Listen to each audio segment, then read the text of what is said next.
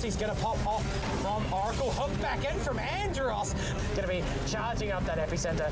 No one's getting out of here. That's 3 going down. Disruptor, he was de-warding. Look at the damage. Oracle buys back, sweet as honey, says the big boy bear, and they are going to just crush your high ground from this. What a massive fight.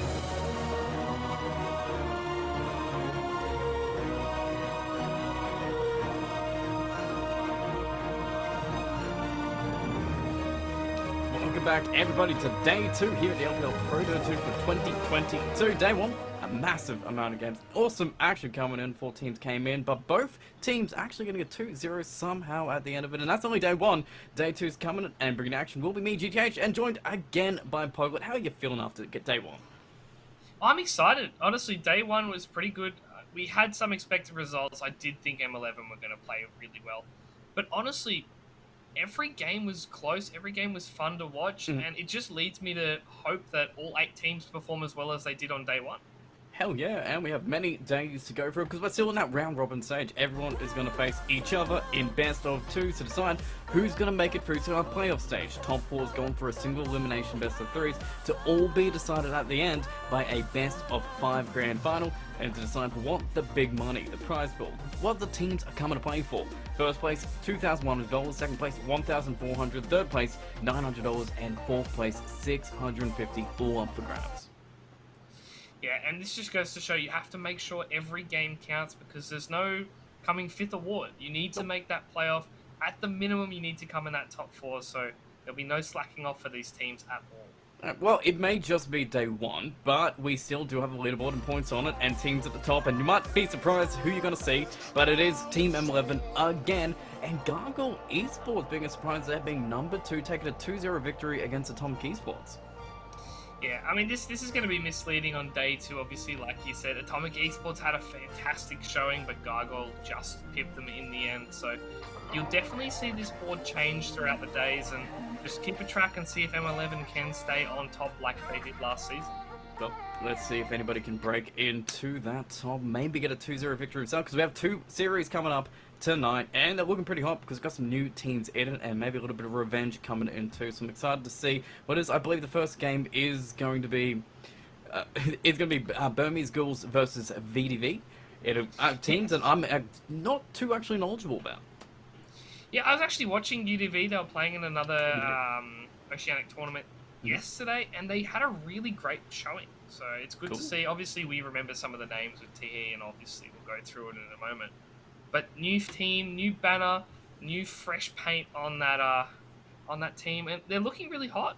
As the Burmese Ghouls, we'll have to see how they perform. Well, let's look at how hot they're going to be, because right now UDV is looking pretty nice, as you said, and they've got some pitchers to go with it. Ken, JG, Rapido, Lucify, and Tehe. Names that are quite, seasoned and veterans in the SCA region, so there's a lot of talent in the squad. Yeah, it's a lot of talent, but obviously whenever you have that new team, you have that expectations. They've got a new coach as well. As you can see, bright new jerseys and everything. So we got to give them a bit of leeway if they have a few mishaps here and there. But I think they're going to come in really strong today, and they're going to look for that easy 2-0. The only team standing between them and a 2-0 is going to be Burmese Ghouls. And these guys, man, they've got some hot jerseys themselves. Marcelay, X-Neverlight, N1, Shangfu, and Enlight. And these guys are looking pretty confident play. Hopefully, they have the skills to back them up, but a surprise might come out of nowhere and knock them on their feet. Yeah, I mean, let's hope so. This is a team that I haven't had a lot of experience casting just because they're very new. They're newly formed. I think they formed for a Faceit League, which is just a small league in Southeast Asia, and they're just pushing it out now, getting really into the swing of things, and I'm hoping to see a good performance from them. I'm not sure how it's going to go, but again, that's what the early games are for, to figure out what's going on with this tournament and how these teams are going to play.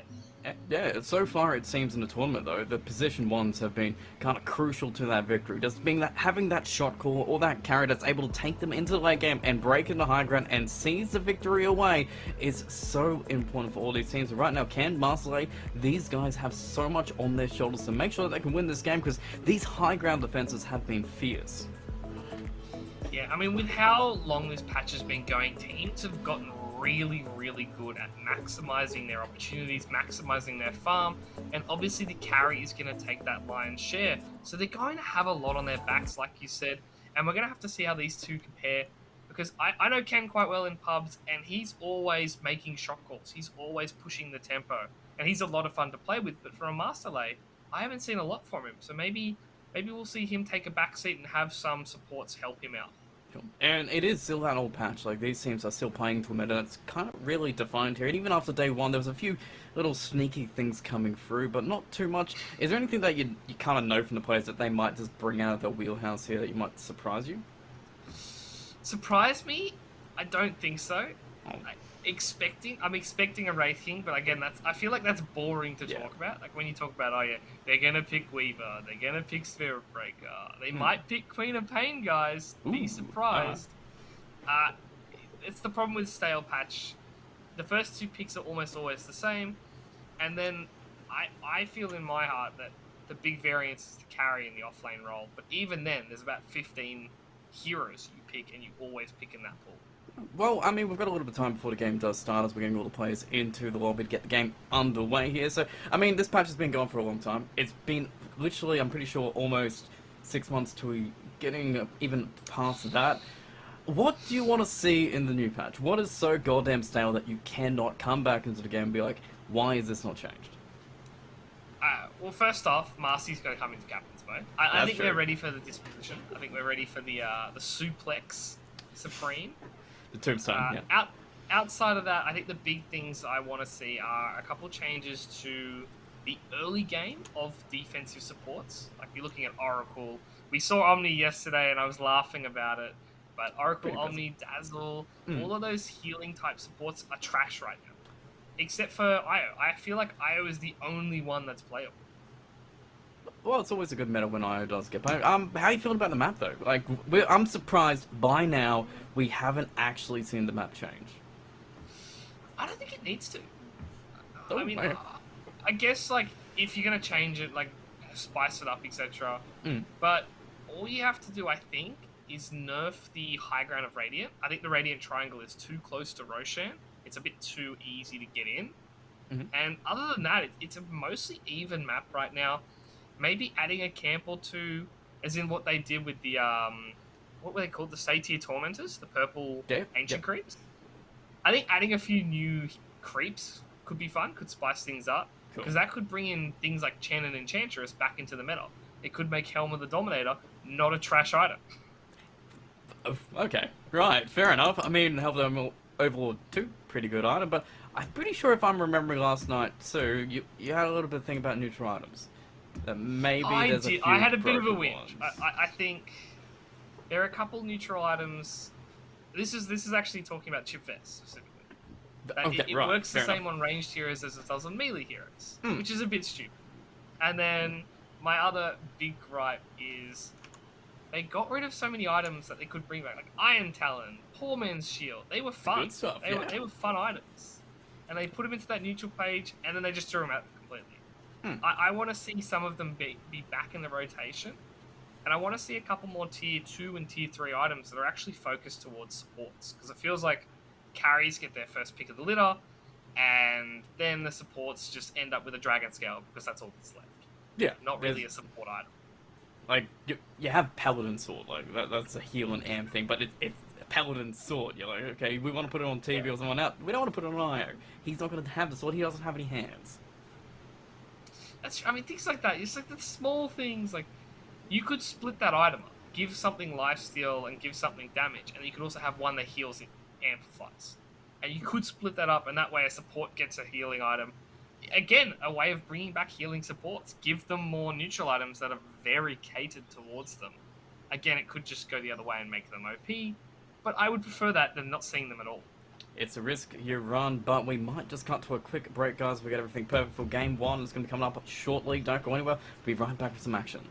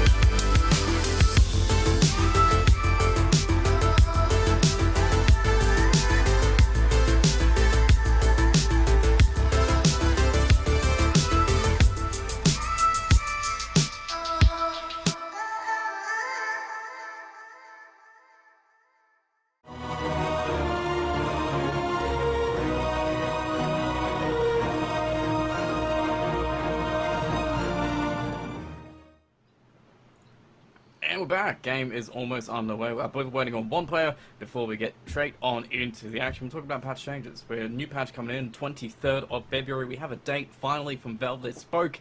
They revealed a date, and hopefully it's going to be massive coming in. We already talked about map changes, neutral item changes, actually item changes. What do you want to see changed as well? Because I know you were talking about Vlad's as well yesterday, but I'm sure there's other things on top of that that kind of need a little bit of adjustment. I think I've made it like pretty clear. I mean, Vlad's and Helm of the Dominator have spoken about those. I miss the days where you could just build those items and it didn't feel like you were obliged to build the Overlord. But yeah. I really want to see... It was a thing in Heroes of New Earth that you could get like the Sanj, Yasha, Kaya equivalent and combine them all to make a Lightbringer in that game. So you'd actually have like the 3 swords in one. And I've been waiting for 8 years for them to do it. Like they made the Kaya... And they're like, we have 3 swords now. Why don't I have them all together? They made the trident. They tried it, but the neutral item was literally a neutral item that you needed to buy into, right? Yeah, so you got the recipe for it as a tier 5 item. A, it's a tier 5 item, so... Nice. Like, by then, do you even have your Sanj and Yasha still? And no. B, like you said, you needed to buy the 3 swords. So like, clearly, it's in the mechanics. Like, they've made the game. Like, it's possible. It's somewhere in the coding. Just give us the item already. It's not hard. It's not going to be OP. Who is literally going to farm Sanj, Yasha, Kaya, all straight up in their items? It seems like... I don't even think a hero kind of needs all those 3. It seems like it's just either you want to go for the attack speed or you want to go for magic item. Yeah, I think it would make a couple heroes a bit broken. Like, I'm looking at Queen of Pain, OD, Spirit Breaker. That would actually use all 3 sides. Because, like, obviously OD goes to Kaya's Yasha a lot. And Sanj right now is in a really good place, gives you the health, the regen, and the status resist, which I'm still a bit iffy about as just a mechanic in the game. I think it needs a tiny little bit of tweaking. Like, if we're talking about items, status resist, and this includes Spirit Breaker, by the way, just as a hero, I think you need to lower the numbers. Like, I don't think my internal mechanics should have to change so much for someone having an 80% status resist out of nowhere. Just think it should go to kind of way of gold per minute talents that they just don't benefit. Do you actually like gold per minute talents? Was that kind of a cool thing? Yeah. I hated XPM. Oh, that was dirty. Like the XP talents, Zeus specifically, I was getting level 25 in 22 minutes. Like, and that makes any bad hero playable when you're just so mega farmed above everyone. But gold was fine. I think gold was abused by people picking Ogre, going Midas, and playing in core. Things like that, where like it's meant to be a support. You're meant to be helping the supports get into the game, and this greedy goblin picks it as a carry and gets like 7 items at 30 minutes. I think that was the issue with GPM, and they just cut it instead of fixing it completely. What about the crazy one that I don't know how was in the game? The death timer reduction. You know what? Since that patch, Lone Druid has had a sub 1% pick rate. Yep. Which is just out of control. And I think as far as mechanics that have been removed from the game, that one I'm okay with. You sure? Like, I want status resistance to stay. I'm okay with death timers never existing. It just made it so you never got punished. You just suicided everywhere. You didn't care if you died, you're up in 20 seconds and you're farming again. Yeah. Oh, what about an item that actually reduces your death time? Could that work if you had to put farm into it? What item could you give to make it balanced? So, like, would it be like Aeon Disc? It has a scaling up cooldown? Potentially. It would have to be a long cooldown, though. Like, an insane cooldown. Yeah, well, I'm thinking, like, 3 minutes to 5 minutes. Like, you first buy it, it'll cost you, like, 35 to 4 grand. So you're only buying it as that 4th or 5th item. So you're not really buying it as a core. Like we see when Queen of Pain is the best example because that gets spammed. He goes like double null, Kaya Sanj, Shivas or BKB, Lincolns, and then you could build that item where sometimes you build the Hex, the Orchid, the Ags. That would fit there in that 4 grand area. Yeah. But I don't know. I think it would make it a bit awkward for, again, supports wanting to buy this item and then their entire game being ruined because that's all they have. So a way to get back to the game a little bit faster. But it's probably a bad idea. I doubt it's going to be seen in there, but it seems like Ice Rock is trying some weird stuff overall. But honestly, even if I'm looking at maybe the late game, that feels kind of like the stalest part of the game item-wise. Like, it has the most standard way to build it. There's not too many ways you can really vary it up anymore compared to kind of the early game. Well, I think the big thing is right now, like, most mids build the same items. Most carries build the same items. Like, things like Butterfly are pretty out of the meta. Nullifiers aren't really purchased too much.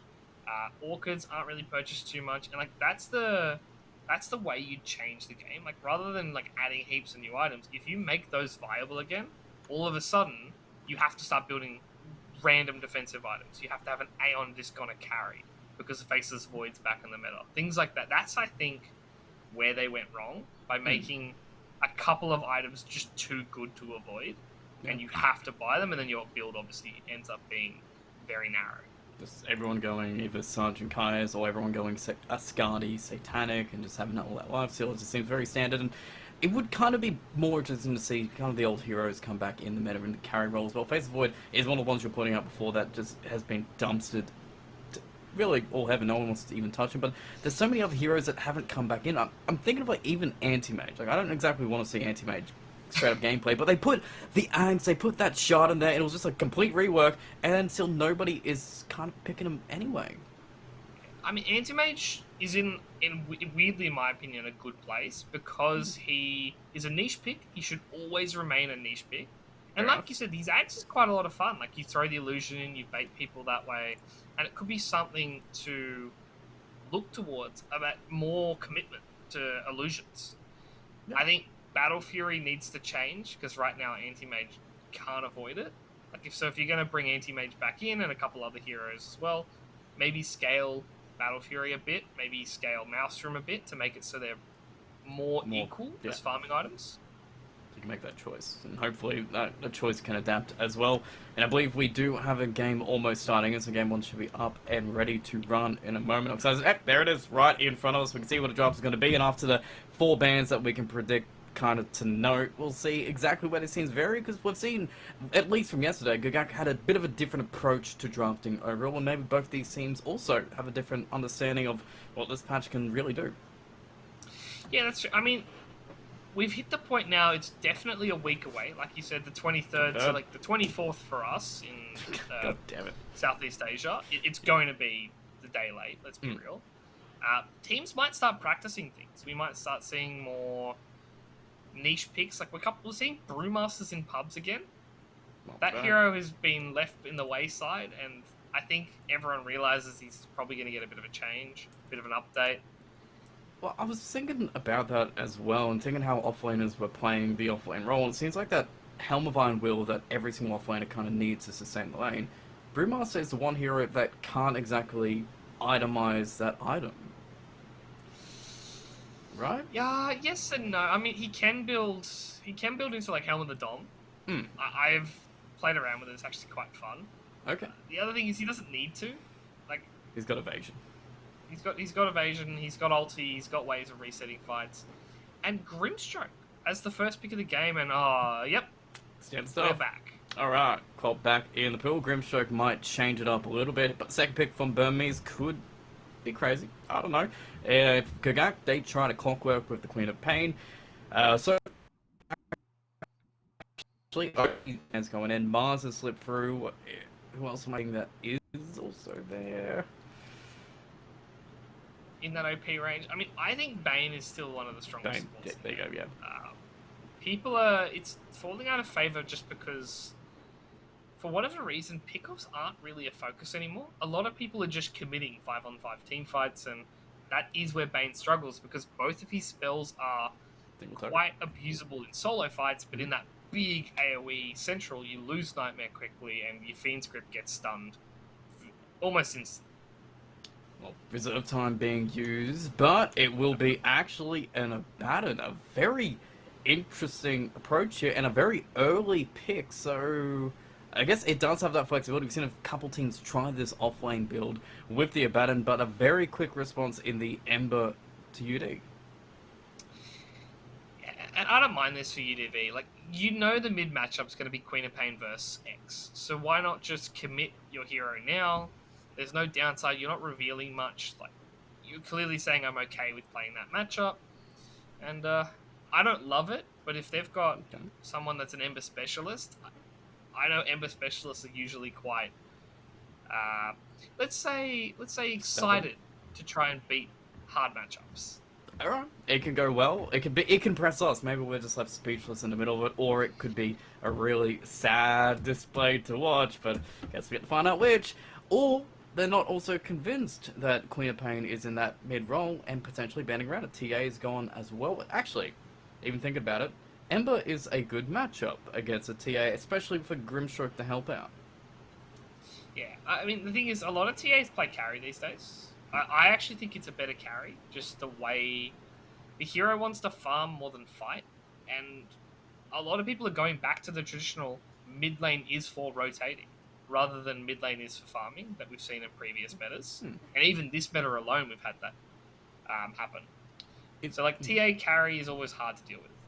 Is it similar to the Elk situation where we saw that big old transition to carry Elk rather than mid Elk? Yeah, it's the same thing. It's just like, you have to give them farm priority, so why not give them the actual position that should have farm priority, rather than making your carry play these off-kilter heroes. Like, we've even seen, like, they pick Razor with the Alchemist, so Razor can fight and Alchemist can farm. Things like that. It makes it a bit awkward if the carry's not used to that playstyle. Well, ban's pretty quick, though. Shadow Demon's gone out. Beastmaster and Conquer, though, from Burmese, very quick in response to, so no disables to hold down for the Beastmaster, no dominance in the offlane, so maybe they're looking for a bit of a weaker carry, maybe potentially a Morphling. It seems like when you pick up Baton, usually he's paired up with one of those heroes that need that regen and sustain. Yeah, I quite like Morph, I like Terrorblade as well. Medusa does work. Ooh, cool, yeah. It's just like any hero that can just output damage without much buffing, just needs to not get stun locked to oblivion. Obviously, like you said, Morphling is one of the best ones because you go down to 300 health and his coil actually does half your health pool at level 1, which is insane to think about. Goddamn Billy. Oh, investment to come in, and maybe that's what VD are going to ban here, but they've gone for a little bit of disabled here, so they've got Shadow Demon gone, maybe another support going in there. Baton, are you convinced it is support though here? Does SCA prefer the support of Baton, or do they like the more aggressive Manta Blink build that you was kind of, you know, pointing out before? I think most people go support, and I like the offlane style, especially against an Ember. If you can get on top of him, he can't get the Remnant off, he gets silenced, same as Grimstroke. The issue is, more often than not, it means that your POS 4 has a really bad game, because you're becoming a pseudo carry from the offlane, and it really hampers your mid, because your mid can't really gank a lane with Abaddon in it. Because Abaddon's not really an aggressive hero till 6. Yeah. Well, it seems like they're blending at least defense. Well, Life still probably not the most aggressive carry in the world, but he's gone now, so you don't have the extra disable on top. One more ban from Burmese Ghouls, and we're going to be right on into it. I'm sure we're not going to be waiting too long since they're reserve time. I mean, they're confident in their bans here. They know kind of where they're going with this draft. Yeah, I mean, I kind of like what they're doing. Like, they've picked, yes, it's meta. They picked the Quap up. We know it's going to be a high ganking situation, and they've picked a very defensive support, one of the few that actually still work with Abaddon, and it gives you roast potential, because you've got the Curse of Avernus. He's a natural Medallion, Solar Crest type hero to pick up, and he can also go the Lotus Sword, which is really crucial against something like the Grimstroke, making sure you can't get just comboed down and killed that way. Well, third pick is going to be theirs. We get to see where these drafts is really going to pair out. That's up what we're going to be thinking about where they're going to, and I'm surprised it's a very slow pick here, but this is probably just when we get our other support here. We don't try and reveal too much over it, because it seems like UD, they've got 2 picks to kind of respond very quick around this. Yeah, I was going to say, this should be the POS 4, and it doesn't reveal much, because bounties these days, I've seen it in the POS 1, POS 2, POS 3, POS 4, POS 5 even. Hell yeah! This hero is a rare breed of can play all 5 roles, don't know if you should play it in any, but you can. Yeah. Well, I mean, what is your preferred role here? With the Road King, So someone who can, well, survive what Bounty's going to be trucking out, but will lose so much gold while doing it. Is it insane? I kind of want to see it mid versus Ember. I want to see it mid too. It's just a dirty mid. It gives you the early ags, and the best part of the early ags is it becomes abusive in the fact it just steals 150 gold, 250 gold every time you throw Shuriken. So you're making that net worth lead become incredibly large. Even if you don't win the team fight, sometimes you steal like upwards of 1,000 gold in the fight. And all of a sudden, like, yeah, I don't care if I die. I won this trade.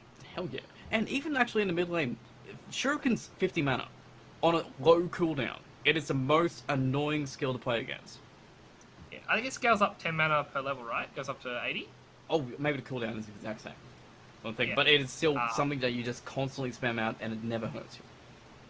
Yeah, I mean, level 1 is dirt cheap for what it does. It's more than an auto attack worth of damage. It's like AA, chilling touch. Just spam it on cooldown, have fun with it. But I want to talk about the Tusk pick, because that's a pick I'm actually excited for. Okay, cool. Yep. It's a hero we don't see often. No. Even that playstyle, that really big boy bruiser pos 4, we don't see that too often. We don't see the clockworks much anymore. We barely see the shakers, and we had a shaker yesterday. It was out of this world on MVP. MVP. And like we don't really see Earth Spirits either. Like that playstyle, it feels like it's died down, and Tusk is bringing it back. And honestly, I mean, Abaddon's there to make any initiation awkward, but Quap, Bounty, Rubik, who can still probably snowball and punch and all that stuff, they're still really good targets. He kind of needs someone to work with, though. Like, Tusk is usually as good with who he works with. So there's a strat. Okay. My mates would love it. They're not high MMR. They've never been high MMR. But they always ran Tusk Centaur in a lane. And they just used to just roll in, stun, and just beat them down. And honestly, Centaur would fit the way UDV is playing right now really well. You've got the Sleight of Fist, which actually procs the Stampede because you're hitting them. You're actually getting on top of them. And obviously, Wraith King plus Stampede is incredibly strong. I actually don't hate that playstyle, and in the offlane, there's not many things left for them. There's Legion, I guess, if they want that. Axe. Well, actually, we've got to think Tusk here, so Axe probably not the hero you want with the Tusk. Wind Ranger. Okay. Bad as that as an offlaner. I don't mind as an offlane. I don't think anyone runs it, though. Ah, damn. Which is a shame, because Wind Ranger's a really fun hero, but... It's fun to watch. What can you do? Well, quick bans. Morphling, Monkey King gone, so the carry pool is a little bit shorter for Burmese schools. They got to pick a carry, and Night Stalker is going to be the ban. I'm sure with one more offlaner for them. Though Darkseer, that's classic. It's kind of the Earth Spirit task to put an iron shell on them. They do some stuff by themselves, and Darkseer gets an easy lane. That's true, actually. I mean, Darkseer, I love that hero so much, and we never get to see it, and... We talk about Ag's changes and like how it affects the hero. Yep. I feel like Ag's shard on Darkseer is completely so underrated. Yeah. He has a stun now. He has an instant hit stun, and no one picks up on it. Yeah. And like you always see the wombo combos of like stun, pull, drag, stun, pull, drag, and they go with the Legion Commander. You called it. It does not seem like the easiest Legion Commander game though, to be honest. It's not great. Obviously, you got the Abaddon, and they do go with the Medusa in here. The hero we talked about at the start of the draft, to combo with Abaddon. That's going to make Legion's game just a bit harder. You said it wasn't great already, and you now have the Stone Gaze on top of it. Well, we still have 4 pretty good heroes to go with that could make it up, but I mean, who do you think's got this game here? But there's a very late game focus, has a whole bunch of teams, heroes that are going to be trying to help buff him up, and where's Bounty Hunter actually going here? He is, from what I can tell, in the offlane, from what I'm assuming here. So it's offlane Bounty, position 4 Rubik, position 5 Abaddon, to kind of buff up this Medusa and make it to the late game. Yeah. Honestly, I think UDV's draft is going to be very easy to play. Yeah. That's not to say they're going to win here, but it should be pretty even. It comes down to can Burmese ghouls get stacks off, and can they get a lot of track gold? Because they're going to need a lot of money. Quap needs a lot of farm. Medusa obviously does. Even Rubik needs quite a bit of farm priority his way, because he needs the blink. He probably will need an Ags and a 4-staff this game as well. So what they need to make it work, but for the other side as well, Ember, Tusk, Grimstroke, a whole bunch of dual damage, and that seems super easy for a Wraith King, which has, we've already talked about it before when we were talking about yesterday. Wraith King's timing is pretty quick these days. It's what, 20, 25 minutes, and then he's just running at you. Yeah, it's Armor Blink Deso, so Yeah. how quickly can you get that? Usually, like you said, 20 to 25, and it's going to make it even quicker because you've got the Tusk and the Legion, heroes that want to brawl, heroes that have really low cooldowns and need to fight. Well, game one is loading up, ready to go. We're going to see exactly how these two teams who are debuting together are going to be running. I'm excited to see what they can bring up, even making sure the mouse problems aren't. There's a quick pause that we're not even going to see on screen because it's just going to be that quick to go around it. Anything interesting from these lanes, though, or is it just going to be a nice little standard lane? So I know position 5 of Bounty Medusa, sure, that's going to be pretty nice and standard here, but Bounty Rubik, that's on aggressive, but not the easiest lane to make work. Yeah, it's basically how quickly can he rush the Vanguard on Neverlight, and if he gets it early enough, he can actually just sit in lane by himself, let Rubik rotate pretty much wherever he wants, and it looks like they're doing exactly that. He's got Quelling Blade, and he's got the Vanguard queued up. Alright, sweet. And a smoke straight away from UDV just to try and catch somebody out of position, as I'm sure, you know, these guys are going to be playing a little bit aggressive here because they've got so many stuns. They've got a Tusk who hasn't sealed up anything yet, has tag team, has Wraith King already with his stun, and all this damage they can use to find anybody with a Bounty who's already put a point in Janata. Like, if they can get on top of them, they might be able to get a kill, but nope. They showed a little bit early, so everybody can get on out and get away as they type the good luck in the chat, but they're not going to be able to be lucky enough to get any kills out of it. Yeah, I mean, I like the play, but I feel like doing that as the runes spawning could be a bit better. Like, that way they've got more of a commitment to stay. Hello, friend. Well, runes are spawned 20 seconds ago, and Rapido in this off lane probably should be pretty comfortable here, unless they steal the runes away from him. As Line, yeah, going to play a little bit aggressive here, but Rapido is by himself between 3 heroes if they really want to contest it, but they're also trying to slip in and steal this rune away from the Bounty Hunter, who can steal some gold away, get some damage onto him. Grimstroke does not have the quicker fingers, so in the end, Burmese skills, they get the advantage. They get 3 runes out of it, they get some wards already placed down, and really, UDV, they end up with less than they came with. Yeah. Oh, and don't forget the Janata yet. That's 12 gold. That's a 24 gold swing there. It's the little things in life. But like you said, it should be a UDV favored early game. So for Burmese Ghouls, get this any kind of advantage is great for them because their lanes, they're pretty defensive and there's not really a high kill potential in any of them.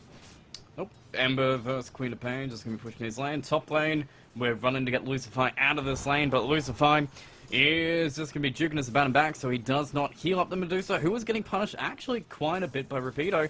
Just able to get the overwhelming odds and the damage on top, but Enlighten is still going to be there. Tango cells in hand, and no points yet leveled up just in case. And he's pulling the wave to connect with the wave in the river. Burmese Ghouls already just outplaying UDV here. Yeah, I love that play. It's the little things in life, and now you've got two off lanes. You've got one in the river, and you've got one in the actual lane. You got to choose which one you're going to go to, and with already creeps being denied and a pause coming on in, we're going to think about how we do Zonus and Medusa.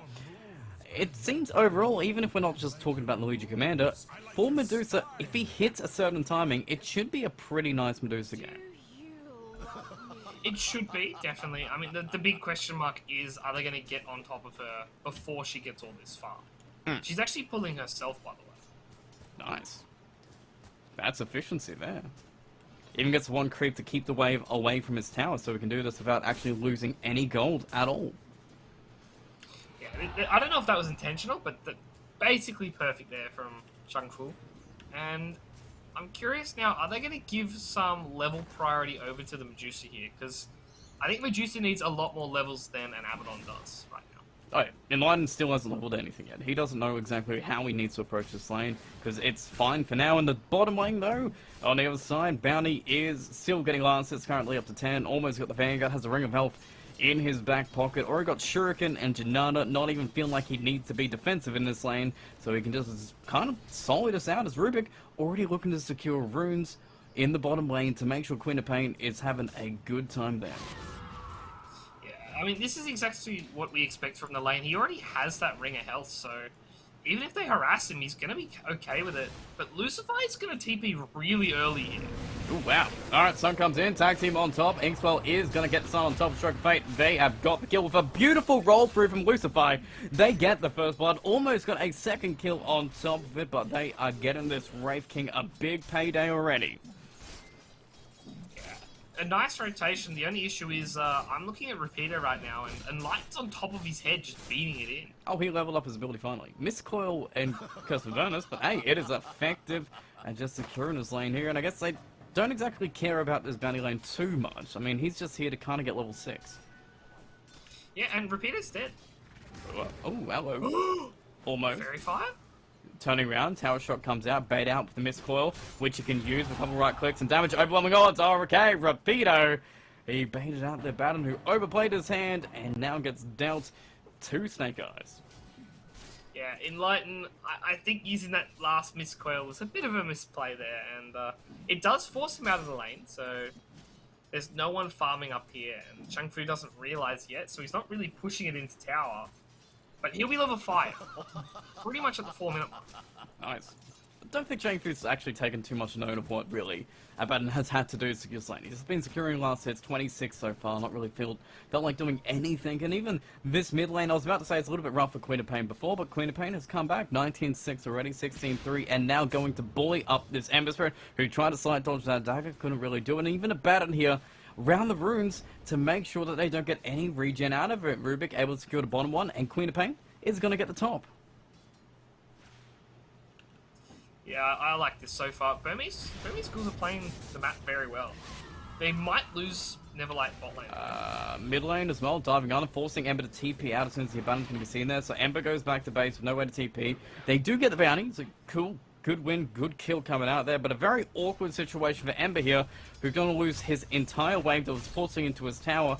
And it seems like even Abaddon, probably not the easiest ganking hero anyway to get that kill.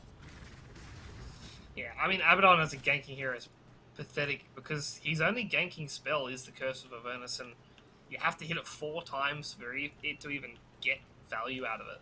Yeah. But again, they're not being punished for it, so they can bring that support into the mid lane, and Medusa doesn't really mind. Medusa's still very, very comfortably farming here. AFK farming, but Enlightened doing the same pull again, connecting the waves to make sure Rapido cannot pull the lane too far away and potentially gets this creep to 9 of it, and Medusa uncontested again. This laning stage is looking pretty clean from Burmese ghouls already, and it seems like maybe Lucifer wants to make a little bit of difference here, but he's got to try and get a kill here, but it seems awkward. Musa is forward, but he doesn't really even want to go for it.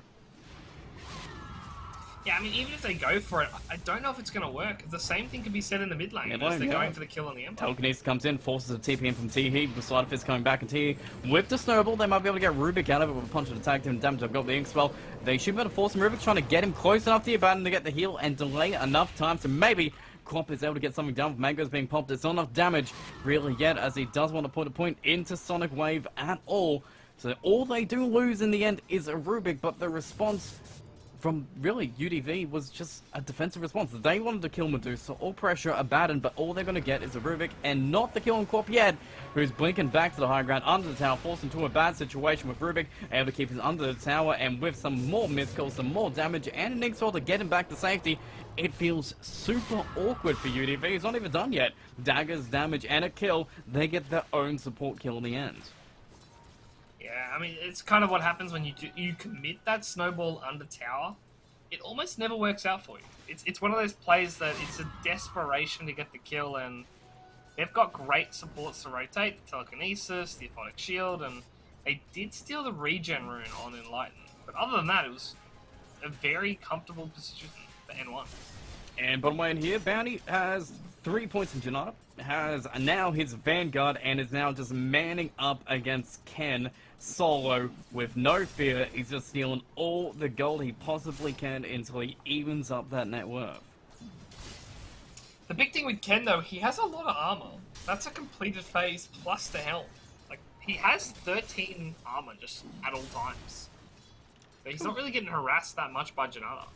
No, he's just taking it, but I guess it's kind of it's catch-22 here, because the more Sonatas you can get hit by, the more snowballs you can steal, and the dust finally actually coming in, with the shield coming off, will pull off the dust, so he's back to being invincible. Sentry has to be placed down, and maybe you get yourself the abandoned instead. Stroke Fate will be landing, Neverlove is walking away.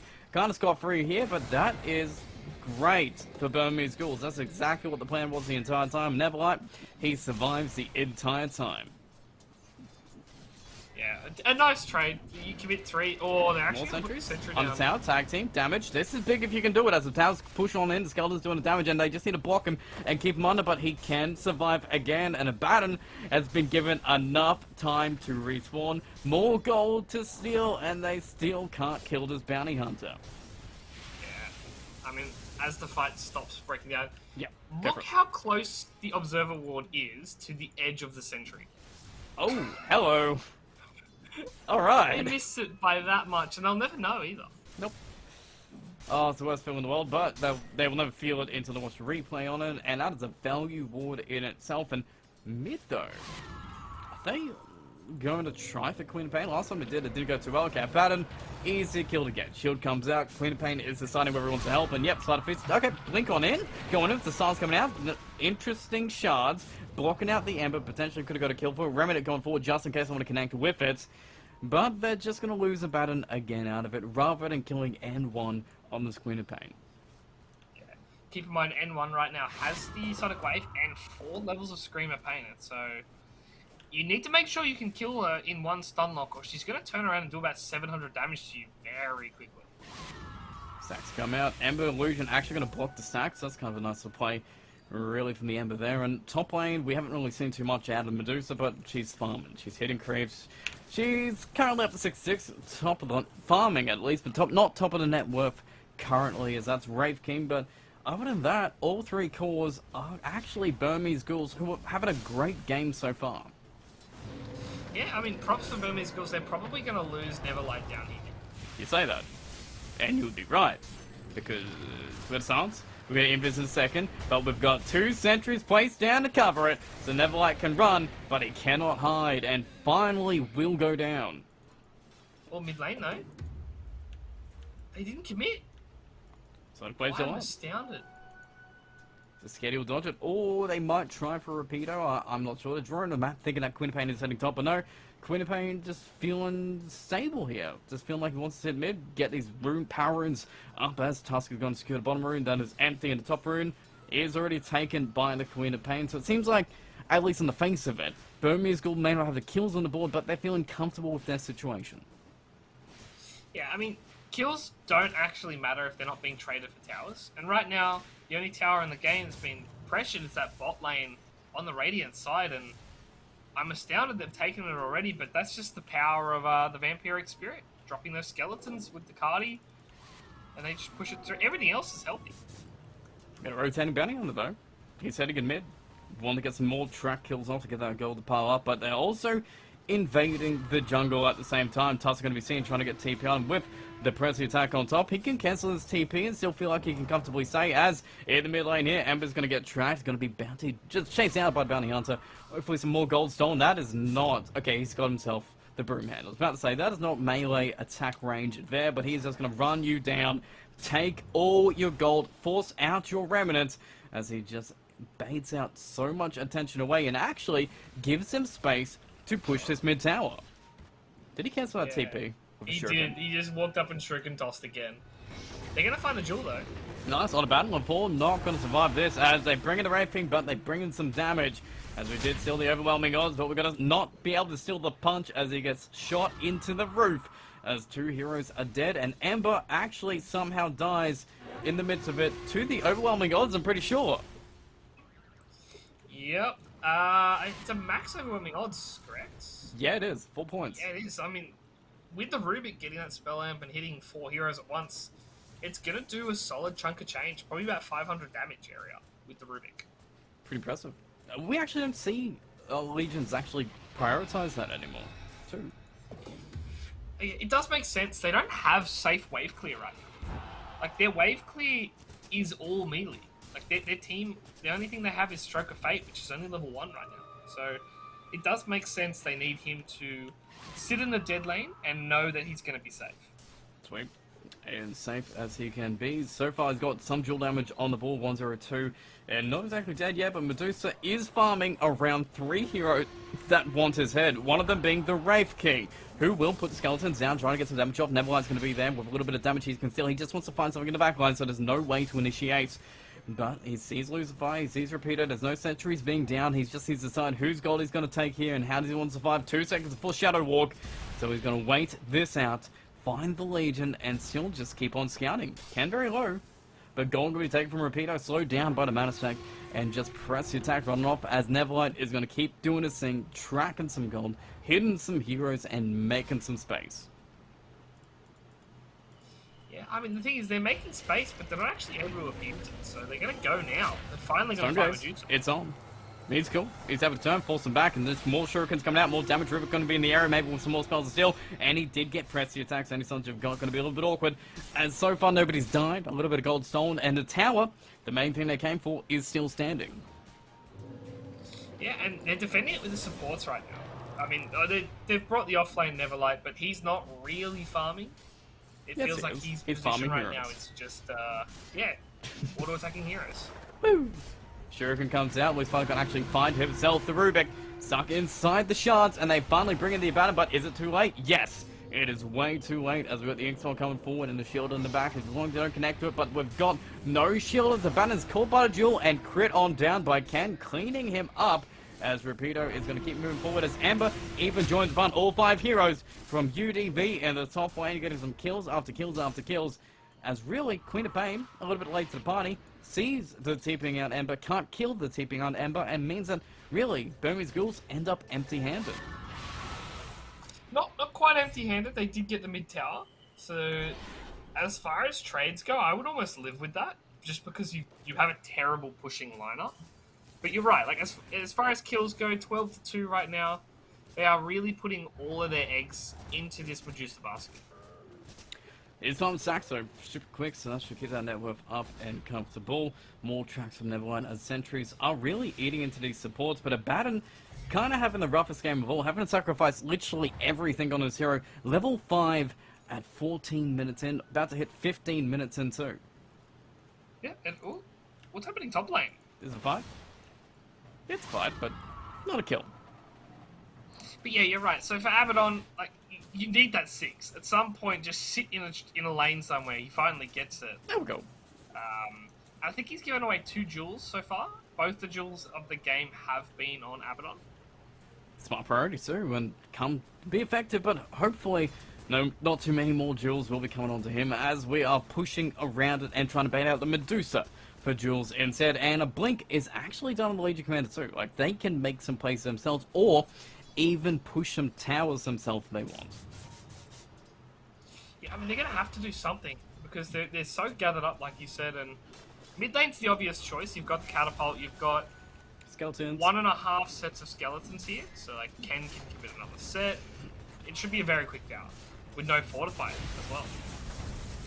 Okay, nice little pickup coming in. Neverlight's going to keep some gold coming up, but its suppressive attack takes away the track, at least for now. Ken is trying to armor toggle forward, gets 1 crit off, gets some more gold stolen, just trying to tick him away and make sure Medusa gets all his farm around us. We're going to be tracking more and more heroes and just stealing more and more gold, but we force them back, and again, we save the tower and we're just slowing down UDV.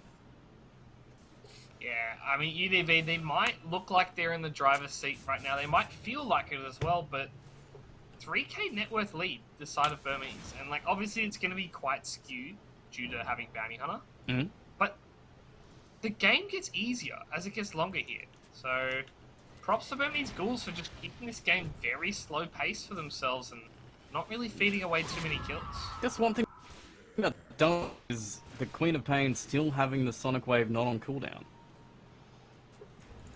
Yeah, has it been used yet? Nope. I don't think so at all, right? Not once. It's still level 1. Alright, this is a chance to use it though. If you want it, just gonna jump in, get deep. Sonic Wave almost used, but a dagger instead. Gets a nice little jewel on the roof to keep him back. So far, Sonic Wave has not been used, as Neverlove is gonna go down to the Overwhelming Gods, and we've got ourselves another in the form of a Abaddon chained together and opening up Roche.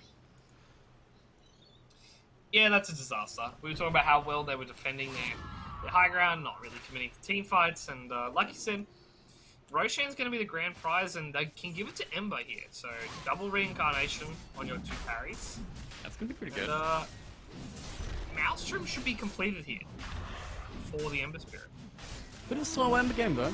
As fast as this game is, as action-packed as he's been trying to do, his farm has actually kind of suffered as well. Yeah, I mean, he's a full 2,000 net worth behind the Queen of Pain after the Aegis. Oh. After he gets the Roche free money, he's still 2,000 behind, and that's pretty much where all the net worth lead is. It's in those position 1 and 2s. The supports are within 100 gold of each other, really. Yeah.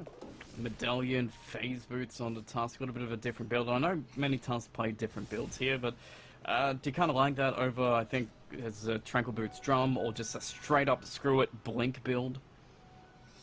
I do like this because you're gonna have the blink on Ken eventually, so like you can just medallion the enemy and blink one shot them that way. I think he needs blink though, so like I think next item blink will make sense, and that way he can play as like that frontline suicidal Tusk that we see so often. Well, we've got potential action coming in as we have a Tusk stuck on the high ground. Ken in the area with Armlet Deso and a Baton, an easy kill to take unless the man has his ultimate ability called Borrowed Time that gets procced when you do enough damage to him. Yeah, the issue was he has to hit 400 health. If you go from 600 to 0, like... Ooh, Sonic Blade comes out into backlines, kills backlines too. He's already dead. Ken is very low himself, the duel. Actually finding Neverlove though. Gonna steal a little bit of gold out of him, but so far can't save him as they get 1 kill on the loose above. The reincarnation is gonna be there on the Ken. Needs some more damage coming out from Duke's level 15, but no damage and is gonna be there yet because Sky is a complete as Dragonlance and a Manta, but they will be able to get on out of it, but the supports are gonna be traded. We're gonna lose a Rubik, okay, and a core bounty actually in the end with the Baton dying first. So it's 3 for 2 in the end, and the Aegis is still standing. And even more TP out. It is too. I saw the reincarnation go off and I was like, oh, Aegis will probably go next, but no, JG keeping it together, and we're on Blade Mail watch for Rapido right now because he's really struggling to win these duels, even with the extra damage from Medallion and Tusk's tag team. He's still not able to do enough damage to get these kills. Well, Ken has Blink Dagger 2 now, so if you blink in a little bit aggressively, maybe you take advantage of it. Not sure. We'll see. Rapido gets an instant duel coming out. Shield's going to be there this time to try and save him, but how much health can he stay alive with? Rapido cannot get the duel done this time and will die because of it as they get a big old kill back in their pockets. Ambitious. That is an ambitious duel. I think that's the easiest way of saying what just happened. At max, it was 2v4. At minimum, 2v5. they were looking at 2v2. Mm. Well, Neverlight is still chasing out Ken. Still stealing some more gold, and I mean, these duels, if you play too aggressive, if you make those mistakes, Bounty Hunter just makes it hurt so much more. Yeah, Bounty's playing this very well. They might even... Oh, they went for Ken, and Rubik just died on the tower. As you do. A little bit too deep. Gonna get chained, but Neverlight is not leaving. Lucifer, I think he knows that there's a bounty on him. He's pinging out the ground here, gonna get trapped, gonna get some damage onto him. They have him shielded if damage comes out, and they force the snowball out into the team, into the Abaddon, but he knows he's dead because it's a tag team as you run and get put on down. More tracks are coming. Tusk's gonna buy back as a duel. Is actually a double duel in the end, but can he win either one of these? No, he can't, but Abaddon finally does because of it. There is still the Aegis on the Yams. You have to be careful about how you play this. The stuff is gonna connect. Get the damage with the tag team. It's not actually gonna be enough damage. There's nobody's able to hit him in between, and he can blink out, but that means you can blink forward and get the kill anyway. A Stone Gaze to run away means we're losing these 3 heroes, and we get a buyback from Tusk, but that is fantastic for UDV. Just one buyback from Tusk gets them so many kills and so much map control that they didn't really need, but now they're just shutting down this Medusa, making her farm 2 camps to herself rather than the entire map. Yeah, I mean, that's the #1 goal, because he has a Skadi now, so Shangfu, he's farming really, really well, sitting 1,000 gold above the Wraith King, who, like you said, has been in fights. He's 8-0-3 GTH. Whoa. He is getting close to that godlike status already. Alright, it's not even done. Anybody who walks to the high ground in the triangle, dead. Anyone who goes in the bottom lane, probably dead too, and it just seems all this aggression is finally paying off here. This Ember with the Aegis, though, has also been able to recover so much gold. He's almost even with the Queen of Pain at this point. Got to be able to get a great timing on the Axe. This is an insanely fast catch-up. I can't believe how well he's been playing. And like you said, rushed Ags, no defense item. Rapido? Oh, do they find someone? They got Rapido. And no emergency Jules, knows he's dead, doesn't give anything too much away. Just a track kill and an extra kill and a slowdown, and just a Legion dying while space being made, and potential pressure in this mid lane as the Aegis has 0 seconds left on it. Here we go. I mean, wasted Aegis? Quote unquote? Farming Aegis. I hear those things are good. They're not bad. Like, I think more often than not, first Aegis either gets instantly used or not at all. Because you can just avoid the hero. Like, you don't need to take a fight to kill Ember twice. And that's kind of how Burmese Ghouls looked at it.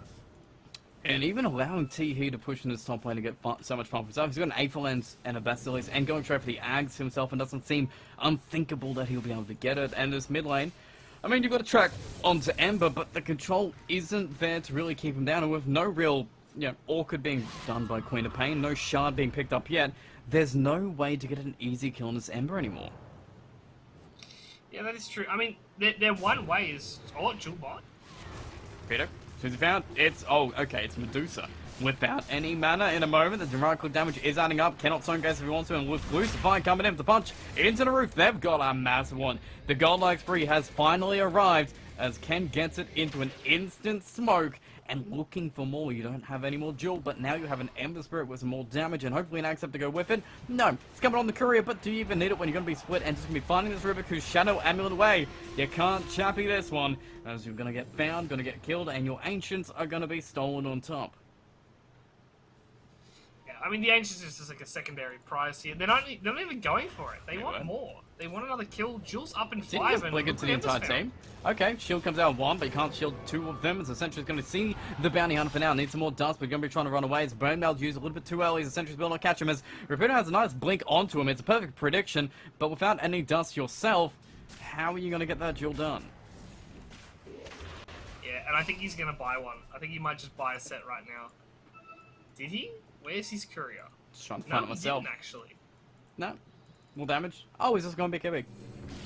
He's got support to buy dust. That's what they do. That's their job. And also, Duel the Queen of Pain. Big kill if you can find it. Shield comes out. Half HP. Should be able to get a blink away unless you get soul binded together.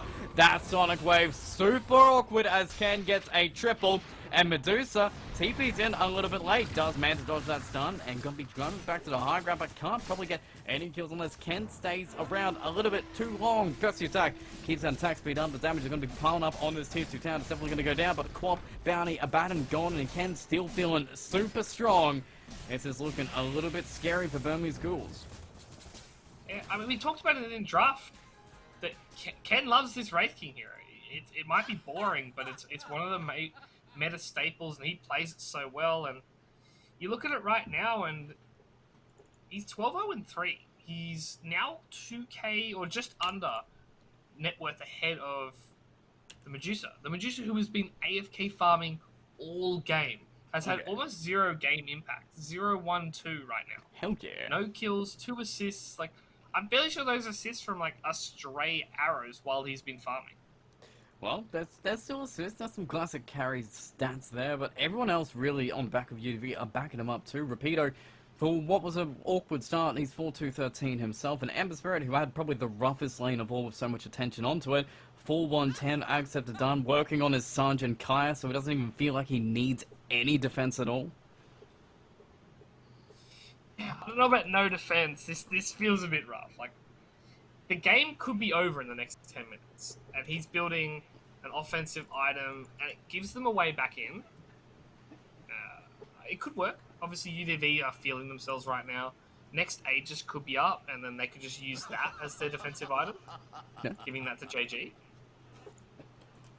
Aegis is, well, we'll find out in 7 seconds when it responds. And I guess the flip side here is we do finally have the shot on Queen of Pain. Like, we have that way to finally catch the Ember if we get on top of him. Rubik has a 4-star Shadow Amulet, no blink yet, doesn't have the best initiation, but still has that cast ranger backing up. And Abaddon, he's got Holy Locket. Like, he's got some extra sustain to make these duels just a little bit more difficult. It's true. I mean, is it going to be enough? Probably not, but it's nice. It saved Queen of Pain mostly last fight. It saved it from the dual damage. That is actually Yes. a big thing to say. Like, he's only got 30 dual damage, and like you said, Soulbind was the only reason they actually got the Queen of Pain kill. They had to commit Soulbind dual plus the punch and Ken stunning on top, which is basically like perfect stun combos from them, but it shows that Queen of Pain's like one item from getting away here. And that item is literally going to be a BKB, so that the Paint Veil feels super awkward. It feels like he felt more powerful than he was in that fight. Like he didn't need that spell immunity. They'll never be able to catch him. And it's like, oh god, Teehee, who has been playing probably, I'll say like an unsung game. We haven't spoken too much about him, but he's always been in position with these Soulbinds, X-Spell, Silences. Like he's been playing a clutch game in the Scrimstroke too. I mean, he's got 24 kill participation. They've only had 27 kills, and you got to keep in mind they had 3 kills from lanes, which means he's had 100% kill participation since that mid game, since those lanes collapsed. He has been in every single fight, and he's made sure that they've won almost all of them. I'll say. Yeah.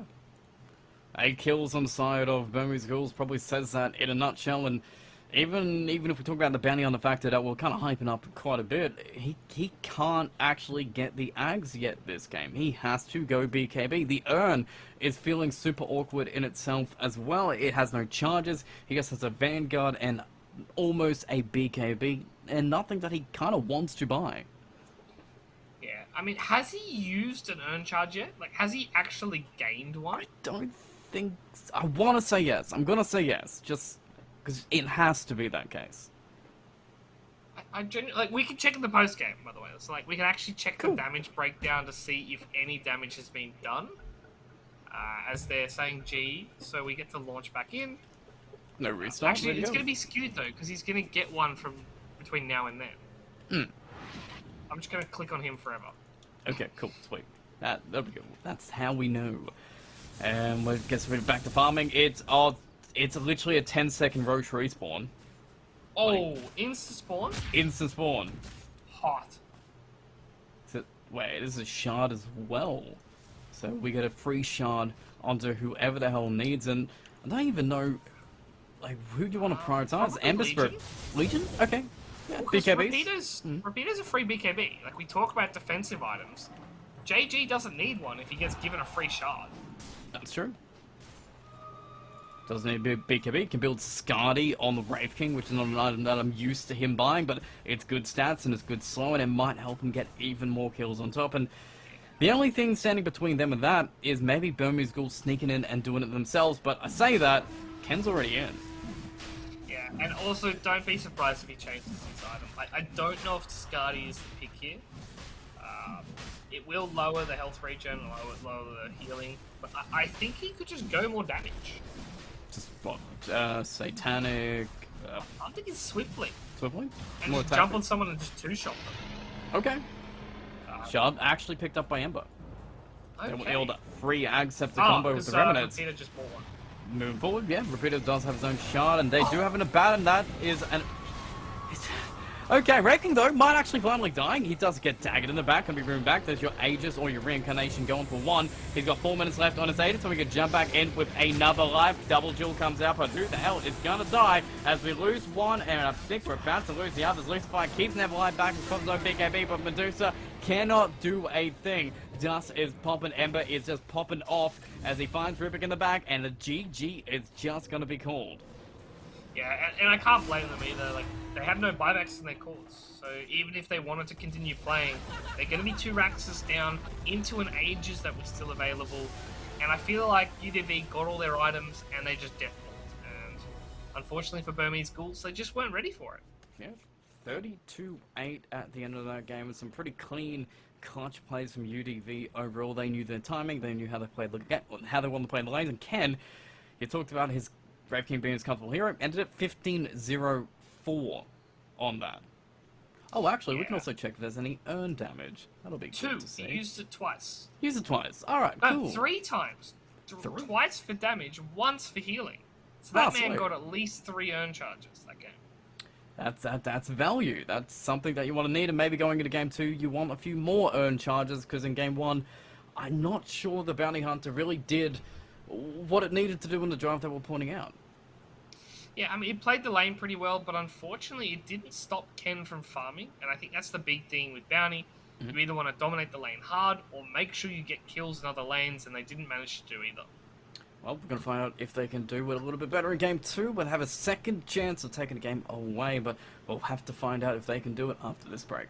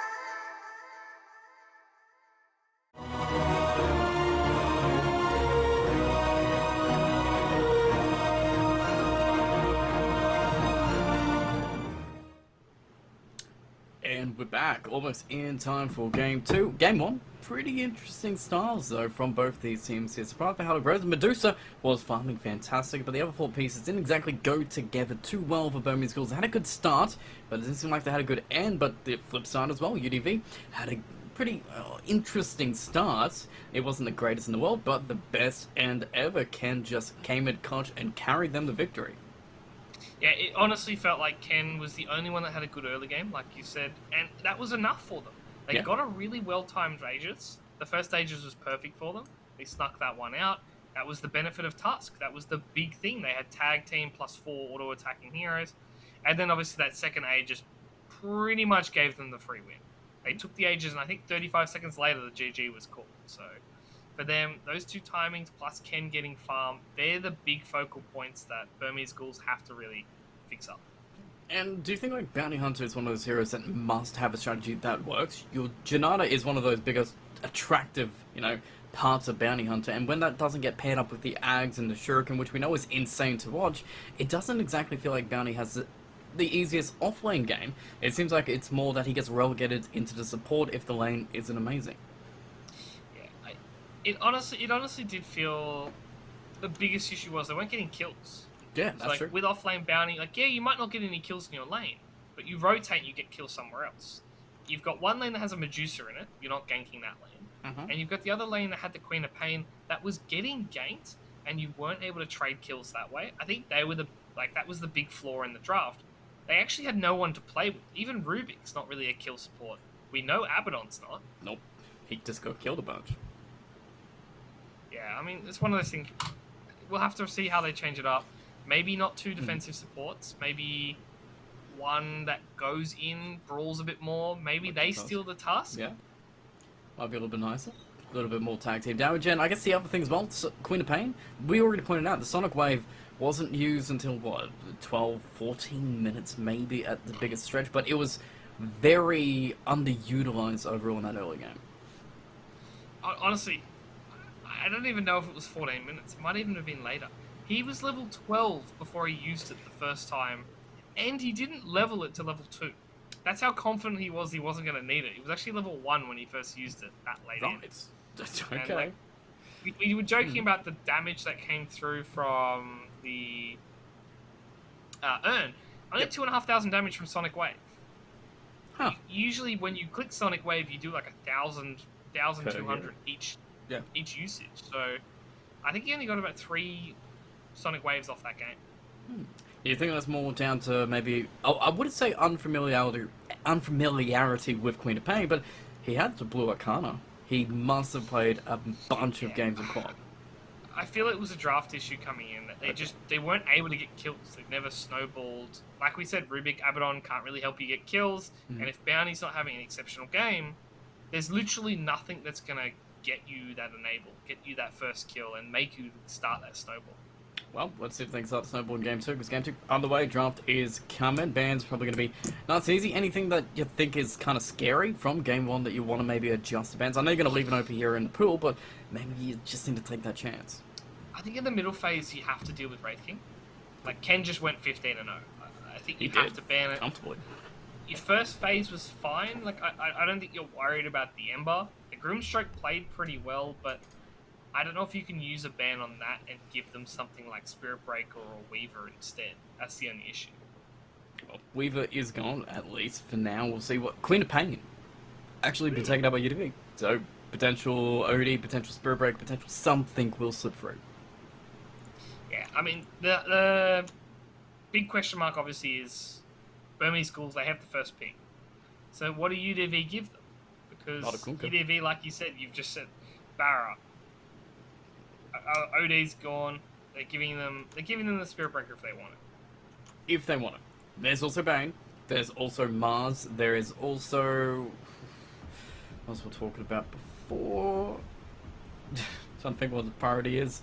First phase, usually is Quap, but it is Spirit Breaker. Alright, there we go. Don't have to think too much about it. It's end of the patch. It's gonna be Spirit Breaker regardless. Yeah. And for UDV, they can turn around with the usual suspects, the Mars, the Willow, the Lion, the Shadow Demon, all good counters. And they go with Io. Io Storm.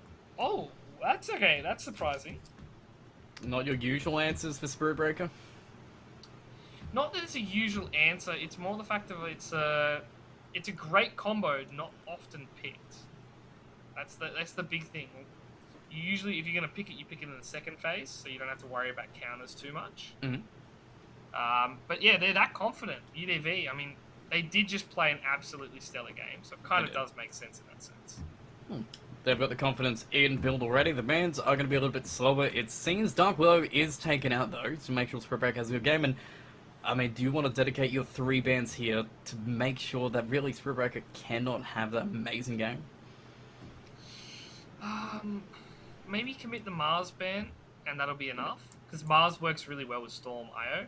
You put the arena down, all of a sudden you have a free giant spot where you just TP into. Like, it's very easy to combo the relocate with the Mars arena.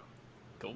Anti-Mage to make sure Storm doesn't get blown up, so it seems like we're just making sure Storm has a good game. So it's a very specific bans between both these teams here. Nothing too crazy coming out there. It seems very standard. They need these heroes out to play their drafts. Yeah, I mean, I don't even know if Anti-Mage vs Storm's as scary as people think. As weird as that sounds, like, Storm has a timing that's quicker than Anti-Mage, and a lot of the time you can punish AM so badly, he never actually gets into the game.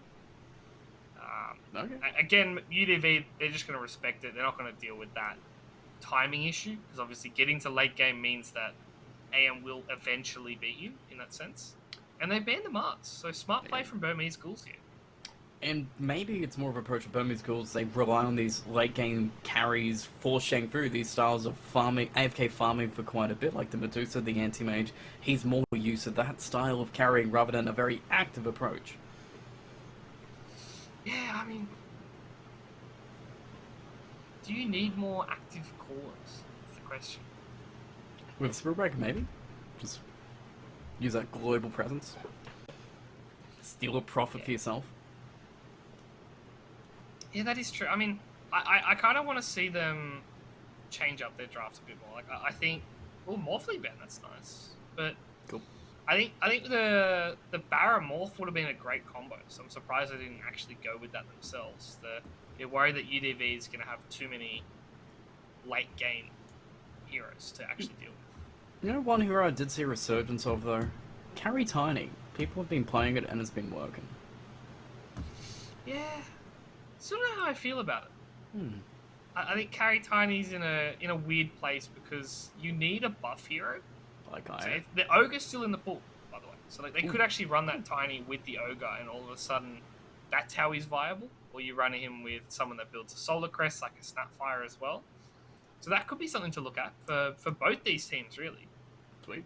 Ember being gone from UDV, and they got one more ban for them, and then we get straight into the pick, so it shouldn't be too much. It's a nice little flex bans themselves. So 1 ban for Storm, 2 bans for Storm actually, and I guess potential 3rd bans for Storm. As you do. And a Clockwork. Alright, cool. That's cool. Different hero. Pretty interesting this game. I'm not sure how it's going to go this game, but it's a Clockwork. Yeah, it does a decent job of dealing with Barra, at least for the early parts of the game, until your Storm's ready.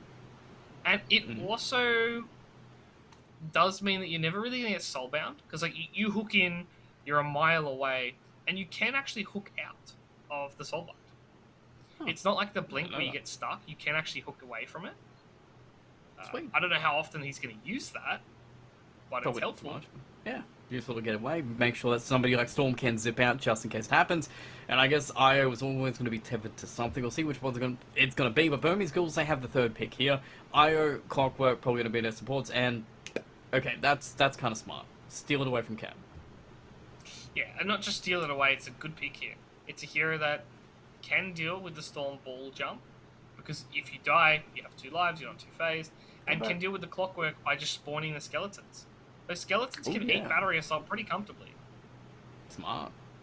That is really smart. It seems like 3 heroes kind of answered by 1, which is real good to see. And they also get a pair up here with Grimshark, probably, I'm at least assuming the 4 here, but I guess it doesn't have to be. Yeah, I mean, it leaves them open for some flexibility. I mean, it doesn't now, but it did leave them open for flexibility. Monkey King. Disruptor in with Monkey King. I feel like Disruptor has a good time against Monkey King. It goes both ways, because Disruptor obviously likes being in the trees. Monkey has vision in that sense. But also, like, you try to jump in, you get glimpsed back, you have to use the BKB. I like the draft from UDV because it's very fast-paced, and they're going to try and just take over the game that sense. And we saw they were able to do that in Game 1 quite comfortably. So for them, maybe look towards an off-lane MK and pick another fast-paced carry, or maybe just go something normal, pick that Legion, pick up that Centaur, and then run it from there. And I guess the other side as well, they have that good matchup against the Spirit Breaker anyway. So the Monkey King can be a carry if they need it to be a carry, or if they feel like it, the offlane's going to be there. But the Vans, yeah, they're going to be offlane target. They're assuming that Monkey King is the carry, which I guess is the safe bet here, but that's a card that really UDV have in their pockets, and it seems like we need a mid, really. Something for N1 to play here. Queen of Pain is gone, Barat is gone, Blood for it, Ember Spirit, OD, Morphling, Mars potentially, Kunkka as well. So Lesh, it's Lesh, right? Lesh? Like they've got the Wraith King, they've got the Barra, they've got fast-paced heroes. They need something that can help push. They need something help to do AOE damage. Puck gets banned, as expected. What else is there? I'm thinking Necro. Invoker. Invoker. Ooh. That could work. Invoker could be the pick here because you got the EMP, you got the Cold Snap Tornado. DP, actually, as well. I like DP. The issue is these teams don't seem to like it. Like, teams that like DP first phase it. And if you don't first phase it more often than not, you don't pick it. Which is a really weird mentality. Like, we see a lot of Chinese teams, they will first pick it every game. Or another Chinese team will just leave it untouched. There's almost no in between. No. The two extremes of SEA and China, but see which extreme we're going to get, because the pick's going to be there for Burmese Gold. They need to show something here, and I'm trying to think of any other heroes I forgot about. It's scrape my brain. Pugner.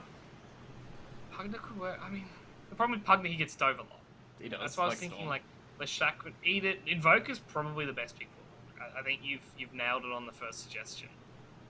And it annoys me I didn't think of it. Well, there's only so many heroes left. Like, 1 or 3. I mean, there's still a lot of heroes. There's just not a lot of expected picks, is what I'll say. Fair.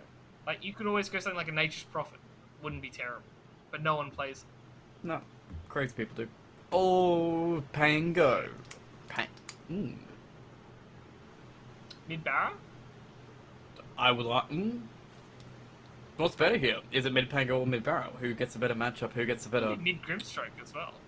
I like Just mid-Grimstroke. I do like mid-Grimstroke. That seems to be the best. I think Pango will have the better matchup. Cool. But what I want to see is the Barra. Cool. Well, you always want to see the Barrow. Yeah, I just want to see that. I just want to see that hero succeed before it gets sent the old... Still no one Game touches it Nerf again. I'll see it 10 years from now, it'll actually be meta. What? It's a shame because I'll play it through. I'll play it through off metas, but when it's this OP, I feel like everyone has to enjoy it while they can. Yeah. Good old Space Count coming to arrive into a a classic response here. It's just literally the classic here. But we had a conversation, I believe, about Bloodseeker yesterday too, and we didn't go too favorably about it. How do you feel in this draft? Well, the big knock I had on Bloodseeker was he has no stunts.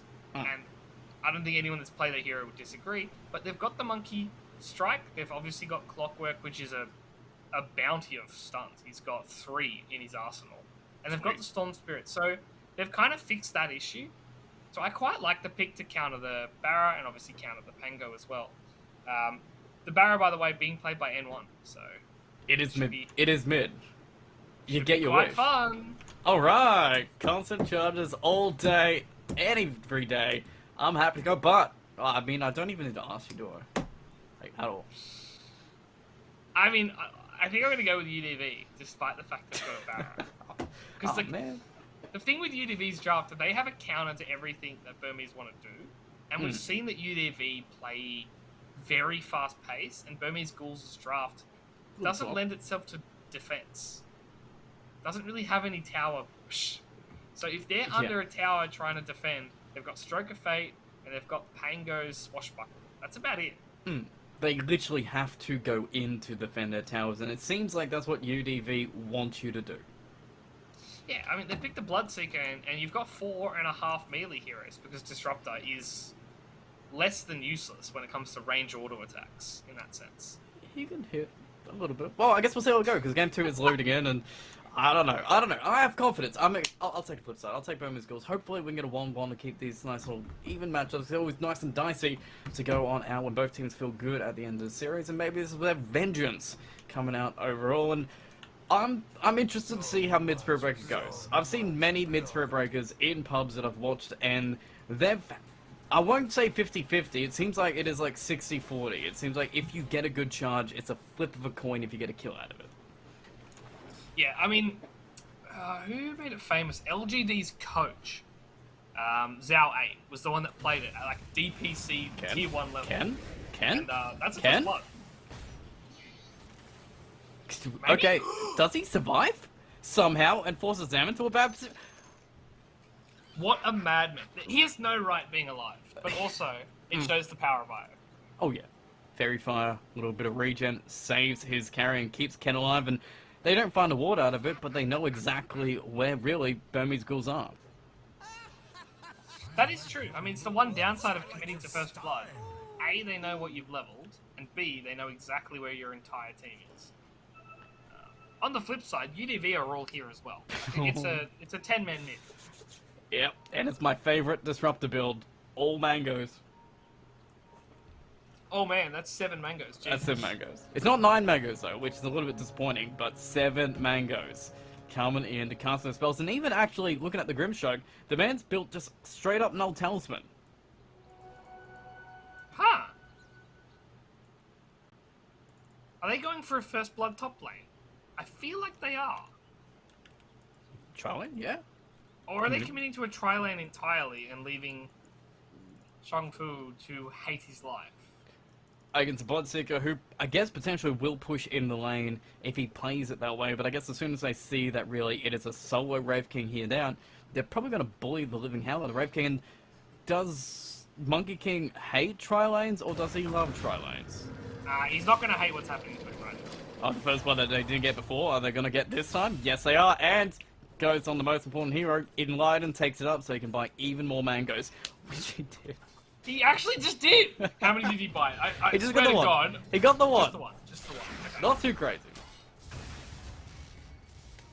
I literally watched him purchase one instantly. I was like, is he just going to spam whatever his quick buy is and just buy 5 more? Because he has 250 gold. He could have bought more. He could have. He held himself back to keep that gold in his pockets just in case he needs maybe a wand, magic stick, I don't know, maybe boots instead of mangoes, but for now he's going to keep the pressure on as Wraith King isn't exactly pressured too much. Stuns on top, there's only so much regen. You got Kinetic Field, the early level 2 on this Disruptor, a little bit awkward, but the damage is not going to be enough to keep Rapido down. But with the cells coming out from Lucified, they will keep him in this lane. Yeah, and the worst thing about level 1 IO these days, your tether gives 0.7 regen at early levels, so it's actually not efficient to use it on yourself. You actually have to use it on your core. And I'm letting you know, that's the worst feeling in the world. You can't actually play IO like you want to play IO.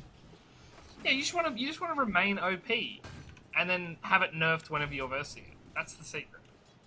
Well, top lane, Monkey King is back with a vengeance with 7 last hits so far, as Pango, who for the early advantage, hasn't got too many last hits out of it, and the pressure that really it seems that Monkey King himself can do is too much for this Pango to feel safe in this lane. Yeah, and they've got the benefit of Clockwork, one of the best harass heroes. If you make that mistake of committing to a team fight, similar to what Neverlight's doing now, you're in the battle, just by yourself. Oh yeah, T doesn't care. T's got regen for himself, boots to make sure the movement speed's working, and yeah, he can go back, pull the lane back, and Ken, I doubt can die from this combination at this point. You never know. Like, you can always make a mistake. Yeah. But he hasn't leveled Boundless Strike just yet, so he doesn't have that Jingu Mastery Boundless Strike on 8 creeps lifesteal turnaround just yet. So there is a possibility of him getting killed without being ready. And mid lane, the classic matchup that we've all seen every single game, Spirit Breaker versus Storm. So far, JG is having a pretty fun, comfortable time out of it, but Anmon's got his bottle, he's got his charge and his bashes, and top lane, yeah, Ken. He did go a little bit too far forward, he did make that mistake, and wand charges and Battery Assault will be able to keep him alive for now, unless the stroke is just going to miss. He survives, but for how long, as he has no selves to farm this lane anymore with. I thought he was about to jump in. I was like, "You're a madman." Okay, does think of it maybe not the best idea. People low HP. Bloodseeker is moving fast and helped with Lucifer, who's very low himself and just punishing. Shane through with a line here, and Lucifer actually dies to Disruptor. 2 points in Thunderstrike is enough to do it. Yep, and they might even go for Repeater here. He's actually stuck pretty well. Yeah, no one's low anymore. Slow comes out, Thunderstrike, damage coming in. Lyden, is he about to get another kill moving forward? 1 charges, and no, he will not, but he will be punished super hard. But Io at least can come back to give him the slightest bit of regen. Or dead. We say that. Or he's just dead. 1 more charge of Wand. He's 2 One auto more attacks click? away from dying. Connect field? No, still moving fast. It's all because of the low HP at this point, and they're going in for some vengeance, it seems. Yeah, slow between the tether of Io and Bloodseeker kills him, the Wraith King instead, and gonna get themselves a double. UDV get 2 in the bottom, and 1 in the top. Grimstroke going down to this clockwork. Yeah, it was a huge group effort there. They actually managed to use the cogs to push away the Grimstroke, and the Grimstroke obviously self-used the Inkswell, so not having that stun, not having that extra damage, enabled UDV to get that extra kill. Nice. Early kills paying off. The 2k gold lead so far as it's 2-3 on the board. Not too big difference in the kill-wise, but I guess we're kind of waiting on that Spirit Breaker factor, right? We are, but I also don't know when he's going to be ready to fight. He's almost 6 now, but Storm is already 6, so this lane hasn't been Easy? that fun for him. No. It's got, okay, yeah, 7-9 so far on Storm. Storm is having a great time here, just really playing around what Spirit Breaker's going to do, and I guess that animation is really costing him. Top lane, maybe we get cost on the Pangolier too. His Courier is going to be dead, his Swashbuckler's gone, the Inkspell just to get him out of here. As the pull with the cancel to jump on forward for the Monkey King is going to be trying to find where Ken is. Stroke Fake going to slow him down and make sure that Pango can get away, but no pulls for you. I say get away though, as Monkey King is committing to the chase with a Boundless Strike in a second. If he needs to use it, he just wants his Jingu stacks, hopefully to get on top of him, and he gets his Jingo, forces him back, and keeps massive control of this lane. Yeah, this is... I mean, they're not farming. The benefit is Ken is not hitting creeps at all. The issue is neither's Neverlight. 17 last hits right now. He's a full level behind as well, and it's not from Teehee not taking the XP. Teehee himself's level 4. So this has been a bit of a disaster lane so far for Burmese Ghouls. Mid lane though. Ooh, big old dives. Hey, okay, charge comes in. Never Strike not going to be used yet, but charge onto Io. Maybe we change Never Strike onto the Storm. No, we're going to pull him back in. So we've got a DD onto this Storm, so we're just working the backlines as Lucifer survives the entire thing. And Lyden, okay, he gets it. He falls them back. They know about it. JG is going to get glimpsed back away, and we just survive on this Disruptor he's got creeps following him. Like, they know where he is, and they've got the thirst as well. Like, he cannot get away as Rapido is coming in to clean up his kill that he worked so hard for. Yeah, and I'm not sure if you noticed that, but because they were definitely dying on the IO, Lucifer turns around and soul rings JG as he dies, Nice. and he killed himself with the soul ring to give him more mana to make sure he could jump onto Disruptor. That is an IO player through and through. Mid lane. Charge through. Io in the back. Could we try to go on, or are we just kind of... Oh yeah, we're still in stacks that don't exist, but still, that's some smart play. And it seems like right now Lucifer doesn't even need to be in this bottom lane. Like, Neverlight's showing. Neverlight's... Very low. He was low and he just showed. Yep.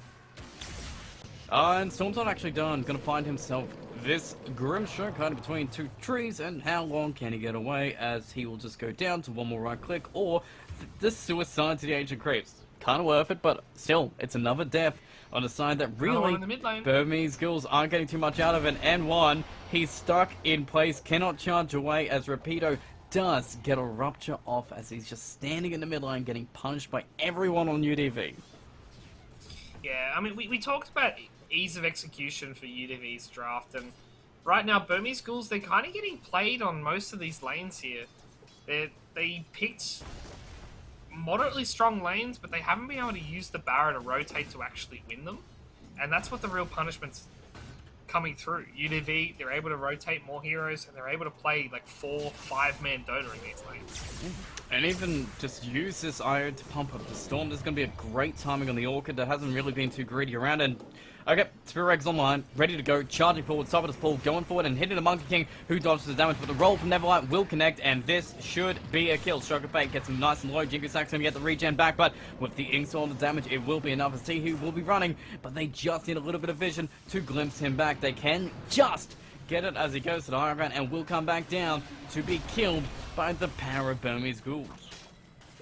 Yeah, and this is what they need to do. This is how their draft should play. You charge him with Barra, you have the roll on top, you've got the glimpse. He's starting to max the glimpse as well. Like, you can get a lot of kills, a lot of pickoffs back to back to back. And the issue is, do you now lose one? Bye. Oh, no glimpse yet, but that means Storm is going to be able to come in scot-free. Got to dodge that install stun and will not be hit by, but we got a rupture on the back. It's going to hit one, and now we just clean up these supports as Grimshock will be caught by Can, and with the TP out from the disruptor, it won't actually go on through as 2 kills turn into 3 so quickly as soon as the barrel leaves. Yeah, I mean, you have to leave, right? The Barra's the mid lane hero. He has to farm somewhere, but unfortunately, UDV, they're just one step ahead, being able to rotate the Bloodseeker in via relocate, knowing ultimates are down, and they won't get anything done with it, but it does really send a message to Burmese ghouls that anything they can do, UDV can do better. Well, Bloodseeker surprisingly has a lot of armor, so he doesn't take the physical damage from the Wraith King, and the bash damage isn't too much from the Bloodseeker, but it will push him back into Neverstrike, and Io's got enough time to get the regen back, hiding in the trees, using the Tether to survive, and Bloodseeker looking to fight though, because they're bringing in the reinforcement. Storm is here again, charge will come through, force him back, but Storm is going to be here to save. One stun comes through, the damage is going to be enough, and N1 is dead, and Bloodseeker survives through the entire team, even puts the Rage onto the Storm to amp up that damage, and now we're just going to slowly take down the Wraith King, who's going to try and TP out, but he will make it, but Spirit Breaker will not. Yeah, I mean, honestly, the Barra is probably the better kill there. Like, you force the Reincarnate, which means that Xiaofu, I don't know where he's going to farm. Like, he has to farm defensively, doesn't have the armlet ready yet, so even the triangle is going to be quite dangerous for him, and they've already warded it up. UDV have the vision to see the Ancients. Chop down sentries if he knows about it, but yeah, we're just stacking a few small camps when we're in position, and other than that, it seems like we just need to play super defensive now until what? Until Wraith King's online, or Pango. I mean, Pango's going Hood at this point. Ooh, I was going to say Pango Blink and Reincarnation back online, but those two things do not line up, and maybe you wait for the Shadow Blade, but N1's building a Midas, so I think it's going to be another 8 to 10 minute window where Burmese ghouls just need to avoid fights. Every fight they get into, expect them to lose. Okay, well, it looks like there's a mid-fight being set up as T. He's level 6 with a hook shot going through. We're sealing some runes to keep JG online, and his Orchid is done after one more component. He can buy out the robe, and then he just needs his recipe. And we've got a 2-man smoke, though, from the supports of Burmese ghouls, but I don't know what they're going to get out of this, because there's no one really in the jungle that they can target, and Pango has to roll to get away from this Monkey King. Yep, and they found Barra. Uh-oh. Oh no. What's his Midas going to do now, as he doesn't have the gold for it yet? The Rupture's going to be there to keep him in place, and TP out will not be able to be cancelled, so he does survive. And the TP means he will not die from the Rupture damage, but he's back in base at this point, not hitting creeps. The only person doing it, I would say, is Wraith King, who has found himself T though. And I think, yeah, Clockwork should be dead out of this. And that is a kill you get while everybody else farms the map. I really like that play. They use the charge, they cut through the trees, but they're going to find maybe X-Neverlight. Lucifer comes in, X-Neverlight in the river, and Lucifer for now is going to be stunned, but around his entire team. Charge very slow coming through. The Wukongs is going to go on down as N1 does get himself a kill in the support here, but who else do we want to get as we're all just standing in the middle of the circle and making sure nobody can come in to try and get another. Yeah, I mean, a 1-for-1 trade, offlane 4, pos 4.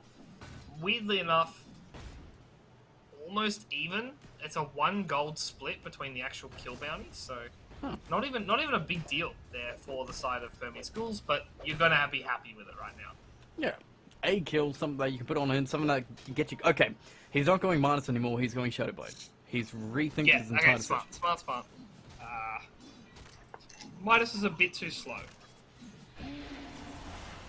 Is that awkward use? Yep, that is an awkward use. Disruptor has been found in mid and walked away as he burst, as Scribbler goes in a little bit too late into the hook shot of T-He, who needs more damage coming through. Disruptor's going to buy back and rejoin his father. Sun's going to be on Storm. Neverlove will find himself a Storm, but he might be able to get away. He's on the lower ground, going to be bounced back, but the glimpse is going to be there into the middle of Static Storm, and that's a big kill on JG if you can get it. Still got some reinforcement, doesn't have a tether, but Rapido is going to be doing some damage on these supports, and maybe the dying back on the Disruptor is going to come into play. He's going out of here for 52 seconds, but these supports in the back lines are just going to get zoned out by this Pangolier. Shang Fu was in the area, Ken is watching on 2, level 11 on the Monkey King, looking for an angle to jump. He's getting hit by towers, but he's not finding anyone that he can actually jump on forward to, as they've got some great positioning on the side of Burmese Ghouls, but with one ATOS, with one stun, with one Blood Ride, they've got the silence, they've got the control, they've got the boundless strike, and maybe the damage actually to kill the Monkey King here.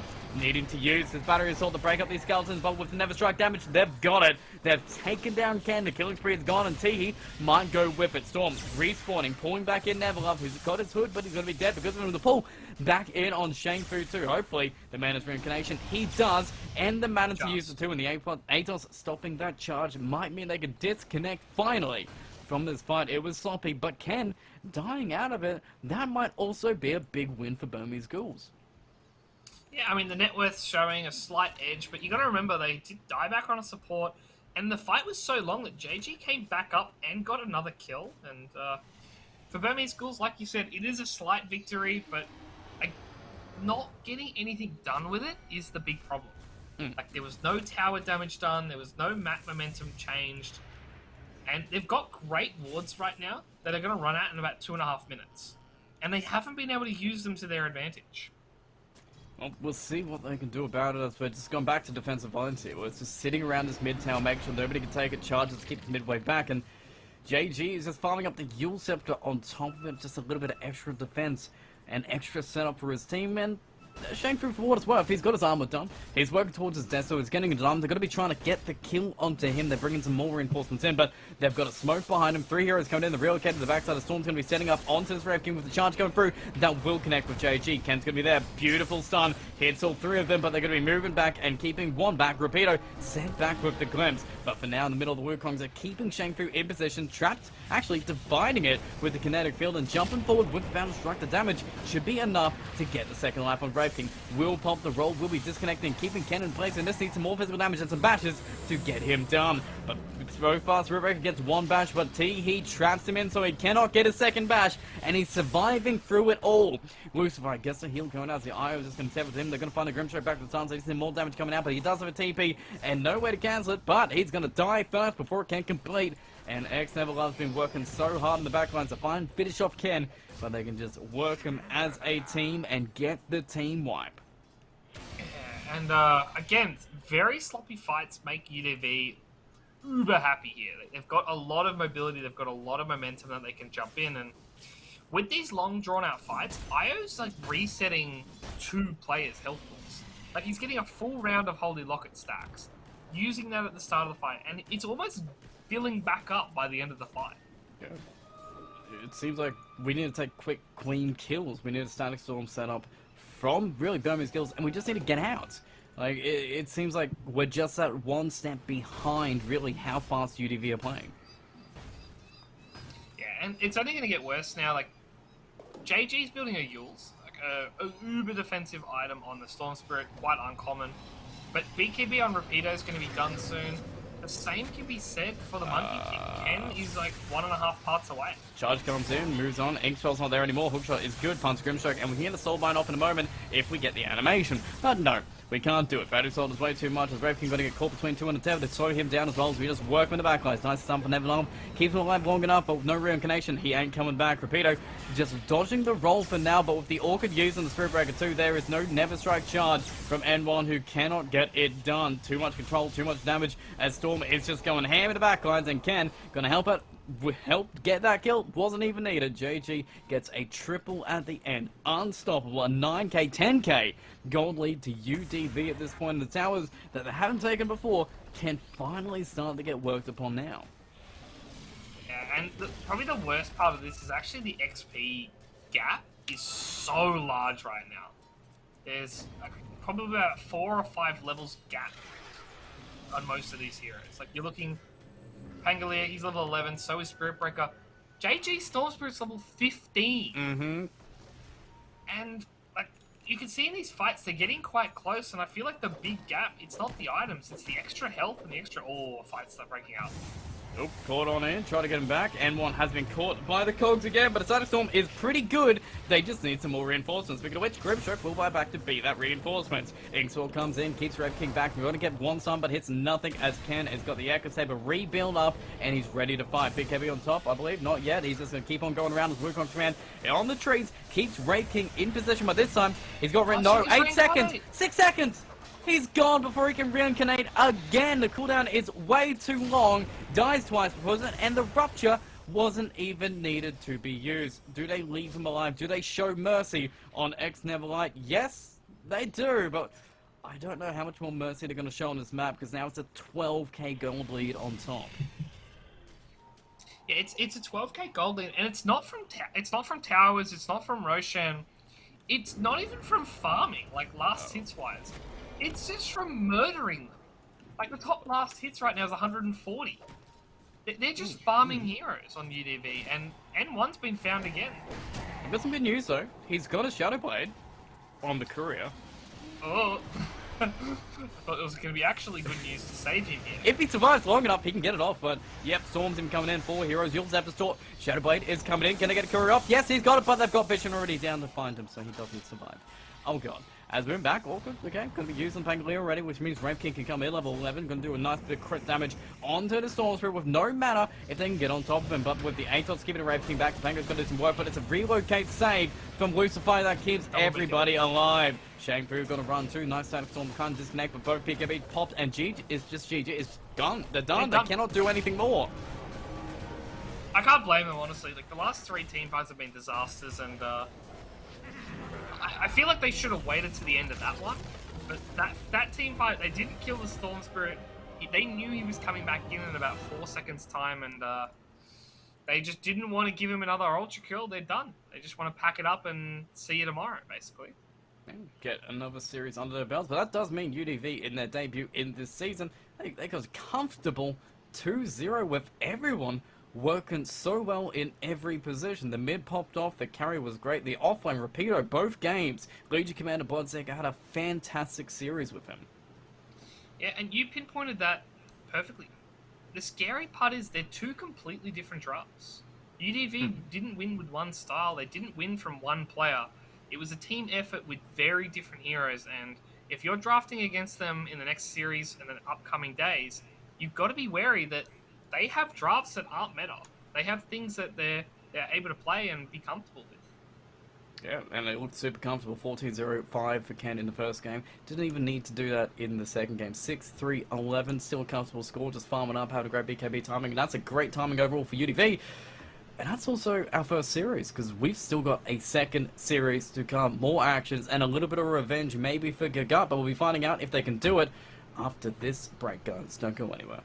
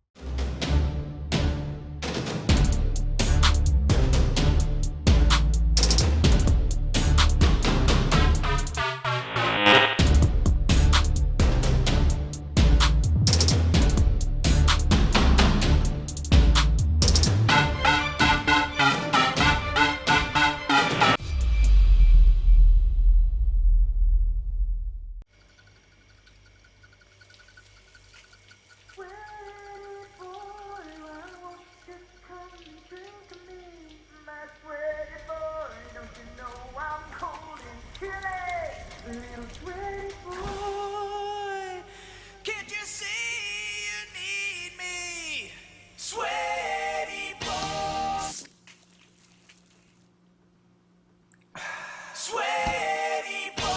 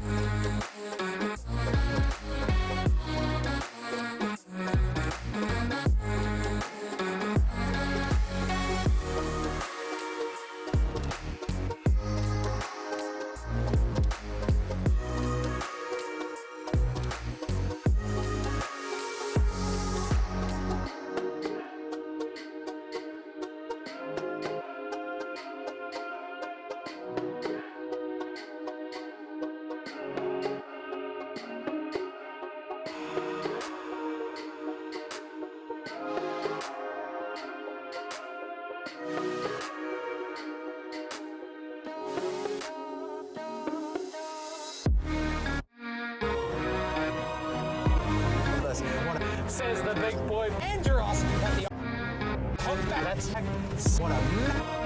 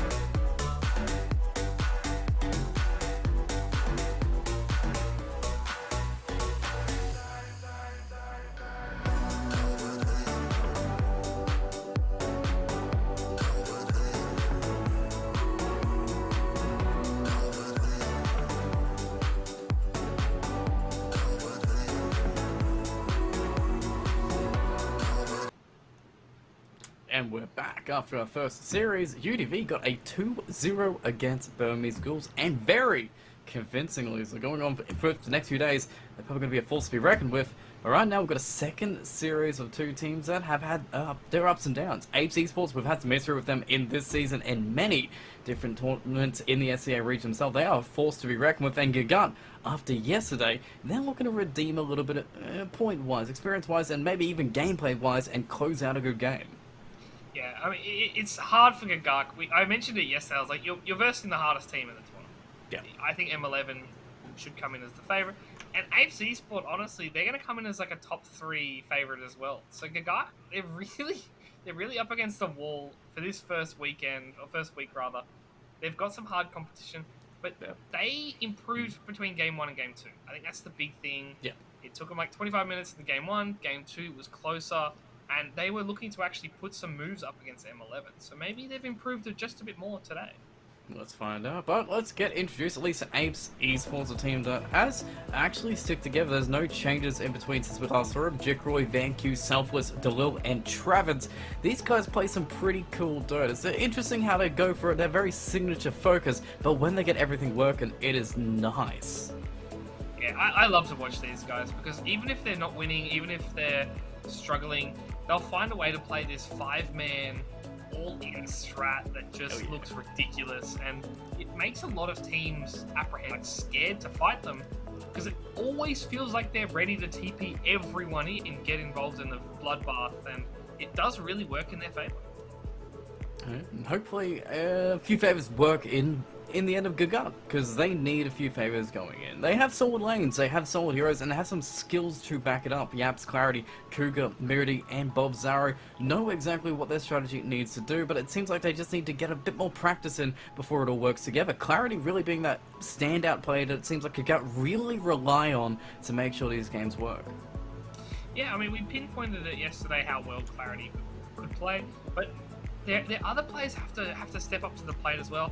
Bob Zaro had flashes of brilliance yesterday, and I want to see them repeat that Game 2 performance and maybe just improve the small little things. Maybe have that one extra TP rotation to make sure you win those fights, because there was a couple times where they took a 4-man fight and that 5th player was just a bit late on the ball and they managed to just scrape those losses where they could have been winning team fights. And, you know, when we think of Apes Esports, we usually, you know, think of Travers. At least I do. Travers always just stands out to me as that solid, fantastic rock that everyone builds around. He's got great position 5 plays. Always seems to be playing those heroes that don't really, truly need to be meta, because he's got flexibility in build. He'll play a Bang if he needs to, but he'll also play Phoenix, Undying, whatever you throw at him, he'll make sure it works. And Yaps, after last night, it seems like he's been put on a little bit of a difficult heroes. Like, heroes that aren't so easy to make work, but maybe if he gets in the same situation as Travers, he'll be able to establish some good foundation for Gagut to build upon.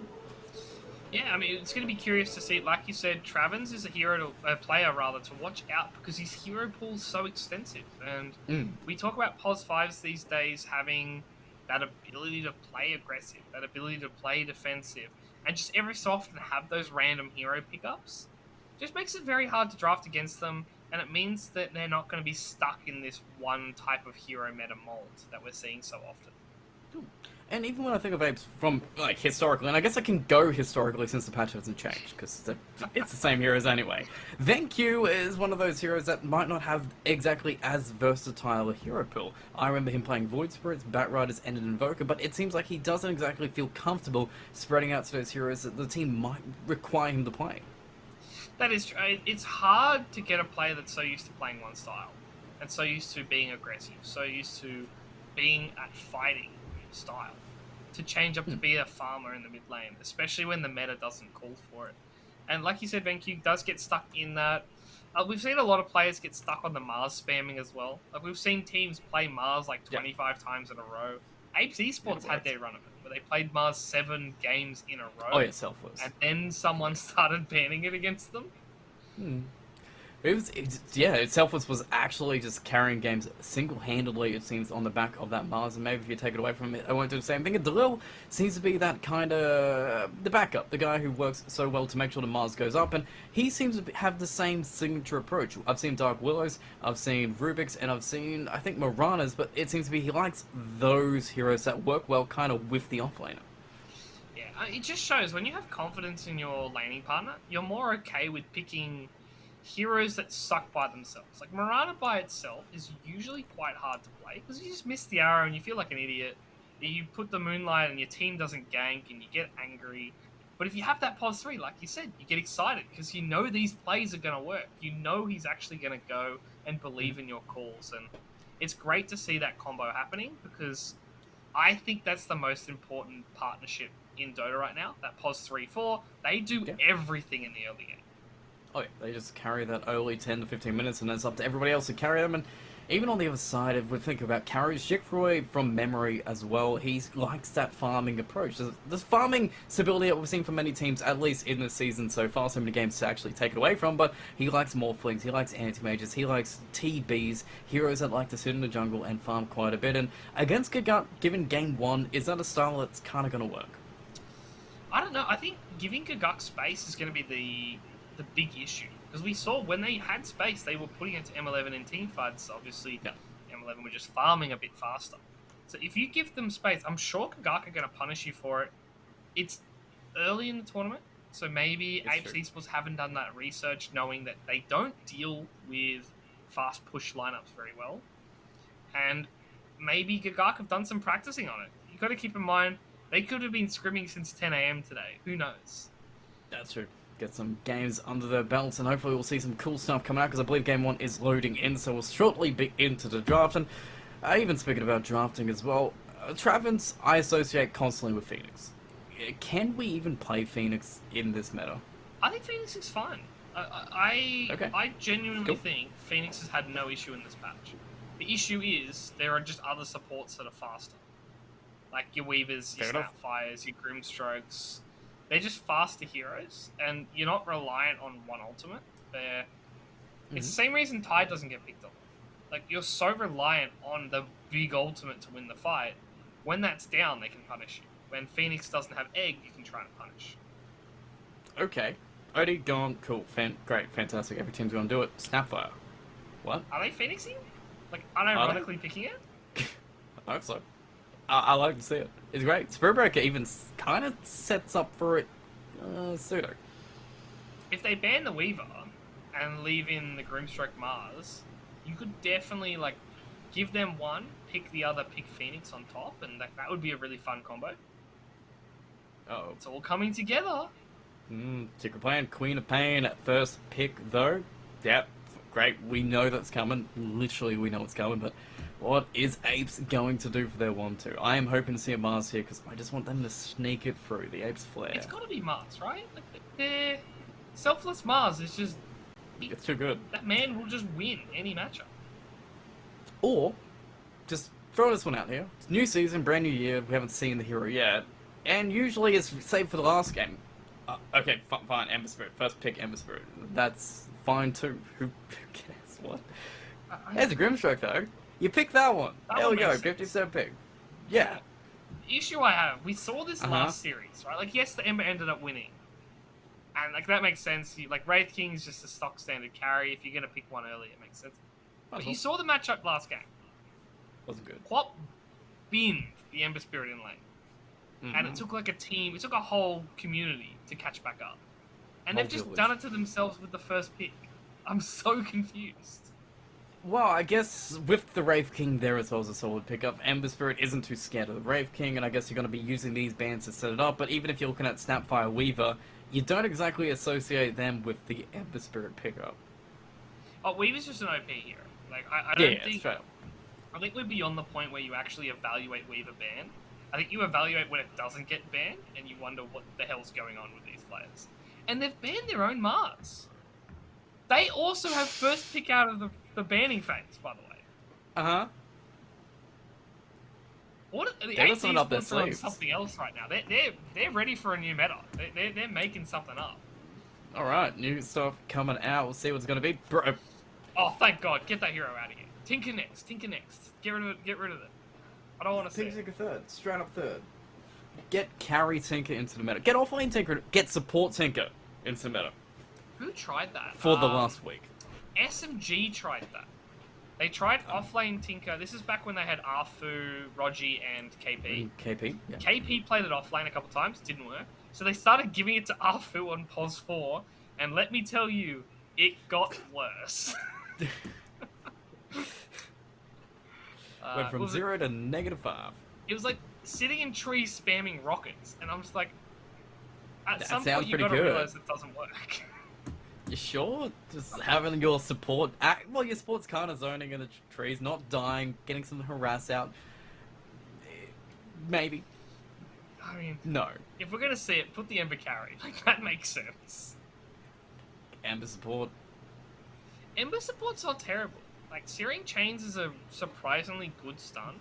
You need to combo it with something else. And, oh, a Lion? Like Okay. a lion. Stuns, hexes, mana drain casually before the shard. That's always good. Fingers seems to be great as that's picking off that Queen of Pain so she can't get that final blink away. I don't mind it. It also does keep away many heroes that Lion will be super good against. Yeah, true. I mean, they do already have that blink engagement hero. Like, they already have the Queen of Pain. And usually Lion counters the squishy carries. They've already got Wraith King. And, like, the high blink mobility Queen of Pain. Park, Storm Spirit, those. So, decent pick up there. And Rubik gets a turnaround. That's pretty good. I like that. So, a lot of fun spells here. Mm-hmm. Earth Spike, just everything from Grimstroke. Searing Chains is fun. Getting Sleight of Fist, by the way. You can Sleight of Fist and use Telekinesis and Fade Bolt while in there. So you get extra range on Fade Bolt that way. Alright. There's ways to work around it, so sweet. It's going to be big game, really, for him to pick on up, but 4th pick's still theirs. And carry, assume mid here for Quap. I don't know if you want to play offlane against the carry you haven't seen yet. Just show your 5, I guess. Pick over. There you go, called it What? straight up. I'm 100%. out. Nailed it. I'm not improving. I'm done. Woo! Alright! Well, Apes still have their pick. What do you think they need too? So you can see the carry matchup. So I think you pick up an offlane here. I love Brew and I love Legion. You do? I would have really loved Mars, but They banned somebody themselves. Whoops. Well, DP's gone, Darkseer's gone, Kunka's gone, Brew is unfortunately gone, but we still have game 2 after this, and maybe we'll come back. Who knows? We usually end the day off with a Brood, so there's still hope. I'm holding on to it. Might see the spider. Don't. I don't have enough strength to watch a 45-minute Brood Mother game. I genuinely don't. You might surprise yourself here, but we still have a final pick here, and reserve time going down here. What about... I'm thinking about Rave King here, and you've talked about Tide being kind of disappointing because of Ravage, and I guess that's another spell to steal if you are Rubik, but it seems to be one of those matchups that survives.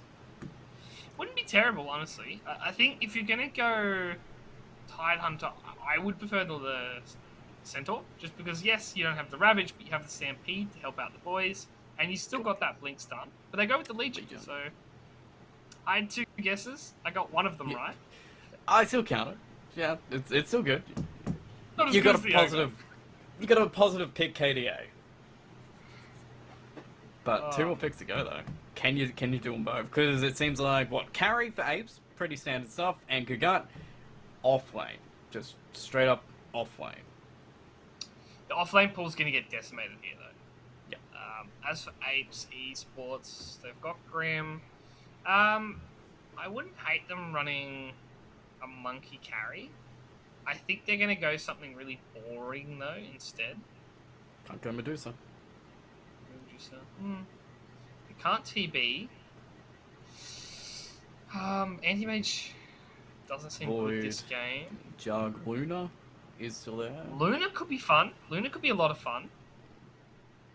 Cool. You've also got press your attacks to buff them up. So no matter who you go, it's going to hit hard. It's hard to gauge here. I mean, we've still got the Tiny potentially as well. Yeah. Troll, as a hero, is there.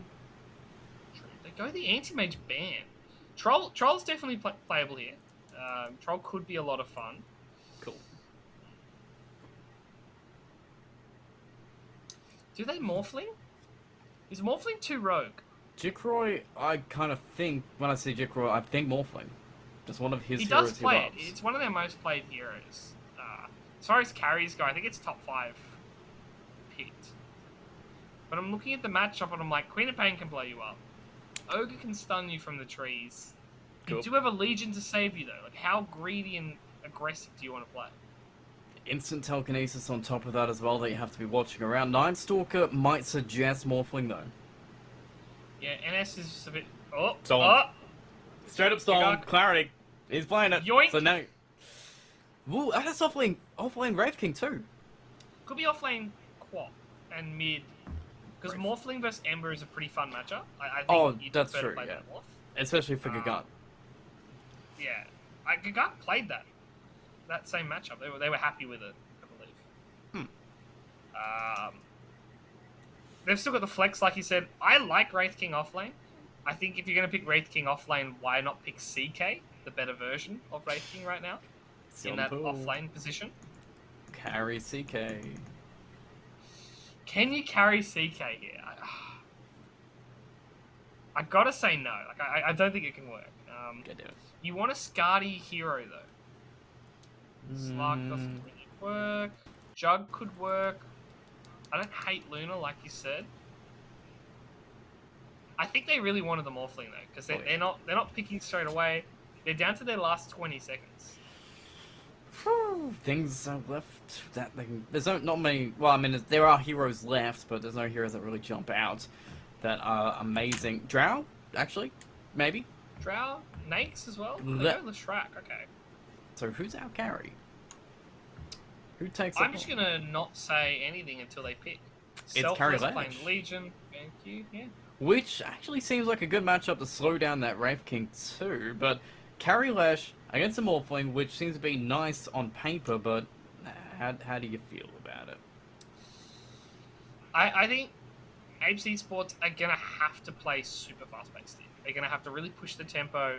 As soon as they get 20 minutes, they get the Shard on probably both Grimstroke and Legion for more dispels. And then just really try and take team fights when the Wraith King's not ready. Cool. Because Gagark's lineup's greedy.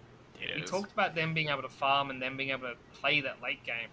This is the third draft in a row where I feel like they've drafted their early game into oblivion. Like, they really don't care about the first 10 minutes of the game. Quap's gonna have a good matchup. That's true. Wraith King's is going to be average. Yep. Morphlings against the Lion shouldn't be fun.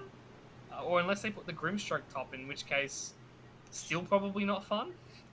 As you do, but I guess this is the draft we kind of pick on here. Hopefully, with their style, it seems like they do rely really on clarity here, and this is another draft that relies on clarity, and actually even the Wraith King now to get that farm. They're spreading the late game potential between two cool heroes, but they don't have exactly the backup as you're pointing out. Like, this is rough, but Kagak can survive here. Do really Apes Esports have the strongest lanes in the world? I mean, Lion Grimstroke are pretty good, but it is just a Legion commander who might not go overwhelming odds build, so maybe you can just survive.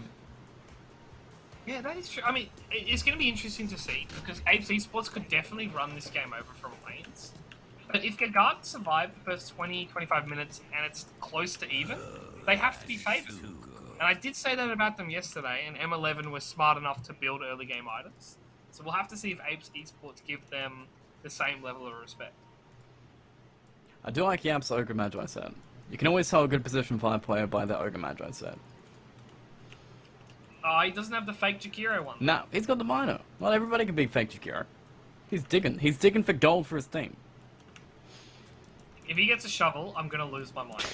You can just laugh in. Oh, they found someone. Okay, yeah, they've found Cougar. That's a free. Double Sun comes out, first blood is drawn, and Quick Apes gameplay is quick enough. Too quick to handle, his first blood's already done. And Runes kind of might be secure here. They potentially could just get 3 out of it, and it won't cost them a thing. Might even get 4. Morphling's not coming. Uh-oh. Bob Zaro has no regen, so doesn't really want to trade too heavily here. Go, yeah. They should really be leaving Jikroy with Travens right now. Well, we have a stun, I believe, on Bob Zaro. Travens is going to get stunned and steal it from under him and try and run away out of it, and he will survive, but Yaps is going to be there to try and even up. He will get 1 rune out of it, so we only get 3, but we can't kill Travens out of it, so that is going to be no kills being given back, but 1 rune being given up. Yeah, I mean, giving it away to the minor ogre, that's fair enough. That man has a lot of armor, can brawl quite comfortably, and you already got the kill. You got everything you wanted. Yeah. That's the best scenario for them. Be comfortable, get that Ignite actually onto Legion, who hasn't skilled anything up yet, and this could be a little bit awkward. Actually, overwhelming odds.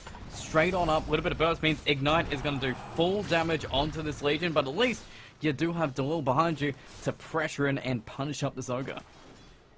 Yeah, and I like what they're doing. You talked about it. Overwhelming odds maxed is actually quite good against a Morphling who's playing greedy. You line it up with Stroke of Fate, and you actually can win that DPS war and maybe even kill him. Well, he is going to be rushing that Lincoln Sphere to make sure that you Cougar, can't bot kill lane. him, but Cougar again bottom lane? Oh no. Double stun is way too powerful. 1 stun will keep him alive. The Selva will make sure he can stay in this lane, but you do have to be super scared of Travens just setting up clean stuns for Jikroy to get these kills out of. Yeah, now Bob Zara's going to be in trouble. He'll Double lose half stun. his health pool. Half HP gone. Pull comes out from Cougar, getting a nice little priority there, but yep. They're just going to be trying to punish, and Travens should be able to pull this camp back. Hopefully. Well, here's the thing. Now you have to decide. Are you going to get XP on the hard camp, or are you actually going to deal with your creep wave? We'll pull Which is everything doubling together. up. Double stun on Cougar. You lose your range creep, you get the XP out of it, but maybe get the XP from Cougar, as 1 stun is almost pumped by Bob Zaro, but we've got the Hex coming back, the Lightning Storm on top, and the kill's going to be theirs, as Jikroy chooses the heroes instead of the creeps. Yeah, And I love this. They actually even pulled halfway through that as well. So I think it was unintentional. getting, Which is the I best mean, kind I'm of gonna give him pull. benefit of the doubt.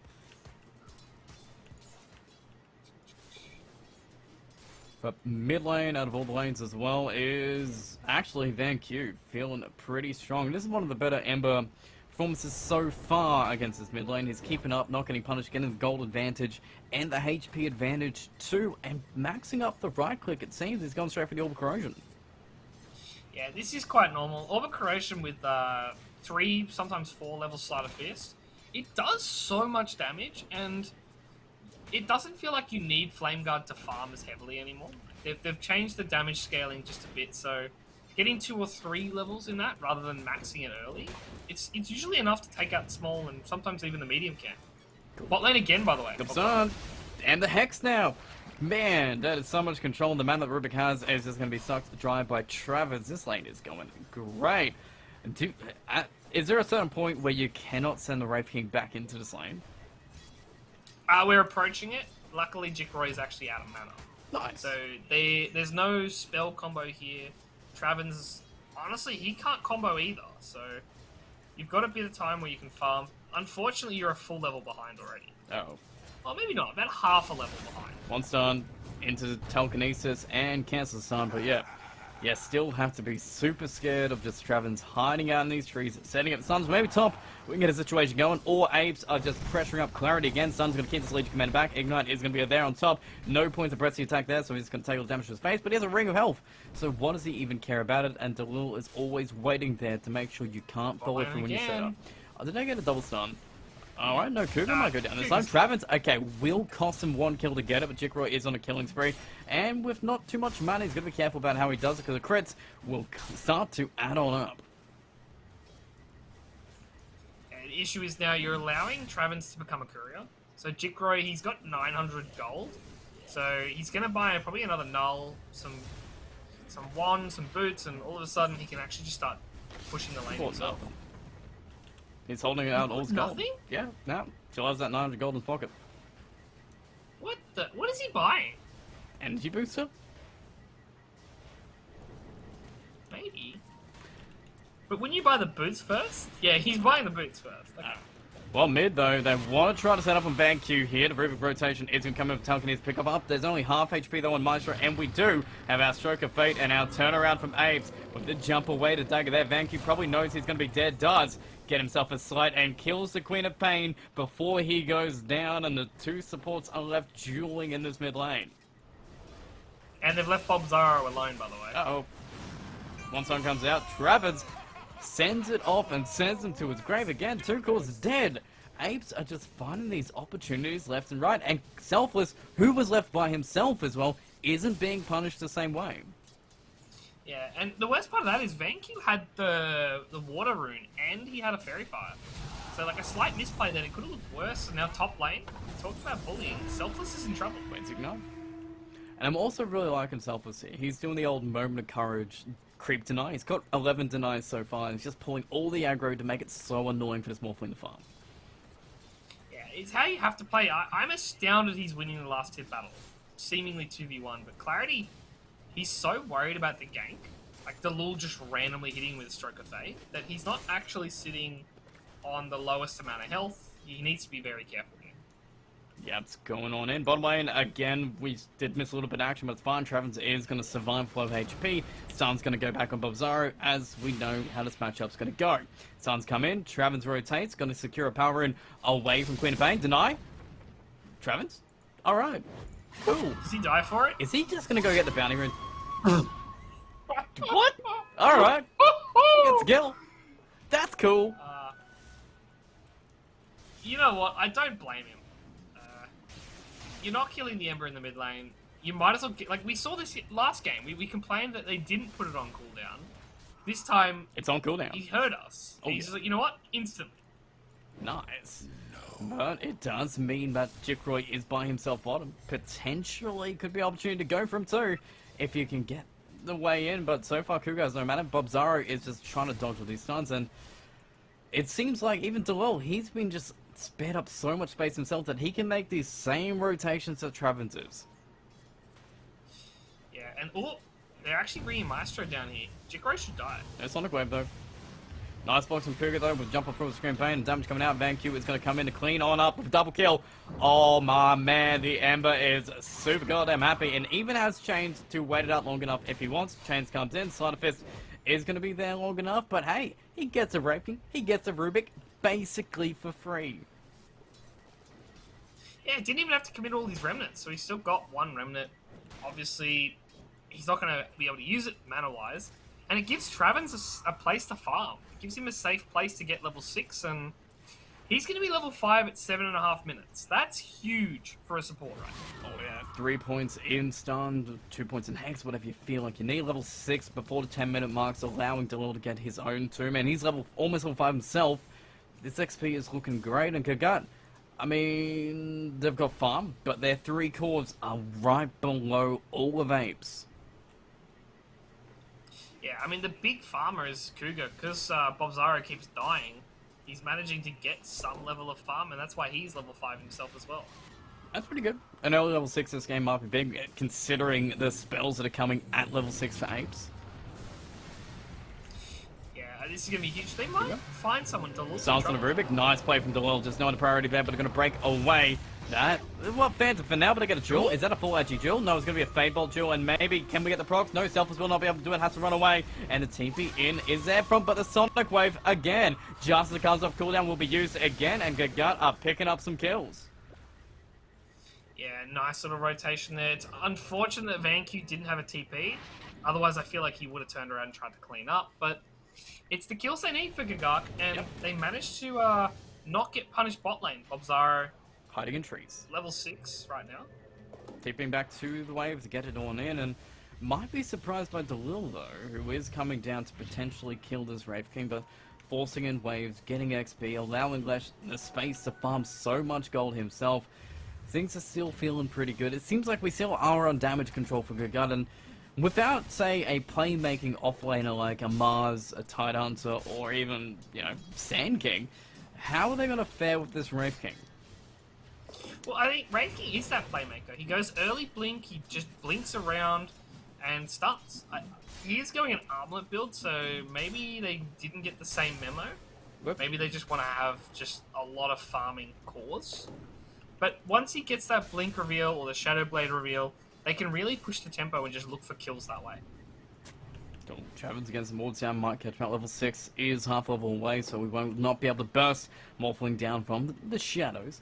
Selfless almost got some dual damage on the board, but he'll try probably again at this point, seeing Yaps defending this tower, pushing it in, but we are back to kind of passive farming. 10 minutes coming in, no one's trying to make any plays for these runes here, but we are getting some damage on this tier 1 bottom if we are good gut right now, and it is being spared by the damage in the top, so we're just mirroring the gameplay here, but the rotations from the supports are coming in to make sure that they do get this tower. Yeah, and this is huge for Gagak right now, because they're going to probably lose the duel here. Maybe not. He's pretty tanky. Stroke, not enough. My man gets a stun, gets run away, there's a space to make, and maybe even saves the tower. That's full HP, it's tower shots under the tower here, and actually, they get the bottom tower, but not the same thing for Apes. It's still healthy enough that they can respond, forcing Van Q to make the journey top 2, and that means Jikroy has to TP mid to defend it. Yeah, and this is another benefit of the off-lane Wraith King. He went max spirit, so he had all those skeletons, and that makes the push so quick. They didn't even have to commit anything, really. They just put the spirits on the skeletons do all the work, and you're good to go. Oh, town's gone. Space gone. The clarity is hitting that jungle up pretty hard and working towards that Logan Sphere. And given the entire bottom area of the map too, because of this pushing, they've got the safety of that tier 1 gone, so there's no TPs to find the Morphling. And now they're going to make some space on the map. Pressure in these lanes. Maybe find Travens here, dig at some dust of Hex, and just force the attention away from this Morphling. Yeah, stolen Earth Spike as well, so Cougar now has a way of actually helping these team fights, quite useful. Starting back, Finn comes in. Okay, yep, okay. Finn gets a lot of damage, and VanQ going in and maybe going to get telekinesis up, but they want to disconnect here because Bobzara is waiting on the high ground, but he's level 7, looking to get the stun, but the top line's going to be on 2 here and keep them trapped in, especially Cougar, who's already dead. Clarity's considering coming to this fight, but I think he thought again and said, nah, I'm not coming in, as Reincarnation will be there, but Selfless is setting up for the duel. Wants to know Bobzara. Yap's going to stun and throw him down, try and get him back, but now he's got lower HP, so the duel will definitely get the kill. I say that, yes it will. 5 heroes can do it, and finally, Selfless is on the board. Yeah, I mean, they're doing so well. He's bought defensive items, in fairness. Like, he's not really committed to the duel being for victories. He's more, duel is a stun, we'll use it as so. Because he's got the hood built up, and he's probably just going to go blink straight off the bat to just make sure they can always get the targets they want. Defense is going to be here. VanQ's looking for targets in the trees. Invisor ready to go. Sonic Wave, I think, is off cooldown again, so if I know Maestro, he's going to want to use it.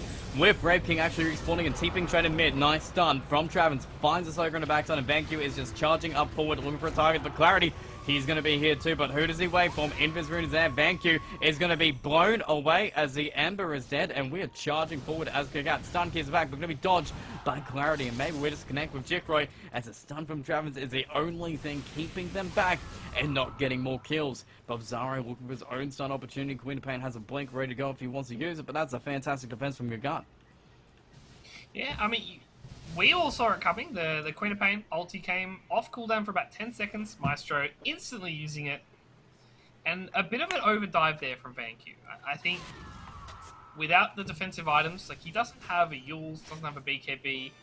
He needs to be very careful about just going too far in the deep end, and his team won't be able to back him up. Bobzara is feeling super confident at this point. Like, he's still farming the armlet, but he is farming your jungle fiercely. Without Reincarnation, he hits a creep and runs out, and you can't even catch him. Yeah, I mean, that's where he should be playing as well, because there's really no punishment. If they kill him, he's an off lane. It's not the end of the world, and they're giving Cougar a lot of farm priority right now. Prioritizing the blink? No, Aether Lens. I guess there's just so many spells you need, and Yaps, I feel like we're going to get some kind of kill here. No dual damage for you with Selfless isn't here, but hey, it's a free Ogre kill to give to VanQ. Say that in the mid lane, Selfless is getting dope. Sonic Wave 40 seconds away. Just keeping him back, press attack, keep forcing out of it, and Jikroy is actually using the map pretty well to farm up these camps and get some own stacks, but this Lesh isn't exactly pressuring towers. They aren't playing this fast tempo game like I guess you're wanting them to. Yeah, I mean, it's less about pressuring towers right now, it's more about just eating up the map as much as you can, and I feel like Jikroy is doing that well. He is going to Bloodstone, by the way, so Ooh. I'm not sure if they're going to be able to maximize that timing. I feel like once the Bloodstone's ready, he's just going to put a big old bullseye on his back. They're going to target him heavily in these team fights. Yep, I love the Sonic Waves, get those stuns out from Yaps, really coming in crucial as well on this Ogre here, and it seems like they're pinging out Travens, who's trying to place down some deep vision for his team, and he's going to get out scot-free, but I guess on the other side, if we're going for the Bloodstone for Jikroy, Clarity is falling towards Legacy, which is now finally done, so potentially he could start fighting now if he wants, or do we just need to wait for that E-Blade? Ooh, I think he'll take positive fights. He'll come in last and see how the fights are panning out. Speaking of, Bobzara is looking for Travens right now. Oh, he's found him. And Soulbine's going to be used. Sun's going to come back. Oh, he wanted to use it. It came off cooldown, but you can't stop him forever. Side effect's going to be there to keep Bobzara back. Maestro's going to be there in the area, and we do get Travens first as Cougar Soul overwhelming odds. Scream's going to be there. Maestro still has to use Sonic Wave somehow. We're going to get 2 kills with nothing in return. The blink away from Selfless will keep him alive, and Yaps is in the area to get stuns for everybody running back. Or Queen of Pain really badly wants to use this goddamn Sonic Wave. Mid lane though, Jikroy is chasing down Clarity, who will get stunned back with a Dapper Strike. All the stun is going to be there from the strength he's morphing into, but the Flame Guard going to be stolen by the Salmon Spirit, and Queen of Pain is back in this mid lane. Yaps gets the stun, moving forward. Sonic Wave finally going to be used as they get VanQ too, and now Cougar, who's too far forward himself, the stun back from Jikroy, the damage from the Pulse Nova, and every single thing they've got, but it's the overwhelming odds that come in clutch as Jikroy can clean up everybody else. That is a lot of damage. That overwhelming odds max hitting so many heroes like that It's insane to look at. I mean, obviously, the fight is going to be Jikro favored. He's sitting in the middle of a team fight with a Bloodstone ready, by the way. So he's already up to 18 charges, just casually. Nice. 616. Good job. Perfect time purchase. And I guess Van Q did go down, but he's got his Maelstrom. He's got his arms that he needs to, and this is some great control by Gagat. Maybe next fight they won't be so, you know, prompto to run across that river without knowing exactly where Selfless and I guess Jekroy is hiding. Yeah, I mean, it's less of like where Jikro's hiring and more can we avoid having supports on top of him? Because letting him get all that damage off on the supports at the same time, it's quite crucial to avoid that. And he went Boots of Travel, so you have a bit more time where he is still killable. I feel like once he gets that Shiva's Guard, this Wraith King's not going to be able to help with the burst. Well, we might find the Wraith King here. Reincarnation is not up, so hey, who wants a free kill, boys? We get the Silence, we get the Jewel, and we should hopefully have the damage as Legion is back on the board again. 30 Jewel damage already booked up, 17 minutes in as well, 18-11, 3k gold lead, and the tier 2 towers ready to take as Jikroy is in position. I love that play for Apes Esports. 3-man gank, 3-man smoke, keep Jikro on a lane farming, and more importantly, give Travens a lane for his blink. He's 150 away and he's sitting on a wave right now, so you're going to have to lie and blink for next team fight. Yep. Fingers 50 seconds away. Hex is maxed on up and ready to go, and it's some good map distribution as well. But Cougar as well, who got the advantage, he's got his 8 lines complete, and I guess he's got some great spells he can steal if he has the positioning for it. They just need somebody to push, and maybe into this tier 2 is a great time to respond. Yeah, I mean, Yaps has come in, they know he's here. Stolen Edict, probably not the spell you need, but hey, it's kind of good if you want to push your own towers. And really, Apes aren't leaving though. Everybody is here with the Blink Dagger on the line, ready to find the target. Yeah, and they're actually picked up Travis. Beautiful stun from Travis, Fighting Tree, and with a Jewel, and a double stun from Jekroy there, cleaning up. Cougar is gone. Sonic Wave has been used in the backlines, but will not find a kill yet as VanQ is cleaning up the back. Now for Silence onto this Queen of Pain. She will blink away, but 3 heroes already dead, and we're back to do what we came to do. Take this goddamn tower. Yeah, and look away now. The Wraith King had 3 seconds left on Reincarnation when he died. Ooh. Like, I don't know if that wins them the fight, but that certainly makes it more of a question mark about Apes Esports diving that deep. And unfortunately, yet again, not able to get that second life off. And Selfless, 50 damage on Jewel already. Yeah, pretty good. Pretty comfortable right now. 2-1-13, 5k gold lead, and I guess the beneficiary of everything is this Morphling, who probably will have an E-Blade by next fight. Probably not by this tower, but he should be able to start to participate, and I guess this is kind of what they need. Ooh. Yeah, I mean, that was without clarity. He's going to get stunned here, though. Oh no, full Agi. Legacy's going to be popped. Fingers gone, he's out of here. Wow. Oh, wow. That's so good. Turns out Lion has more than one Selfless. spell. Yeah, Jewel, almost there. Cougar will survive. Actually, with telekinesis, they might get a kill out of here. Does Cougar go for the Jewel to cancel the TP? I would. Yes, he does. Alright, Jewel damage for the Rubik. Yeah, okay, 23 dual damage on the board, but VanQ is not going to make it completely for free as he's driving forward. Jikroy's got boost of travel so he can TP in, and VanQ should get 1 kill, but we're looking for more.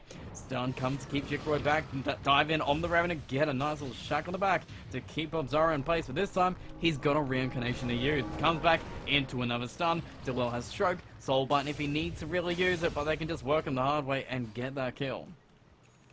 Yeah, I mean, yes, sure, you get 20 dual damage on Rubik, but that's still, like, Apes Esports are getting everything they want right now. They're winning all these team fights so comfortably. It's a shame Selfless doesn't have a Blade Mail or any sort of damage item, because I think he would have got that dual win if he had. Well, he's going to get shard, so he gets to save himself more, he gets to save all his teammates more, and it allows everyone to play a little bit more aggressive. With Apes playing this aggressive already, I'm not sure what's going to really stop him, because for now, what can Elgato do? They got Sonic Wave back up, but the other cores, it doesn't seem like they're fighting ready yet. It seems like they need 5 more minutes. Yeah, or maybe not 5, maybe 2 more for clarity. He just needs the E-Blade. Unfortunately, Aegis is going to be taken, and Leech Committer's Ag Shard can counter E-Blade completely. if you know who it's going to go on and you've got quick reflexes, Selfless could turn these fights single-handedly just by making sure this Morphling, who's been AFK farming the entire game, will be basically useless.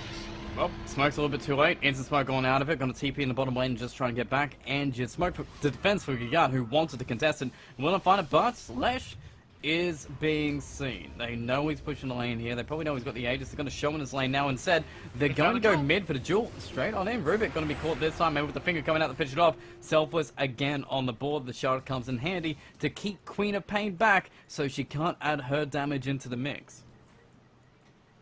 Yeah, and they've done the old Delta split. I don't know if they're going to find anyone here, though. So I think Maybe just the Gabs. one pick off. He can toy. Toy TP. Or wait. Does he really want to go for the wave? Or is he just hanging out? He's got level 1 Ignite. I think if he even wants to get the lane, he's not going to be able to. But the aggression from Apes with a full man smoke coming in as Jikroy is pushing in this bottom lane, feeling pretty comfortable with the Aegis in hand, so even to kill him, I'm sure that Apes can respond as Morphling at this point is stuck in the base.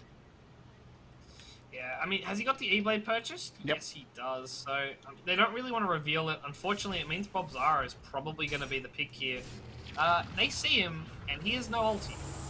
He does not, and Selfless is coming in to make sure he stays down.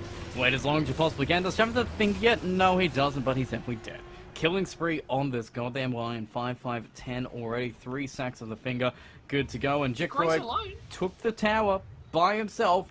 Might be caught here as the Edict is stolen and pretty scary as Jikroy just goes into fight and kills Cougar instead. But we've got him.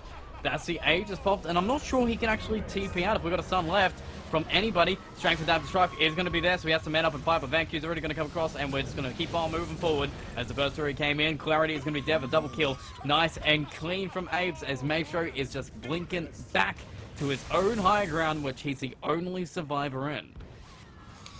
Yeah, it's kind of looking like it's a bit too late to kill a Shrike. Like, you bursted him once with the E-Blade, 28 Bloodstone charges, he spawns up again, and all of a sudden, he's got 2 health pools for that second life, and the worst part is, I'm fairly sure his next item is just going to be BKB, and once he gets that BKB, you can't burst him once.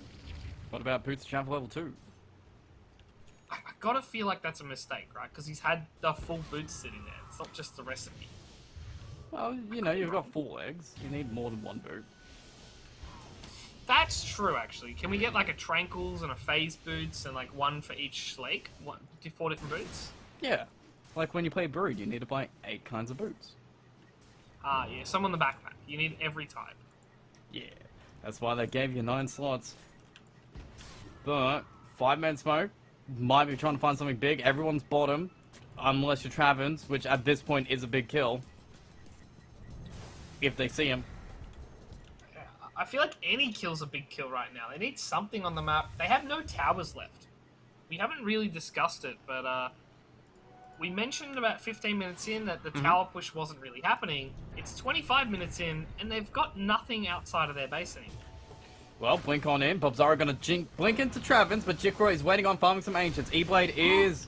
It seems like Glimmer Cape Con. What was dodged by the blink? Okay, yeah, cool, Dodged great, by blink. fantastic. And Selfless comes in and gets Double a duel. duel! And a double duel comes in, 2 with the Soul Bind out of it. Bobzara is gone. 130 duel damage with a DD'd up Ember, and we're just cleaning up. Absolutely decimating. Top lane is trying to cut the wave in as they might finally get a tower as Clarity is going for it, but it will be not denied. Okay, E-Blade comes out, but there's your press the attack on in, and Jikroy just TPs to the bottom lane, just going to go straight up high ground. Yeah, he's going a heart, I believe. Cool, okay. I'm down with that. So, he's going to have just a touch under 4,000 health. Actually, depending on how many times he levels before he gets it, he's going to have 4,000 health in these fights. And we've seen how hard he is to burst. They're going to try, though. There goes Bloodstone, almost back to HP. Selfless turns off all that damage. You get the duel straight on the Master. Sun's going to be back to the Legion Commander, but Jikroy gets the stun back, the finger enough, and he's going out of here. No buyback. Cougar on high ground. He wanted to help steal a spell, but the only thing he's going to steal is another kill for his team. But the E-Blade finally comes up, and Jikroy is gone as Clarity does his thing, becomes Lion, gets stun back and Vanq, and we are doing it. We are doing it if we're Gigat as Selfless. He's just getting punished. Travin's going to get picked up too, as the Lion cannot escape the force of this goddamn Morphling and taking out all 4 of them. And that brought the game back, because if they take a step back and don't lose any of their heroes there, the game was giving them about a 96% win chance. It instantly drops down as the net worth and the XP follow. But for Gagak, they're still quite a bit away from their major items. They're going for BKB on both Clarity and also Bob Zara's Wraith King. And I think both of those items are crucial, and they're quite a bit away.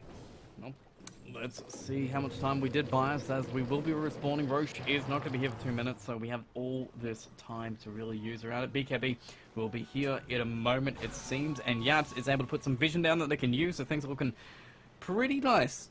Well, much better than before, at least for Gagak here, and at least does that seem like Apes were just playing a little bit too loose there, that they felt a little bit too strong, that they just gave it all away? Yeah, I think so, especially because he had the heart about 200 gold away on Jikroy. And I feel like if he has the heart, he could make that play, but unfortunately, they throw it away, and now Smoke into the territory. I think they might be able to find Van Q here. Well, Jikroy pushing on top, and mid lane, Van Q is showing. But how do you get the setup here? Glimmercape going to be used, Bob Zara going to be blinking a little bit too far back, so Van Q is going to get out scot-free, as they now know exactly where Gagak is. Yeah, and that is the huge play that they need to make. They do have time, however. Aegis is probably going to be the next major step for Apes Esports. They've realized that they can actually die. There are team fights in which their heroes can, unfortunately, be killed. Thank you. Okay, Dagger is on him. No extra damage if he wants to go for it. But we are pushing out the bottom lane as a team, as Gagak, to maybe get a tier 2 finally, and an outpost and some more control in this bottom area map that he used to farm, as it seems like Apes, they're just sitting around Roche. They want control of this Roche, but that's their priority. Yeah, I mean, they want control of the Roche. It's still a minute away, at minimum. Whoops. And I think they've lost track of time, because they actually walked into the Roche pit, despite it being not physically able to be up. Oh, at least Jikroy is able to get around with his boot to shell, and Heart done as well. And on top of that, the 4,000 HP he may have is going to be boosted by an overwhelming blink after. So he's gone Heart to give him more strength, and then overwhelming blink so it does more damage because you've got all that strength. Genius. That's pretty smart. Is BKB probably better in every way? Yes. You've got a Legion BKB, it's all good. You'll never need it. Oh, dual mid Speaking though. of- All the remnants coming on in to kill Maestro. Every single one of them, but he doesn't have the shot, so he doesn't get him back. Alright, fair enough. All 5 put on the ground, but he puts the Queen down. Yeah. Luckily, Maestro has the buyback, so they might be able to take a fight here, have him buy back. He kept his BKB alive. So they've got tools to defend here. And it's a 2-minute Roshan, so there's a big window here where Gagak can slow down the game and probably defend their racks. Bob Zara is looking like he wants to set up here too. It seems like that is going to be their plan here. We've got Cougar ready to steal some spell. The Glyph's going to be used to keep him back. And Pulse Nova is there. Probably an awkward spell to steal, but it does slow them down and give them a chance to maybe defend us without actually buying back on the co-op. But no, Apes, they're going to play a little bit safer here. Move on back, wait for somebody to come out and just wait out the Roche timer, which it's only a minute 30 away. So that's all the time they need. Yeah, that is true. And we talked about it, Van Q actually built his shard. So Cool. get that 1 refresh remnant per kill. And it's a bit of damage too. It's basically like getting a free radiance on your Aether Ring. On your fire remnants rather. Oh, like value. Why do Embers not go Radiance anymore? I don't think it does enough damage. Okay, Like, fair answer. Radiance does 60 a second. Buying an Ags means that you have an extra 500 damage. Even a master. Quick fingers. No one getting caught. TP's on into mid lane. Jikroy is baiting out his own life, but he's got a heart, he's got a blink, he's got a bloodstone that hasn't used yet, he's got 1, he's got damage so much being used, there's a bloodstone going off, he's still regenning through it, he's still regenning through it, he's not taking enough damage, we've got the reincarnation back there, still using the stuns and the BKBs to kill Jikroy, who's still regenning through it somehow, press the attack, turns it back the other way, and he survives the entire time. What is going on? You got the stun! As Queen is just going to survive from the telekinesis. Clarity's in the middle, just becoming his own Lash Rack just to get on out of here. If again, the Ember Spirit is not going to catch him as he actually becomes an Ember, but can't chain anyone to him, and Jikroy survives the entire time. What I don't understand for Jikroy, like, he played that so well, where was the rest of his team? Don't know, There was actually. 4 heroes on Jikroy's head, and I feel like everyone else was going for Clarity, and Clarity had a BKB, so like these supports were just in panic mode, running around like headless chickens, and Jikroy, he's just so chubby, he didn't even go down once. No, just kept on passively regenerating up, wait 26 seconds to do it all again, and, man, if you put a Roche on this man, how in God's name do you kill him? Yeah, a Roche, you could go Agshot as well, with the Split Earth Repeater. Oh, that's just dirty. He's the only one left, right? I- Lion's got one, Grim's got one. Yep. Yeah, he's the only one that doesn't have one. Fair enough. Alright.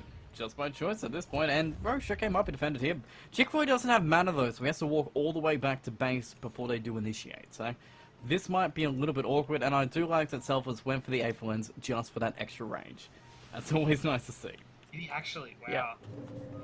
Yeah. Keep in mind, Bobzaro. Oh. High ground Cougar found, no jewel being used yet, and they're looking for the Morphling really. They just want to see him actually, no jewel, and Bobzaro and actually get a reincarnation back. He will actually be dead, so he can't even get the second life yet. As Ember is just going to be cleaning up the backlines. Yap's going to be caught, Big Heavy's going to be popped, Quap's going to go in, and they're going to be trying round 2 on the Lash, but then they reconsidered and learned from last time. You can't kill him, so run away from him. Someone's going to be dodged as it just keeps on tracking him down and does connect with the Quap finally, but without any jewel, with no follow through, they can't get a control to kill him as Jikroy might just cut this wave mid and go straight high ground if he wants, but they've taken down 3, and it did cost them VanQ in the end, but that's fine for them. Jikroy is a true carrier, a true building taker, but while he TPs back to base to deal with these waves that are pushing in, it does give him space to respawn. Yeah. Well, he actually lost his courier.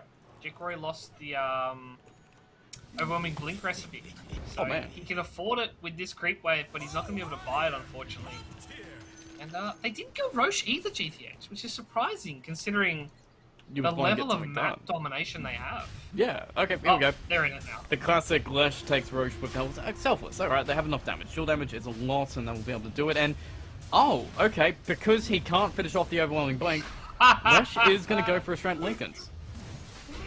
Oh, I love that actually. That is like pure rage. I think he might build a Hex or something instead. We'll see. But it's only 3 minutes. And he can't even use it in his item slots. I genuinely, I think that's just pure rage. Alright. Doesn't have buyback, which is the main thing here. 1,480 gold needed to get buyback, and he's the most valuable target. In fact, nobody on the side of Gurgurt have buyback except for Yaps on the Ogre. Yeah, and at this point, I feel like Yaps is, he's basically a walking bloodlust. Most of these team fights, he's getting 2-shot if he's in the fight at all. So we're not going to be expecting the 35-minute Midas. Honestly, it wouldn't be terrible. They found someone. And Cougar. Jules off. Travin's actually finding Bobzaro in the back, who tried to run away, but he'll be caught up anyway as VanQ running around with his DD rune, pops that reincarnation and gonna bring back on in. 2, actually no stuns yet, but you drain his mana away and you have enough physical damage between that you don't even need any of your abilities to get it done. Yeah, didn't commit finger. Didn't So even need they've it. still got the finger for the next kill and no buyback like you said. Did Ogre buy? No, he's still got 2 grand, so he still hasn't bought any items. He'll be the only one for the game. Jikroy is pressuring up the town. They are cutting waves. Queen of Pain's going to cut the mid wave, which is going to be good. She's going to stop their push, but they have another wave coming in, and it's got 2 catapults to it. So they're definitely going to get this racked regardless. But maybe they get some pressure on the tier 2 bottom. Not sure. Selfless is hitting the bottom range of racks. The tier 3 is just going to crumble to the Legion as Lesh takes a mid, and Ember's just going to help out. This is just Megas. So do you know the golden rule, by the way? If No. you're able to get all 3 racks, you actually had enough damage to end the game. Ah, fair enough. Maybe they would want Not to end the that it game matters. instead. Jikroy, yeah. But so far, they've not entered the game. They've not got Megas. They've got a stun on the Travins, and he's going to be pulled back with the Soul Bind, and then all the Remnants come in, a double duel to keep in place, and more Remnants coming on in as VanQ is going ham, and Jikroy isn't even needed. So much farm from the Lesh. He hasn't done a thing as Ember's doing everything. And finally, we come in with the stun. Sonic Wave hits 2, doesn't get any kills as we're just pumping this damage up as Vanqu's cleaning up. And same with Jikroy, the buybacks piling on up, but they're not getting anything done as well. Even has Ags to make sure Clarity can do damage to his own team as GG is called and Apes take game 1. Yeah, in a pretty convincing fashion. 37 minutes doesn't really tell you how this game was going. I feel like showing a 47 Bloodstone chargeless Shrek is probably more apt about what happened in this game. Jikroy just went hack. He did. Man, just so comfortable, unkillable, so much HP, so much sustain, so much magic damage, and even backed up by just as impressive performances from everybody. Selfless with those double duels, helped out by Delil. Same with VanQ on the Ember. Once he got that shard, he was just popping off remnants left and right, and just doing so much work around the map. And even Travens.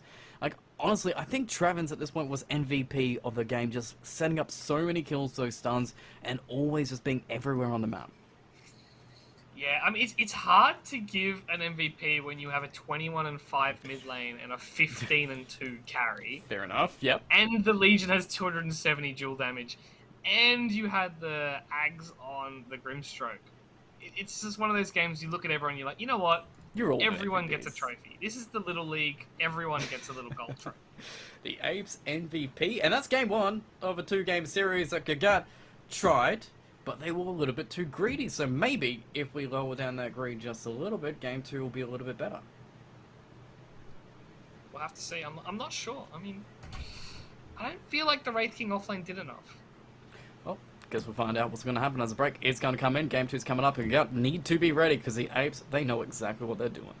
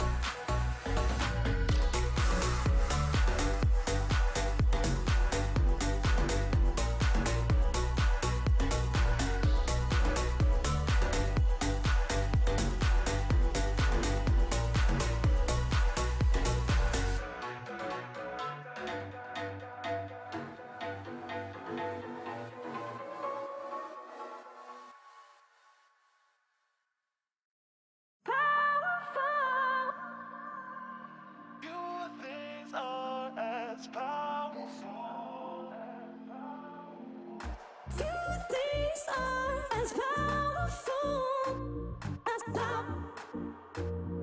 Allow it. Poison is yet powerful.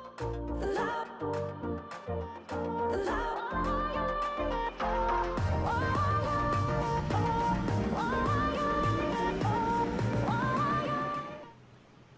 And we are back. Got tried. They definitely did, but Apes tried even harder, and they just dismantled them. Jickroy just went ham. VanQ went amazing. Selfless got so many jewels. Delil had so many great soulbinds, like amazing great soulbinds, and even Travens, Hexes, Spikes, Fingers, great stuff for them. And if you're facing that in game 2, how are Gut even going to be able to, scratch them? I think the first step is having a bit of a less greedy draft. Like, we saw the Wraith King went for the Armlet build, he went very late Blink, he tried to play basically carry from the off lane, and I think he died, what was it, I can look, 15 times. Oh, okay, overall in the game, yeah. So it's a bit of a rough one for him. The other half of the coin is Apes Esports built no BKBs. Like, we didn't register it because they had Selfless doing so many BKB press the attack charges. Yeah. But if they don't build BKBs like that, there is such a window to punish them. And unfortunately for Gagak, they didn't quite have the tools ready because they were trying to build so many carry items. And even Maestro from the mid, like that Queen of Pain had great Sonic Waves from the get-go. As soon as it hit level 6, got an active one on Travens, turned the chem cooldown, went up top, I believe got Selfless or Delil, and just kept on pumping those Sonic Waves and kept on keeping as much pressure as she could, even if she didn't exactly have, 2 other cores that she could work around. Yeah, it's a shame for Maestro that he wasn't able to carry this one out just because there were so many farmed heroes. And I feel like we can't talk about farm without talking about Jickroy. That man was huge as Leshrac, and I think that's the most Bloodstone charges I've seen in a sub 40-minute game ever. Alright, breaking some records, that's cool. And that was some impressive regen. Like, he had too much regen. He had the heart, he had the Bloodstone, and every single bit of burst damage they tried to do it at some point wouldn't even touch Jickroy. It just seemed like they should have really tried to pressure him earlier, maybe. Yeah, I mean, they had a pretty free lane. Like, I think they got 6 or 7 kills in the first 10 minutes. Yep. On Jickroy himself, and when you have that situation where Leshrac is 2 levels above your off lane, and you have the support who's the same level, if not higher than your off lane as well, like, know there's a couple issues that way. And as well as that, it genuinely felt like they didn't rotate the supports to fix the other lanes either. So, like, they weren't really fixing the bot lane helping Wraith King, they weren't stacking, and they weren't really saving the mid or the carry role either. Yeah, they seemed to prioritize Cougar, but that prioritization didn't earn them too much in the end. He got an 8th lens, but the spells he stole weren't enough to have an impact in the game. Yeah, it's another thing of, like, he stole a couple of overwhelming odds, but other than that, he basically got jumped on and killed. Yep. Like, he was a main priority target, especially when Morphling was playing in the back line. They have to jump on somebody, and unfortunately, a lot of the time, Cougar was that target. And Clarity as well, I guess he is the Morphling, but in a greedy draft with a Morphling to top it all off, he did have a pretty stellar showing when they tried to put high ground, but other than that, he didn't exactly get to flex his Morphling skills. It is the downside. You went the E-Blade build against a BKB hero. Like, not himself. Selfless can give it to other people. Everyone. So, like, all of a sudden, even if you do the perfect timing, if Selfless hands are quicker than yours, or if Selfless is even the same speed as yours, you're never going to get those kills. And I think we saw 4 or 5 times he missed the combo just to that, and at least twice I saw Travens dodge it himself, just with Blink or Glimmercade. Yeah, it's just the timings weren't there, it seems. But Game 2, I believe, is underway. We're going to have the draft coming in. We might see a few changes, and after Game 1, Gagut might need to adjust those bans just a little bit. Yeah, I think it's the mid-phase bans. I think the early bans are fine. Like, you get rid of your Weaver, your Spirit Breaker. It's whatever. You feel rough about it. But it's the middle phase bans letting them have a lot of these tempo-setting offlanes and really strong supports. Yeah. Like, they had a free time. Like, they got Lion, they got Legion in that mid-phase, and I feel like one of those heroes might need to go. Well, Odie is gone, and Gagut just can't let it for anything through. So the first 2 picks are going to be pretty clean for Apes, and I guess Apes are deciding who they're going to allow Gagut to pick up first. Yep, they're just going to see who they want to let through. It's surprising from Gagut, because if I was them, I would leave one of those OP +4s in. That way you've got first pick, force them to ban it, grab one of them yourself, and then you've got the choice of like the Mars, the Grim, the Quap. Timber. Huh? So, like they picked the Quap again. Like that's cool. Gagak, they're not changing their draft. Fair enough. Quap was fine. Out of all the things in that draft, Quap, solid, good thing. Timber. Mars? What strength lineup are you building? Mars. You're worried about a Timber first pick. Mars, Ogre, Wraith King. Well, I mean, Ogre's in fairness. So, like, He's also in. I did it again. I did it twice. Always do it. Oh, But that's why. It's yeah, Kunkka. that makes sense. That, yep. Okay. Io is a strength hero for whatever reason, so they give away the Mars, but Kunkka carry here would be incredibly strong, and that would lead me to say I'm a bit scared of Timbersaw as well in that matchup. Cool. So Mars still it's much more active of an offlaner for Bombzara, and we've seen him play it a little bit, so it should be able to have a bigger impact in this game. I don't think you could have a less impact, to be honest. Like, unfortunately for him, that Wraith King just didn't work. Like, there was just no way for him to get into the game. Yeah, he had a few creeps, got a tower. That's pretty That's cool. true. A really early, like, it was 6.5 minutes. They got the tier 1 offlane. But what do we ban here? You talked about the mid-game bans needing to change here. You've seen a Kunkka and an Io. You've seen kind of a pseudo gameplay, but I don't also think Kunkka and Io are the pair they're intending, though. I mean, you could run that. I think Kunkka into Quap is also quite easy, so you could run that lane, feel comfortable. I do think you have to get rid of the Legion. Cool. Unfortunately, Selfless just plays it too well, and we showed the Gagak like splitting the map a lot. And splitting the map works quite well if they don't have stacking heroes. They had a Bloodstone, they had a Finger of Death Charger, and they had Jewel, and yeah, they get rid of the Legion. Cool. And Medusa. And Lifestealer for Apes Esports is... I mean, what's that say? It's a counter to Kunkka. Kunkka. Just Kunkka? Because, like, you can dodge X, you can dodge his combo. It's a strength hero, so you get more feast. Okay. Fair enough. Eyes also strength, so yeah, it works. And Grimstroke as well to make sure that there's no one going to be tethered to the eye. So we've already got our ground really covered for Apes Esports. And Gagats, if we ban out the Legion, Medusa, do we dare ban out a line as well?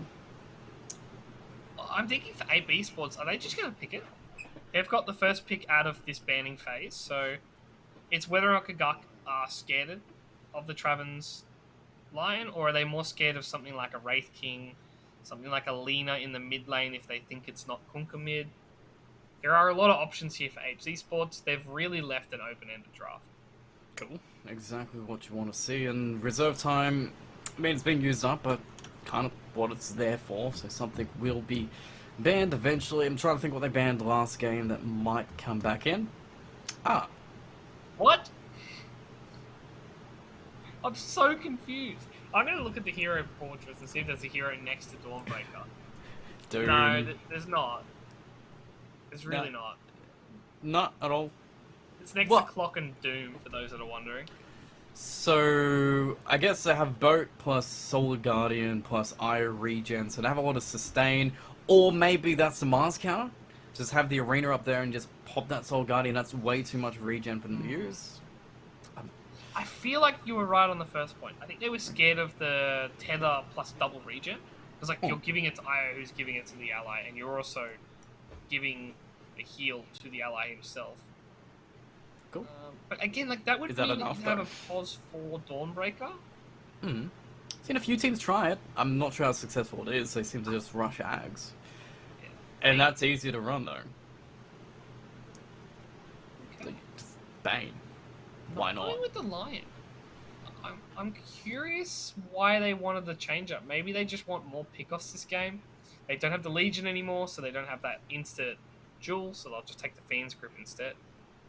God, it does give you at least a nightmare to keep you back. Queen of Pain is going to be trying to play backwards a little bit, and Mars has to jump in, and whoever jumps in on probably will be Nightmare, but Rubik on top seems to be the answer for Bane. Just a free Fiend's Grip. Free Bane. I like that a lot, because you can't stop the Fiend's Grip until you get Ags, which, let's be real, it's a Bane, he's never getting it. It's going to be a free steal, and Razor as well. I like that pick, though. Gagaku fixed all their drafting issues. Their bans are still a bit... I don't know what's going on. But their big issue was greed, and now they've got 3 very mobile heroes. 3 heroes that like to fight a lot. 2 that really build early BKBs. Sweet. And the other 2 are going to build Blink Daggers. Or Quap's going to have a Blink, and Mars is going to build a Blink. That's pretty good, I then. like their draft so much better already. Well, I still have to break it down, though. So, is there anything that you could think that would be like, oh god, we've got a Razor in, he cannot play into this? Well, the Kunkka carry would really struggle into it. So they probably don't want to run the Kunkka into that same lane. So assuming it's a carry Razor, don't put Kunkka in the off lane. They could pick up something like a Pango. Could be a lot of fun here. Sweet. That's a +3. Deals with Mars. But it does mean Rolling Thunder can be given instantly to Rubik as well every time. True, but you can Rolling Thunder straight into Shield Crash. Cool. In that sense. So it's like you do have a little bit of a play, so you can Shield Crash with your Blink. It's a bit better that way. I'm just trying to think, because they're going to play... They're going to play the lane with an Io. So they've got a lot of possibilities. They could even run... They could run another repeat, honestly. Well, we've got to get something on something else, though. So there's no Legion. It's... Think of the Ember. Maybe they run the Ember again. Yeah, it seems still a pretty free Ember game, and app. Okay. Yeah. You could have given me 20 minutes, I wouldn't have come up with Axe. Cool. I guess why? The problem I have with Axe is they're never going to be grouped up. Like, you're going to have a Razor running around like a headless chicken. You're going to have a Mars blinking in, the Quap blinking into the back line. We know Rubik's going to sit in the trees somewhere hiding until the spell comes out. And they haven't shown their POS 5s. You don't even know the matchup you're putting it into. Uh-oh. It's like Apes Esports, they're running Axe into Razor plus Blind Hero. And that's so scary to me. But they're so comfortable. They're so confident. They're like, you know what? You can have your Razor. We're going to pick a countered hero into it. Or the mid or carry Axe. Okay, now we're thinking. Yeah. Okay. If you run carry Axe into a Mars, how does that matchup go? Terribly. I can't imagine it'd be fun, right? Like, you just... Get speared away every get single time. Spear. Yeah, you could break the Battle Hunger with Spear, with God's Rebuke quite comfortably. You've got the Rubik to secure range creeps if needed. How's the matchup against Quap? In mid, you can always go back to farm the small camp and just run around the map. I don't know, it's a playmaker hero. Oh, I'm just imagining me like, our lanes suck. Let's send Kunkka to go get countered by Razor so we can give Axe the mid lane, who is also countered by Queen of Pain. If everybody's counted, nobody's counted. Oh, genuinely, like, if Apes Esports win this, it's going to have to be completely outplaying Gagaku, because they're not winning this draft. Well, after game 1, I don't think there's a carry. What's a carry pick that could save this draft? Reduces ban, Terrorblade's pretty average. Luna? Luna's there. Luna, Slark, Juggernaut, Faceless Void, Alchemist. I'm just trying to think, like, what hero can just get babysat by Io in the mid game? Tiny? Tiny could be hot. Tiny vs Razor sounds pretty bad. Worrisome, is what I'm going to say about that. Because obviously you get bonus armor, but you would get it pretty instantly removed by the static field. Yeah. If Drow, maybe? Only one hero jump. Drow. Okay. Drow with Silver Edge. Ooh, They go Venge. Huh, that's fine. That seems pretty good. Venge 5, Razor. Anti-armor, you got a stun to keep him in, so Axe is going to have a really bad lane. Regardless, it seems no matter how much sustain you put on him. Yeah, I mean, if Selfless wins this lane, man, there's something going on. There's some kind of Omega brain packed inside Selfless's head because he is double counted right now. And Like, double counted badly. you can't even do the old classic Axe goes to, the tier 3 tower and cuts away there kind of play anymore. They even took that away. You can at the 5-minute mark. Well, okay, do you want to survive 5 minutes in that lane to do that? I didn't say you should. Fair enough, that's true. Alright, final strats. Hey, what can they pick? I think it has to be Luna. I think Luna's the only hero that can, like, man fight into what they've got going on. Can get swapped and won't die. What else? Jikroy's Leshrac again. Okay. I don't mind that. Is it Jikroy's Leshrac again? Travis? Yeah, okay. Yes. It is. Vanku back on the Kunkka. To finish it all off, Yaps is going to play the 5 Vengeful Spirit, round it off up. But for Retsu Gagat, pretty straightforward. But can Gagat do it? Because if we're already talking draft, I'm guessing you're swaying towards Gagat. But skill-wise, can that make the difference here? If there was a number, it'd be like 70-30 Gagat have won this draft. Alright. Their draft makes sense. They've got counters in every lane. Like, I think they should, on paper, win all 3 lanes. Nice. Alright, cool. I have a feeling it's not going to happen that way. I think Jikroy's going to find a way to win the Leshrac matchup. Somehow. But I will die on the hill that if Selfless wins this matchup, he's the best offlaner in the tournament. Alright. Because this matchup sucks. Or could be the best matchup ever. You never know. How does he win this lane? I just don't understand. You put They've got negative armor on static link, on plasma field. They've got a stun, and yes, you have an IO defending him. That's but cool. I don't know if it matters. You have Battle Hunger to slightly slow down the Venge. Oh, I gotta say it. I can't wait. I'm gonna be like, my camera's just gonna probably be following Selfless the first 10 minutes of the game. Cool. Alright, finish it off. It seems like a pretty cool game for Game 2 between the 2 teams. Apes, great Game 1. Maybe a questionable Game 2. We'll see how the draft goes. We got really have some stuff to prove, because if they lose this game, that's going to be 2 series that they went down 2-0 to 2 different teams. In fairness, M11, hard favourites. Apes Esports are returning players, and they were also a really strong lineup in last season. They were, yeah. I think whatever happens here for Gagak, as long as they play strong Dota, I think you're happy with it, and then they might be able to pick up some wins against some other teams. Alright, I guess we're going to see how the offlane goes in Game 2 as we figure out how Selfless survives the Slaughterhouse. That is just going to be Razor. Actually, do we try to swap lanes? Is that our approach here? It's like Selfless, go somewhere else, Razor will chase you around the map, he's just going to play whatever the opposite side of the map is.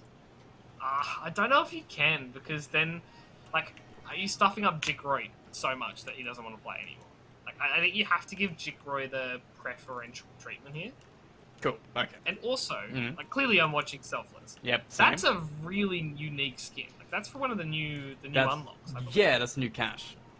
The one that just came out. It's got the lion face, I'm sure. But it's cool. The eyes are sick on this. Yeah, I mean, from above, I'm not sure if you played Dark Souls. It actually looks like the Nameless King, like with all the tufts of white hair. Looks awesome. Cool. Alright, let's see what the man can do with it.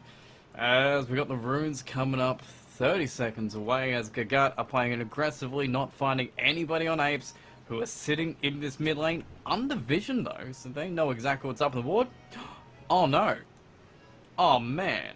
It's not going to find a thing. And they know there's a ward there too. That's the 3rd time tonight we've had, like, within an inch a ward not being found. Travis? Travis is dead, by the way. Jikroy's dead. Okay, he thinks better.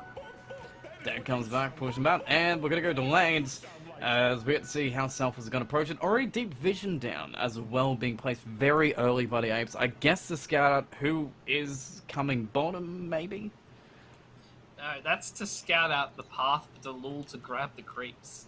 Ooh. I'm not joking. I think he's going to sit between the tier 1 and tier 2 and try to grab the creeps exactly where you're able to, just on that pull spot. Just here. Alright, well, we'll see how it does go. Top lane, I believe we're getting a little bit of aggression here as Travens is trying to get on in, but he's in a very awkward position because that's not your tower, Travens. You need to walk back around and dodge what Cougar's going, but Cougar, he's a Rubik again. He doesn't exactly have as much punish as Travers does with Brain Saps and Regens ready to get just his action back in this lane. Yeah, it's going to be curious how Travens plays here. I mean, at the end of the day, you still have a really easy way of securing this lane. You just got Nightmare, he gets a couple hits, and he just throws down the stun after the fact. Mid lane, by the way, Maestro, his health pool's looking rough into the Conqueror already. Ooh, Cleaves will add up as we're just getting that damage, and last hits up pretty nice for Cougar so far. Bottom lane, we haven't left this lane yet. We are 3-3 on the Razor so far.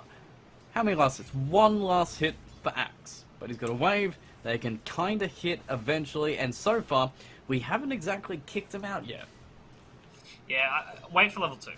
I think. Okay. And also, they're actually going to go for it at level 2, exactly. Doyle's been seen forcing in that small wave, trying to pull that cam back, and now that means Selfless is out of here. Boots are done, and Doyle is going to pull himself back in, keep that regen up, but yep, those last hits aren't coming, as we're getting kind of successful pulls off as well for Gagan. That is true. I mean, it's a curious lane because it's going to be hard for Selfless, but Delul's probably just going to buy a ton of regen and just eat his entire network to make sure Selfless can stay in lane. That's what it feels like is happening already.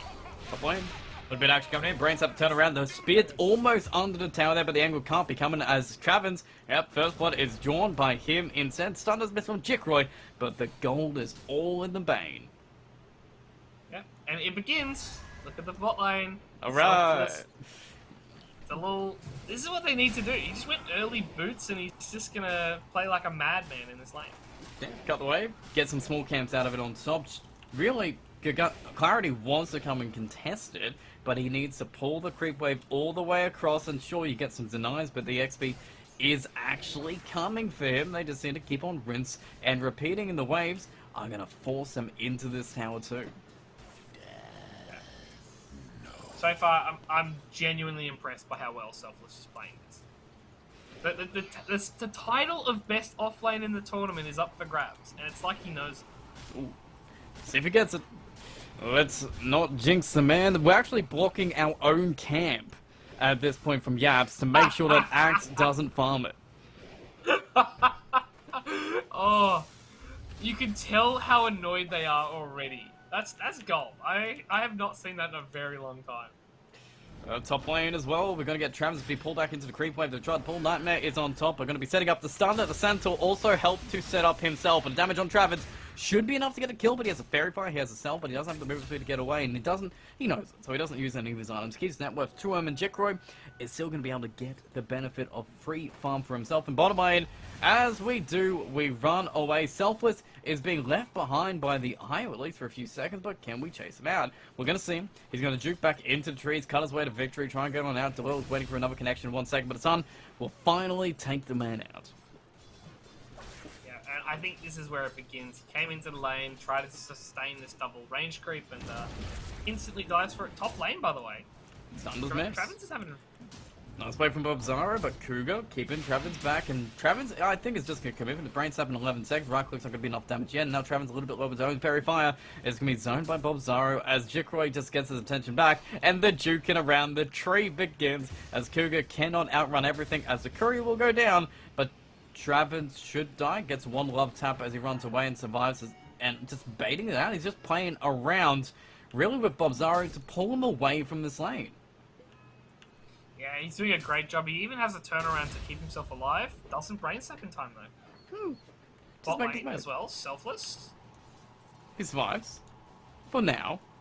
This one lane, we haven't... Okay, hold on. Delil is going to get stunned and almost dead. Fairy Fire regen keeps him in. Cool, cool, cool. Mid lane. Mid lane is alright. It's even. It's kind of anticlimactic. This is why we're not looking at this lane. Yeah. I mean, any lane with Conqueror in it is just objectively boring. He just hits them with Tidebringer over and over again. You hate your life. And honestly, the turnaround is Maestro is just going 2 levels Shadow Strike and doing the same boring old strat. Throw a Shadow Strike at them. Auto attack a bunch of times. We want violence. It's game 4. It's the final game of the night. We want to see bot lane, and we want to see top lane. None of this boring mid garbage. Oh yeah, we want to see Selfless try and get a last hit. As he's up to 21, he's beating Bob Zaro somehow in the last hit numbers, in the gold numbers as well. In gold, at least he is behind. Kills two. Top lane though. The kills coming out for Jikroy. He's going to get another onto Cougar, who comes a little bit too far forward, and Selfless. Oh, it's 5 minutes. Classic axe has come. Oh, here we go. Cut wave after wave, hide in trees. Have the IO in position to keep some regen back. Yaps gonna get the sun back without the follow through. Does he actually have the damage for it? He has boots, so he should be able to get it. And yeah, Cop's gonna come in and help on out, but Delil is making space again. Selfless, cutting the wave. They're gonna TP in the Rubik to deal with this countered axe. So hopefully they can shut it down, as Clarity's going to come across too. They got one stun, they got Cougar coming in, and even the Queen of Pain on top just to kill the man. I mean, I've heard of hating on Axe, but like this is a crime what they're doing to Selfless, honestly. And still, he's above the axe and surprisingly doing better than Van Q. Oh. Yeah, I mean, I cannot believe Selfless so far. Like, yes, he's died twice. Doesn't have an assist to his name. I don't think you care. If you're an Apes Esports fan, you're going to live with this because they drafted themselves into a really awkward run. And it only gets better from here because he has a Blade Mail. Oh, yeah. In 200 gold. Nice. That's going to be super useful to keep that farming up. You got Ancient Stacks to farm if you want it, or Van Q can take it, whoever needs it. You got a Broom Handle to help out the Kunkka. You got a Chipped Vest to help out Selfless on top of the Blade Mail. Oh, they're gonna find him there. They're gonna find Delul, potentially. Two heroes coming, Selfless running back, gonna block up the Ancient Camp, pull back into the Ancients, and maybe try and get the Suicide on in, or survive long enough that you get the spins for Selfless to get the kill on Rubik. Instead, the Jukes are great. Delil is doing so much work here with the Nightmare to keep the Venge back, so he can't even help, and we've got the call on the Venge too, and Delil survives, and Selfless gets himself a double kill. And he's back on full health, so he's gonna take the Ancients. You can't stop this man.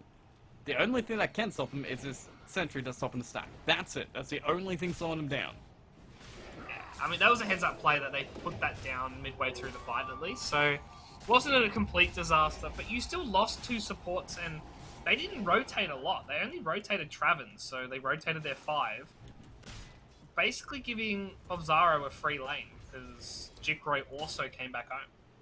Mid lane, 3 heroes, pick up on the Kunkka, level 8, he's got boat, he's got turret, but he needs to be able to use the Sonic Wave. Means he doesn't even have the chance, and he's blown away before he can even press a thing. Is that a call on a Razor? Does die out of it though. Okay, cool, level 5, knows way to swap, and finally Selfless is put down. Clarity just been in a great position. You know what's funny? He took 650 damage from Razor.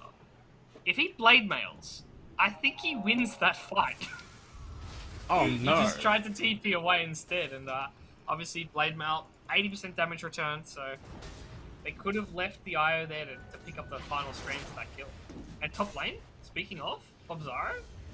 Big chase, trying to force out Arena, I think, but Jikroy going a little bit too deep as Bobzaro is running back to his team, as they might instead find Delil, who could tether the Van Q, but he doesn't tether far enough. Both can come in, Arena's going to be put down. Delil is the only person in the middle of it. His boat does actually hit the Mars in the back, and Jikroy, he's coming across, but I don't think he'll make it fast enough. The Van Q is going to see Yaps in the river, but the sun's already been used. The sun down a little bit, and Jikroy back to farming as Cougar is, I don't know, placing some deep vision down to kind of catch it all out. Yeah, I like this from Cougar. Like, it doesn't matter if you get caught here, as long as they don't catch you with a ward in hand, so they don't know where you place the ward. And now they're doing exactly what they did last game. They're trying to dominate this dire triangle, and they're going to get a kill for it, potentially. Travens. Jikroy is the kill they want, though. Stunned back on, only hits the Mars moving forward. Gonna get at least a static link for now. Dodges the spear, running away, but he is dead for it as Gagat put down the ledge. Finally, Selfless is running though. He wants to find something. Travens is going to try and set up anything with the Fiend's Grip. He just needs the range to actually connect with it. And running down this Venge with the axe, going to have that movement speed. Does hold the call, does get the kill, and cuts him the size. And so far for Apes Esports, this game is much closer than the first one. Even Gagut getting more kills here in the early game. It's still slightly favouring Apes Esports though, purely off the I think the potential of the Leshrac pushing this game through. Oh, mid lane almost got himself motion. Just didn't get the range, unfortunately, with the X combination to blink just away. And Selfless is now been given a bit better lane to farm, but they're bringing in the Venge, setting up for the arena, but Apes is not taking any of that bait. Yeah, and I like this. It means they can start to put pressure on the mid lane. No one's defending it, and the only reason you don't defend it is because you're pushing somewhere else. Oh, it's a slow push though. It's Van Q as a Kunkka rather than Lesh, and I guess Lesh is just going to be farming up these camps bottom massively, not changing its build this game at all, going straight back for that Bloodstone again. Yeah, I get this. This is a bit greedier this time. They've got more burst, but last time I said it was greedy, and he proceeded to get a billion charges in the game. So Like 40-something, yeah. I can't ping him for it. Even Van Q, he's not going greedy with his build, he's just rushing that BKB. Yeah, I like this a lot. If they're going to have one greedy player, they really can't afford to have two. And Selfless, he's going early blink as well, so he needs someone to help fight with him. So Ancient's unblocked, mid lane being pushed out, Cougar getting his own X, level 3 X, that's something you can make some things happen with. And the arena is up for Bob Zara, who's farming the entire jungle with the help of Meshu, and Yap's even getting some great deep vision around it, just refreshing their vision to make sure they know exactly who's farming these jungle camps. Yeah, I love to see this. Both teams are playing very similar Dota right now. Like, you can see Apes Esports dominating that. Their bottom side of the map and top side. I say that Maestro's been found. Fence goes straight away. X on top of him needs it. Boat not. Okay, just going to hold it as long as they want to go. But Venge could get the swap. Doesn't get it. Arena's going to be there. Cut's going to be out. And we're just going to be moving on forward as Selfless gets stunned and controlled. But a Nightmare keeps the Razor back for now. Blade Mail is going to be popped. Zoro's going to be run down and gets another. Can we get a triple on Selfless? Yes. Can we get the quadruple? Give the man another axe. Another notch on his belt. He's getting so low because he wants it. And he will spin through it as Travens takes it down, but they get 4 kills as Clarity couldn't actually get into that fight. Yeah, I mean, they almost traded a 4-for-1 because Venku refused to hit the Tidebringer. It felt like he was baiting Selfless's life there. And that was all without the blink. So Selfless just built the blink up, and all of a sudden, those engagements, they're going to look so much easier to execute. Yep, even more regen. Holy Locket's going to be done, I believe, on the IO at this point, so he has more sustain to keep everybody alive, including Selfless. Jikroy has used all that space, wasn't even needed for that fight, and his Bloodstone, it's one component away. He's about to have it, and what's it going to be paired up with? Boots of Travel Razor, going for the BKB, a little bit more greedy than we usually see from Razors. Yeah, I mean, he's at least going for the BKB now, but I feel like you would almost be there. Like, you'd be 1,000 gold away from BKB right now if you just went the normal build. And I think it's going to come back to bite them when they see Selfless has a blink. And like you said, 250 gold away from that Bloodstone. Ooh, And they're going Selfless to will be smoke, they're seen. going to find Alright, someone. Spear comes out, will actually find him, and he's just dead. He's dead, he's cool. It's out of here. Nice clean pick off from Gagut. And a big timing to do to shut down that blink timing that he can't use. And they know he also has a blink now too, so no surprises are going to be seen by Gagut. True, what did he just buy? I feel like he just bought an item, and I can't find where his courier is. So, That's because it's in this secret shop? Is no, that that's his? Flesh's. It's in the base. He's got nothing.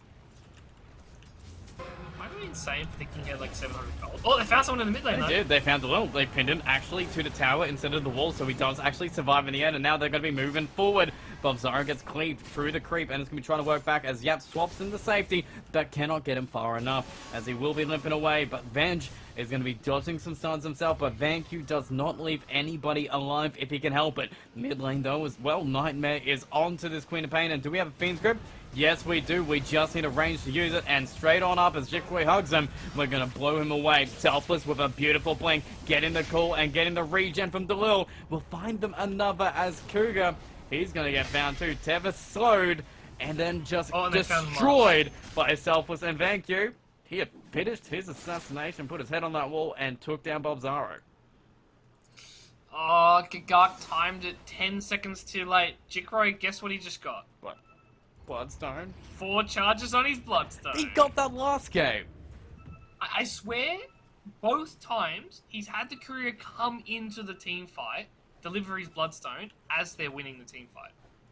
I don't know how the man times it, because that was an engagement against them, but it was just perfect. And now, the big problem with Bloodstone is you need to get to 20 before the Kyra and Sanj is less value. He's already at 18. He's already there.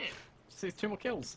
And I'm sure by the end of this game, he is going to get them. And that's kind of rough for Gagata as well, because that was an all-right team fight. They had an all-right initiation. They killed Selfless at the start of that fight, and they just wanted to go a little bit too more, but because they didn't have enough burst damage, they weren't able to take the fight quick enough, that they allowed Selfless to actually rejoin the fight in the end. Yeah, and they might find Jikro here. Depending on how greedy he wants to be, they are all coming to kill him. He doesn't have a TP scroll either. He's been greedy.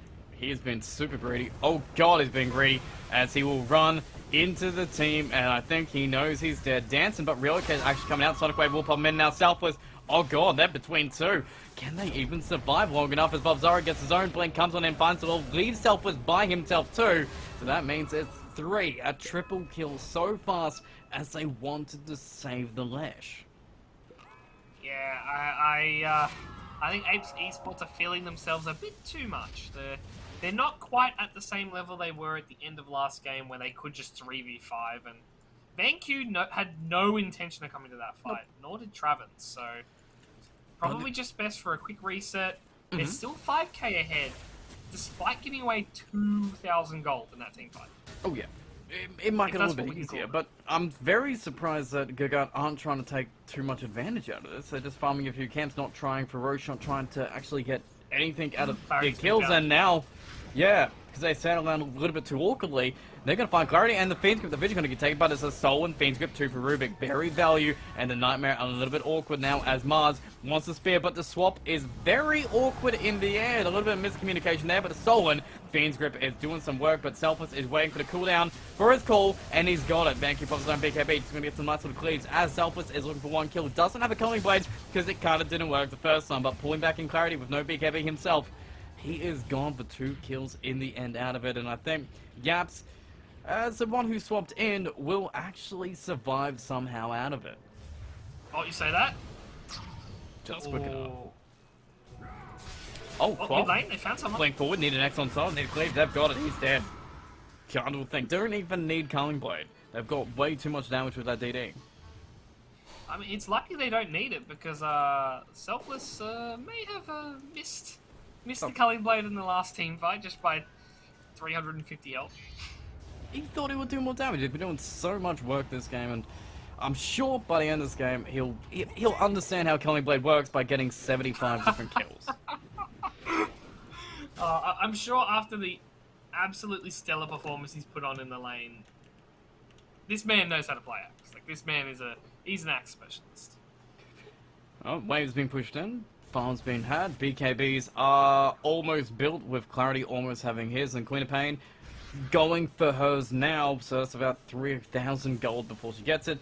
Mars is going for a Yules instead to set up, which means he isn't going to be magic immune, and Selfless blinks on in aggressively, but we can bring in some friends. Arena might be pumped, but Zari's in a very awkward position as he does hesitate, which means Selfless is just going to run him down as Cougar is gone. Maelstrom pops his own haste room, which means Bobzaro is left in the middle of everyone, and is going to be called, held in place, and we wait for that arena to go down just to kill him after.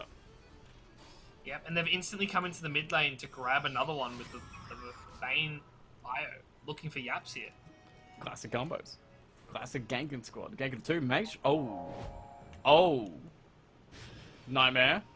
Do you have friends? No. Alright, no kill for you. Just walk away out of it. Swap for safety. Even get that on cooldown. I guess that's value for Travens, but this is feeling like Apes. If they get the initiation, these guys will clean up these kills. Yeah, that is. I mean, it comes down to initiation for both teams. Like, if you manage to get the big arena off, you can probably take a pick that way. And obviously, if Selfless gets on top of, I feel like anyone right now, they're killing themselves on the chipped vest plus the blade mail.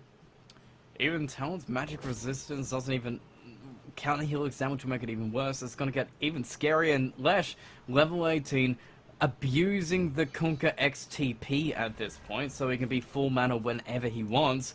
This is about to get dirty, and Bob Zara knows something's up. He's sniffing something bad, and it is just Apes running them down, and he doesn't get caught yet, I say, as he's saying around a little bit too far. And Yaps will get the X, will get the Torrent, will not get stunned as Lesh will be pinned, and Bob Zara did wait alone just long enough, but can they get the kill out of it? Swap to pull him back. Jikroy is just regenerating through everything, but Clarity is still working on the BKB, doing so much work, but the Fiend Script is being held the entire time. The coolback goes through the BKB anyway. We'll find one, and Jikroy held his stun long enough, but won't get a kill yet unless you get the X and the relocate onto him. Just need a vision, just need to be able to find him, but he will blink to the lower ground as 3 undead towers can be taken, as we've got too much sustain and too much BKB piercing abilities for even Clarity to deal with.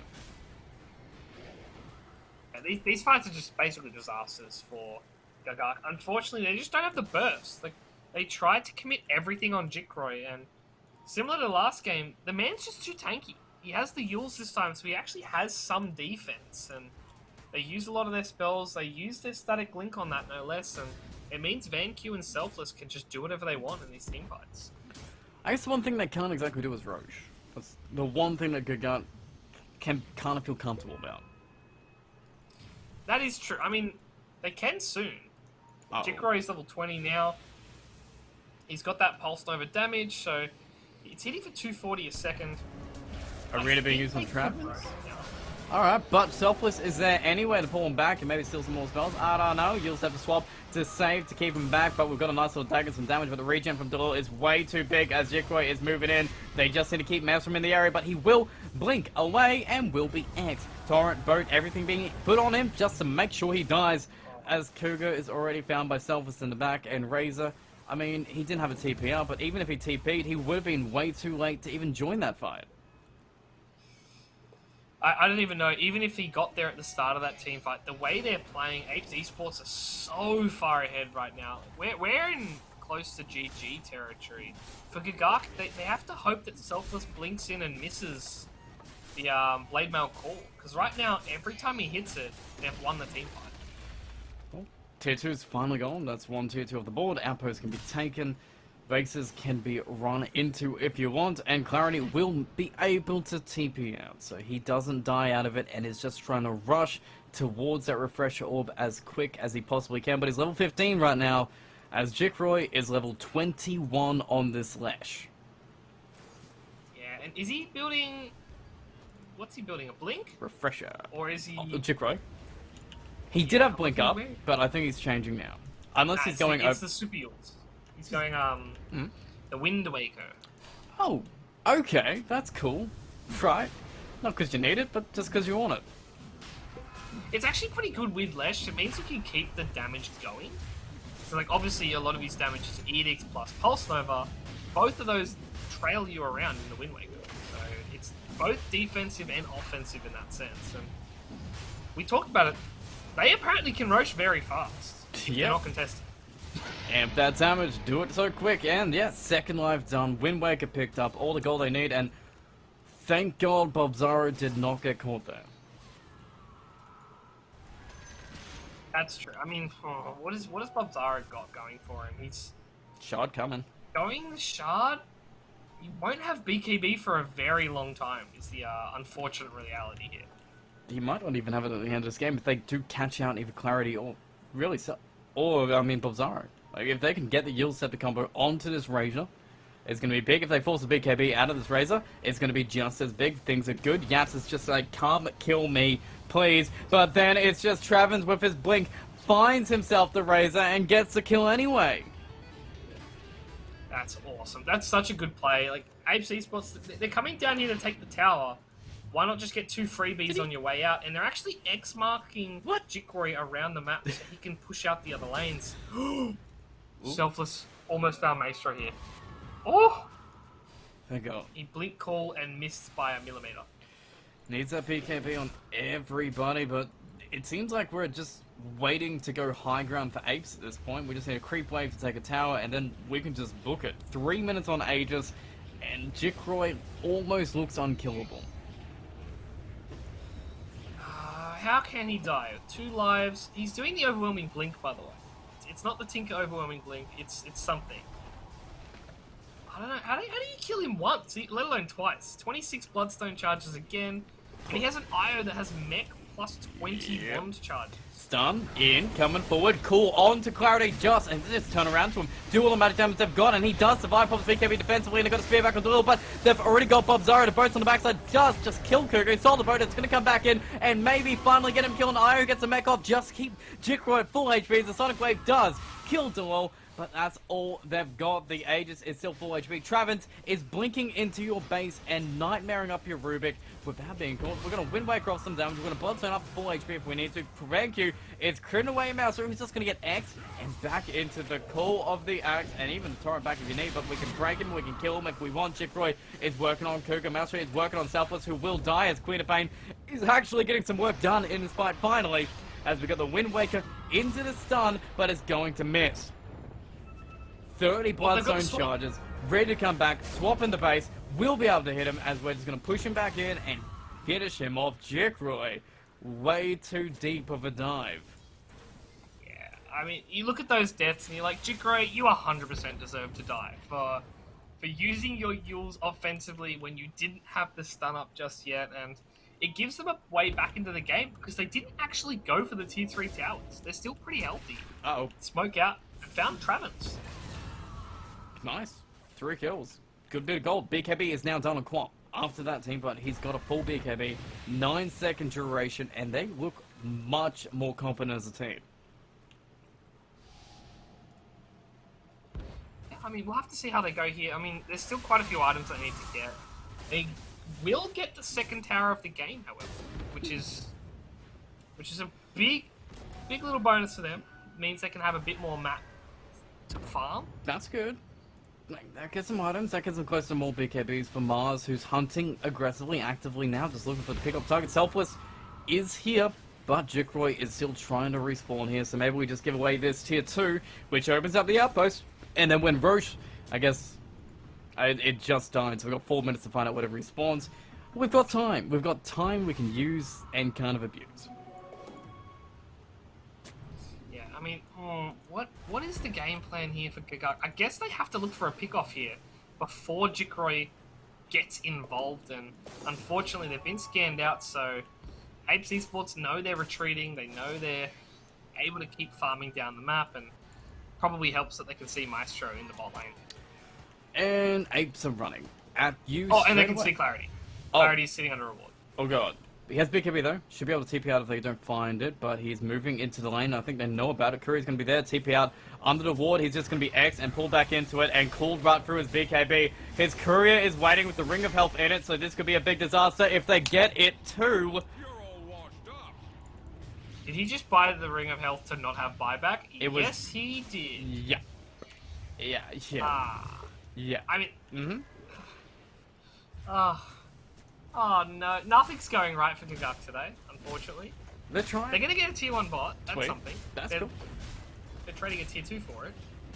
It's not the greatest trade, but it is something at least. At least they're getting a tower and not nothing. As long as Bob Zara doesn't get caught, swapped out to safety, not actually going to get torn in, as Jikroy has to dive again. As Jikroy dives too far, we know we can kill him. VanQ moving forward, we're acting as a wall, just going to X anybody who tries to pull him a little bit deeper, as Jikroy is just standing, surviving, and not cancelling his stun around him. But he does... Queen's Grip bot lane. What? Relocated in bottom lane to find out because they found Maestro? Oh god, Travens. It was all just a bait. That's sick. He just blinks in, patient, and they grabbed another one. They grabbed Bob Zara. Cool comes in. Clarity actually going to get 5 VanQ on the backside. He will get a Nightmare, and Kunkka, it's letting his damage get drained. As we're popping our own BKB on the Selfless, is going to TP out in front of everyone. Sonic Wave having to be committed, but... No way. No. No. God. And they're sticking around.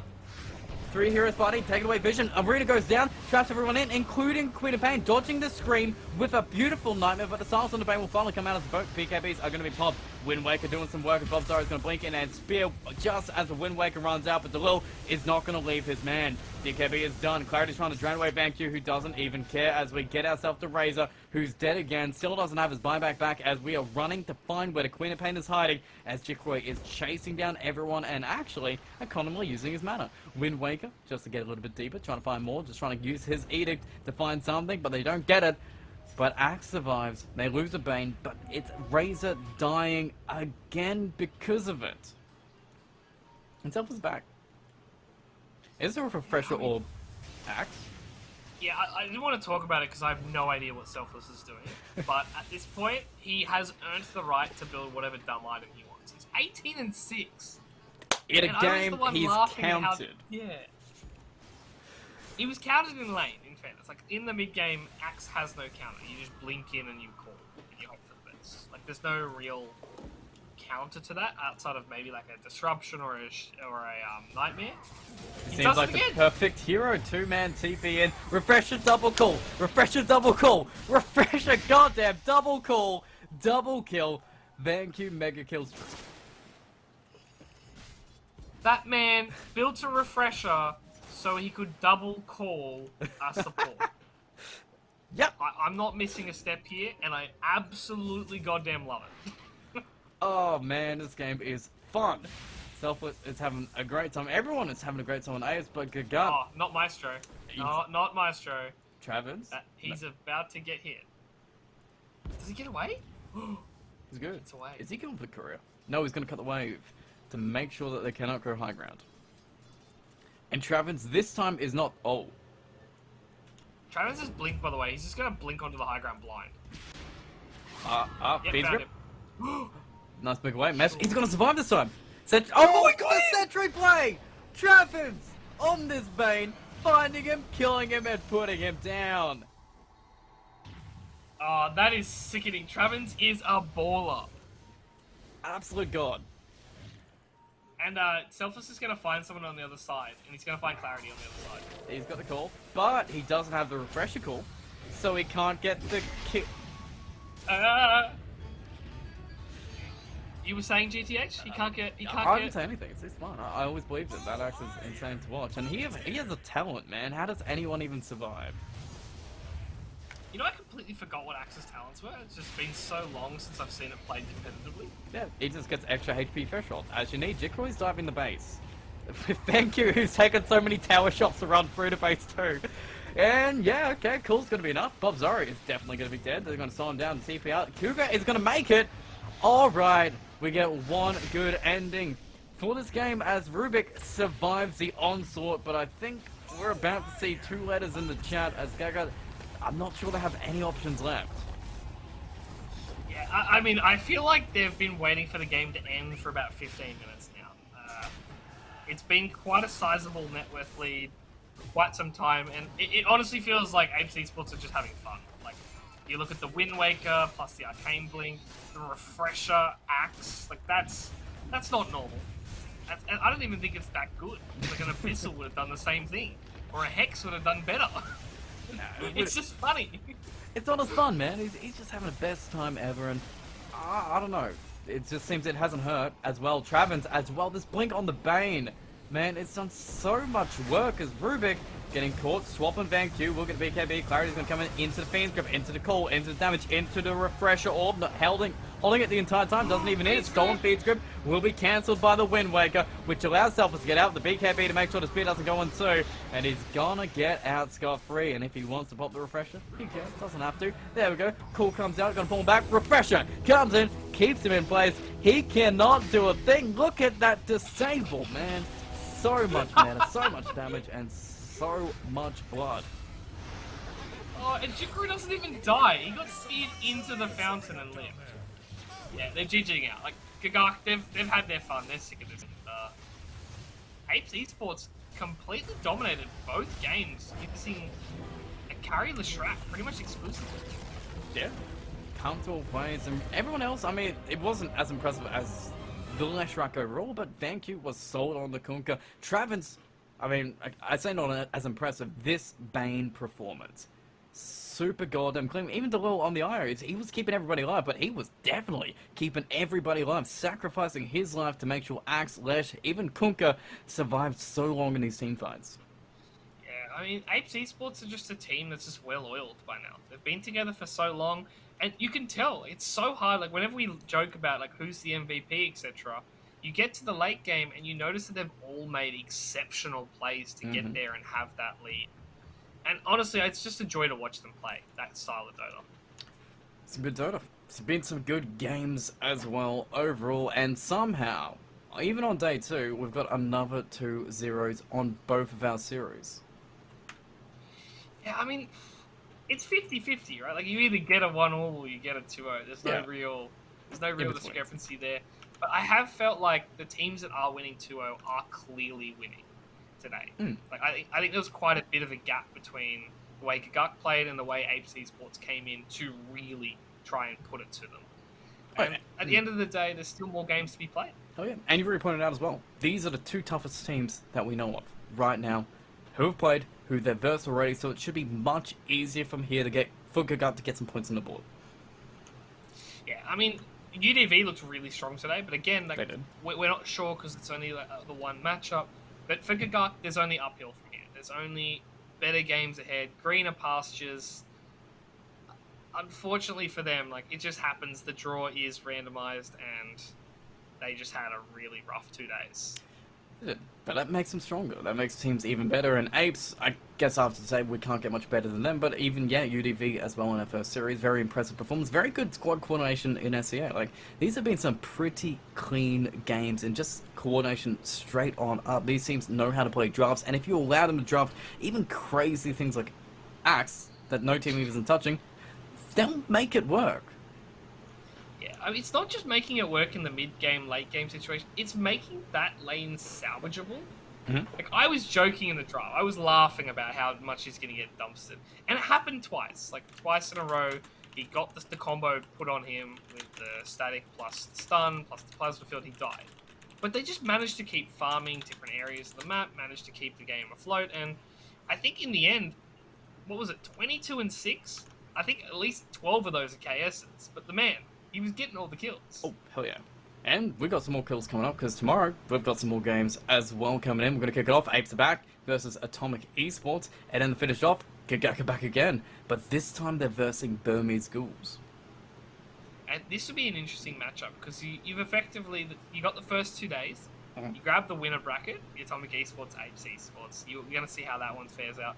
And you've got the 2 people that we really think they could play well, but they've had a rough go at things drafting-wise and as far as matchups go, Burmese and Gagak. So at least one of them's getting points at least. Hell yeah. Alright, we're not going to see some 0 points on the board. And Atomic, they've been very interesting enough. They've been very confident. Unfortunately, especially last night, their last series was done with that DC that the men could not reconnect in. So that wasn't the best vision of them. That didn't feel like a 2-0 straight up to them. So these guys have some great potential there. But it's still going to be a challenge, especially against Apes.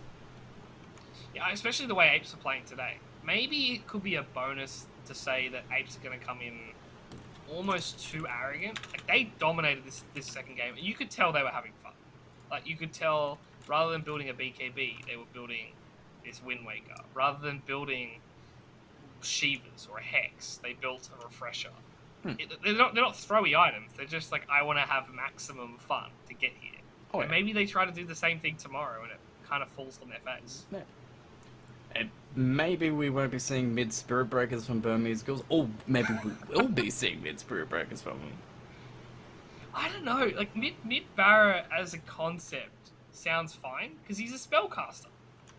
Like, I've tried to explain this to someone. He's actually a nuking spellcaster, and no one believes me because they just think the cow is the Bashlord. His job is actually just to charge in, hit once, hit ulti. That's 1,000 damage there, and then you rinse, repeat every Build time Val. you can.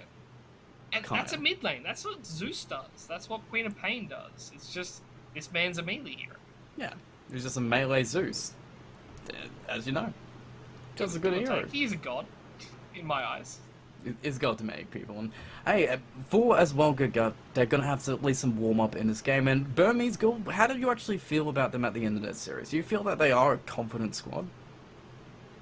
I mean, they're definitely competent. I think their big issue comes down to drafting and execution. Like, they went really greedy, and this is the case for a lot of newly built teams that everyone wants a piece of the pie. Everyone wants to ask what heroes they want, and they get their favorite heroes. But a lot of the time, people are greedy in pubs, and that translates into a new team where you ask for a hero, not registering. The game's faster, it's cleaner, and the opponents are going to execute you for making mistakes. And we've seen that for all the newly formed teams. They've all been greedy. Oh yeah. Well, let's see how the greed has got them, because we can see exactly where we're standing at day 2. So we've got 4 series under our belt. Team 11, Gargoyle Esports still there, but following suit as 1, 2, 3, 4 at this point is UDV and Abe's Esports with their 2-0 victories as well. Yeah, and UDV, keep an eye on them because that team looks strong. They're players that have been together for a while. They are under a new banner.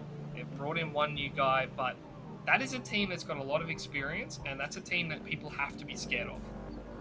Fair enough. We'll see how they do go in further games. They do get a day off, and I believe, actually, even tomorrow, you get a day off too. I do. I made many of mistakes and double, triple. I think I've quad booked myself tomorrow, so Wow. I had other things, and I was like, I've stuffed up. Someone please help me. And thankfully, LPL have been nice enough to give me the day so I can sort out my life, basically. Well, I guess you get to watch some Dota on the sideline for a bit, but we had some more action coming in. You're not going to be wanting to miss it because it's all looking pretty good. And also, I'd like to thank our sponsors for this season as well. LG, our presenting partner, always there. Great hardware, great monitors to watch these games on because they're always amazing to watch. You can see Axe Cole and that new skin. You can see that skin in high definition on an LG monitor straight up, and even PlayAxe on some Rocat hardware as well, because you know it's going to be crisp and clean every single time you do it. But we'll be seeing you tomorrow for some more action here at the LPL Pro Dota 2 for 2022. But the ulti's going to pop off from Oracle. Hook back in from Andros. Going to be charging up that epicenter. No one's getting out of here. That's 3 going down. Disruptor, he was de-warding. Look at the damage. Oracle buys back. Sweet as honey, says the big boy bear, and they are going to just crush your high ground from this. What a massive fight.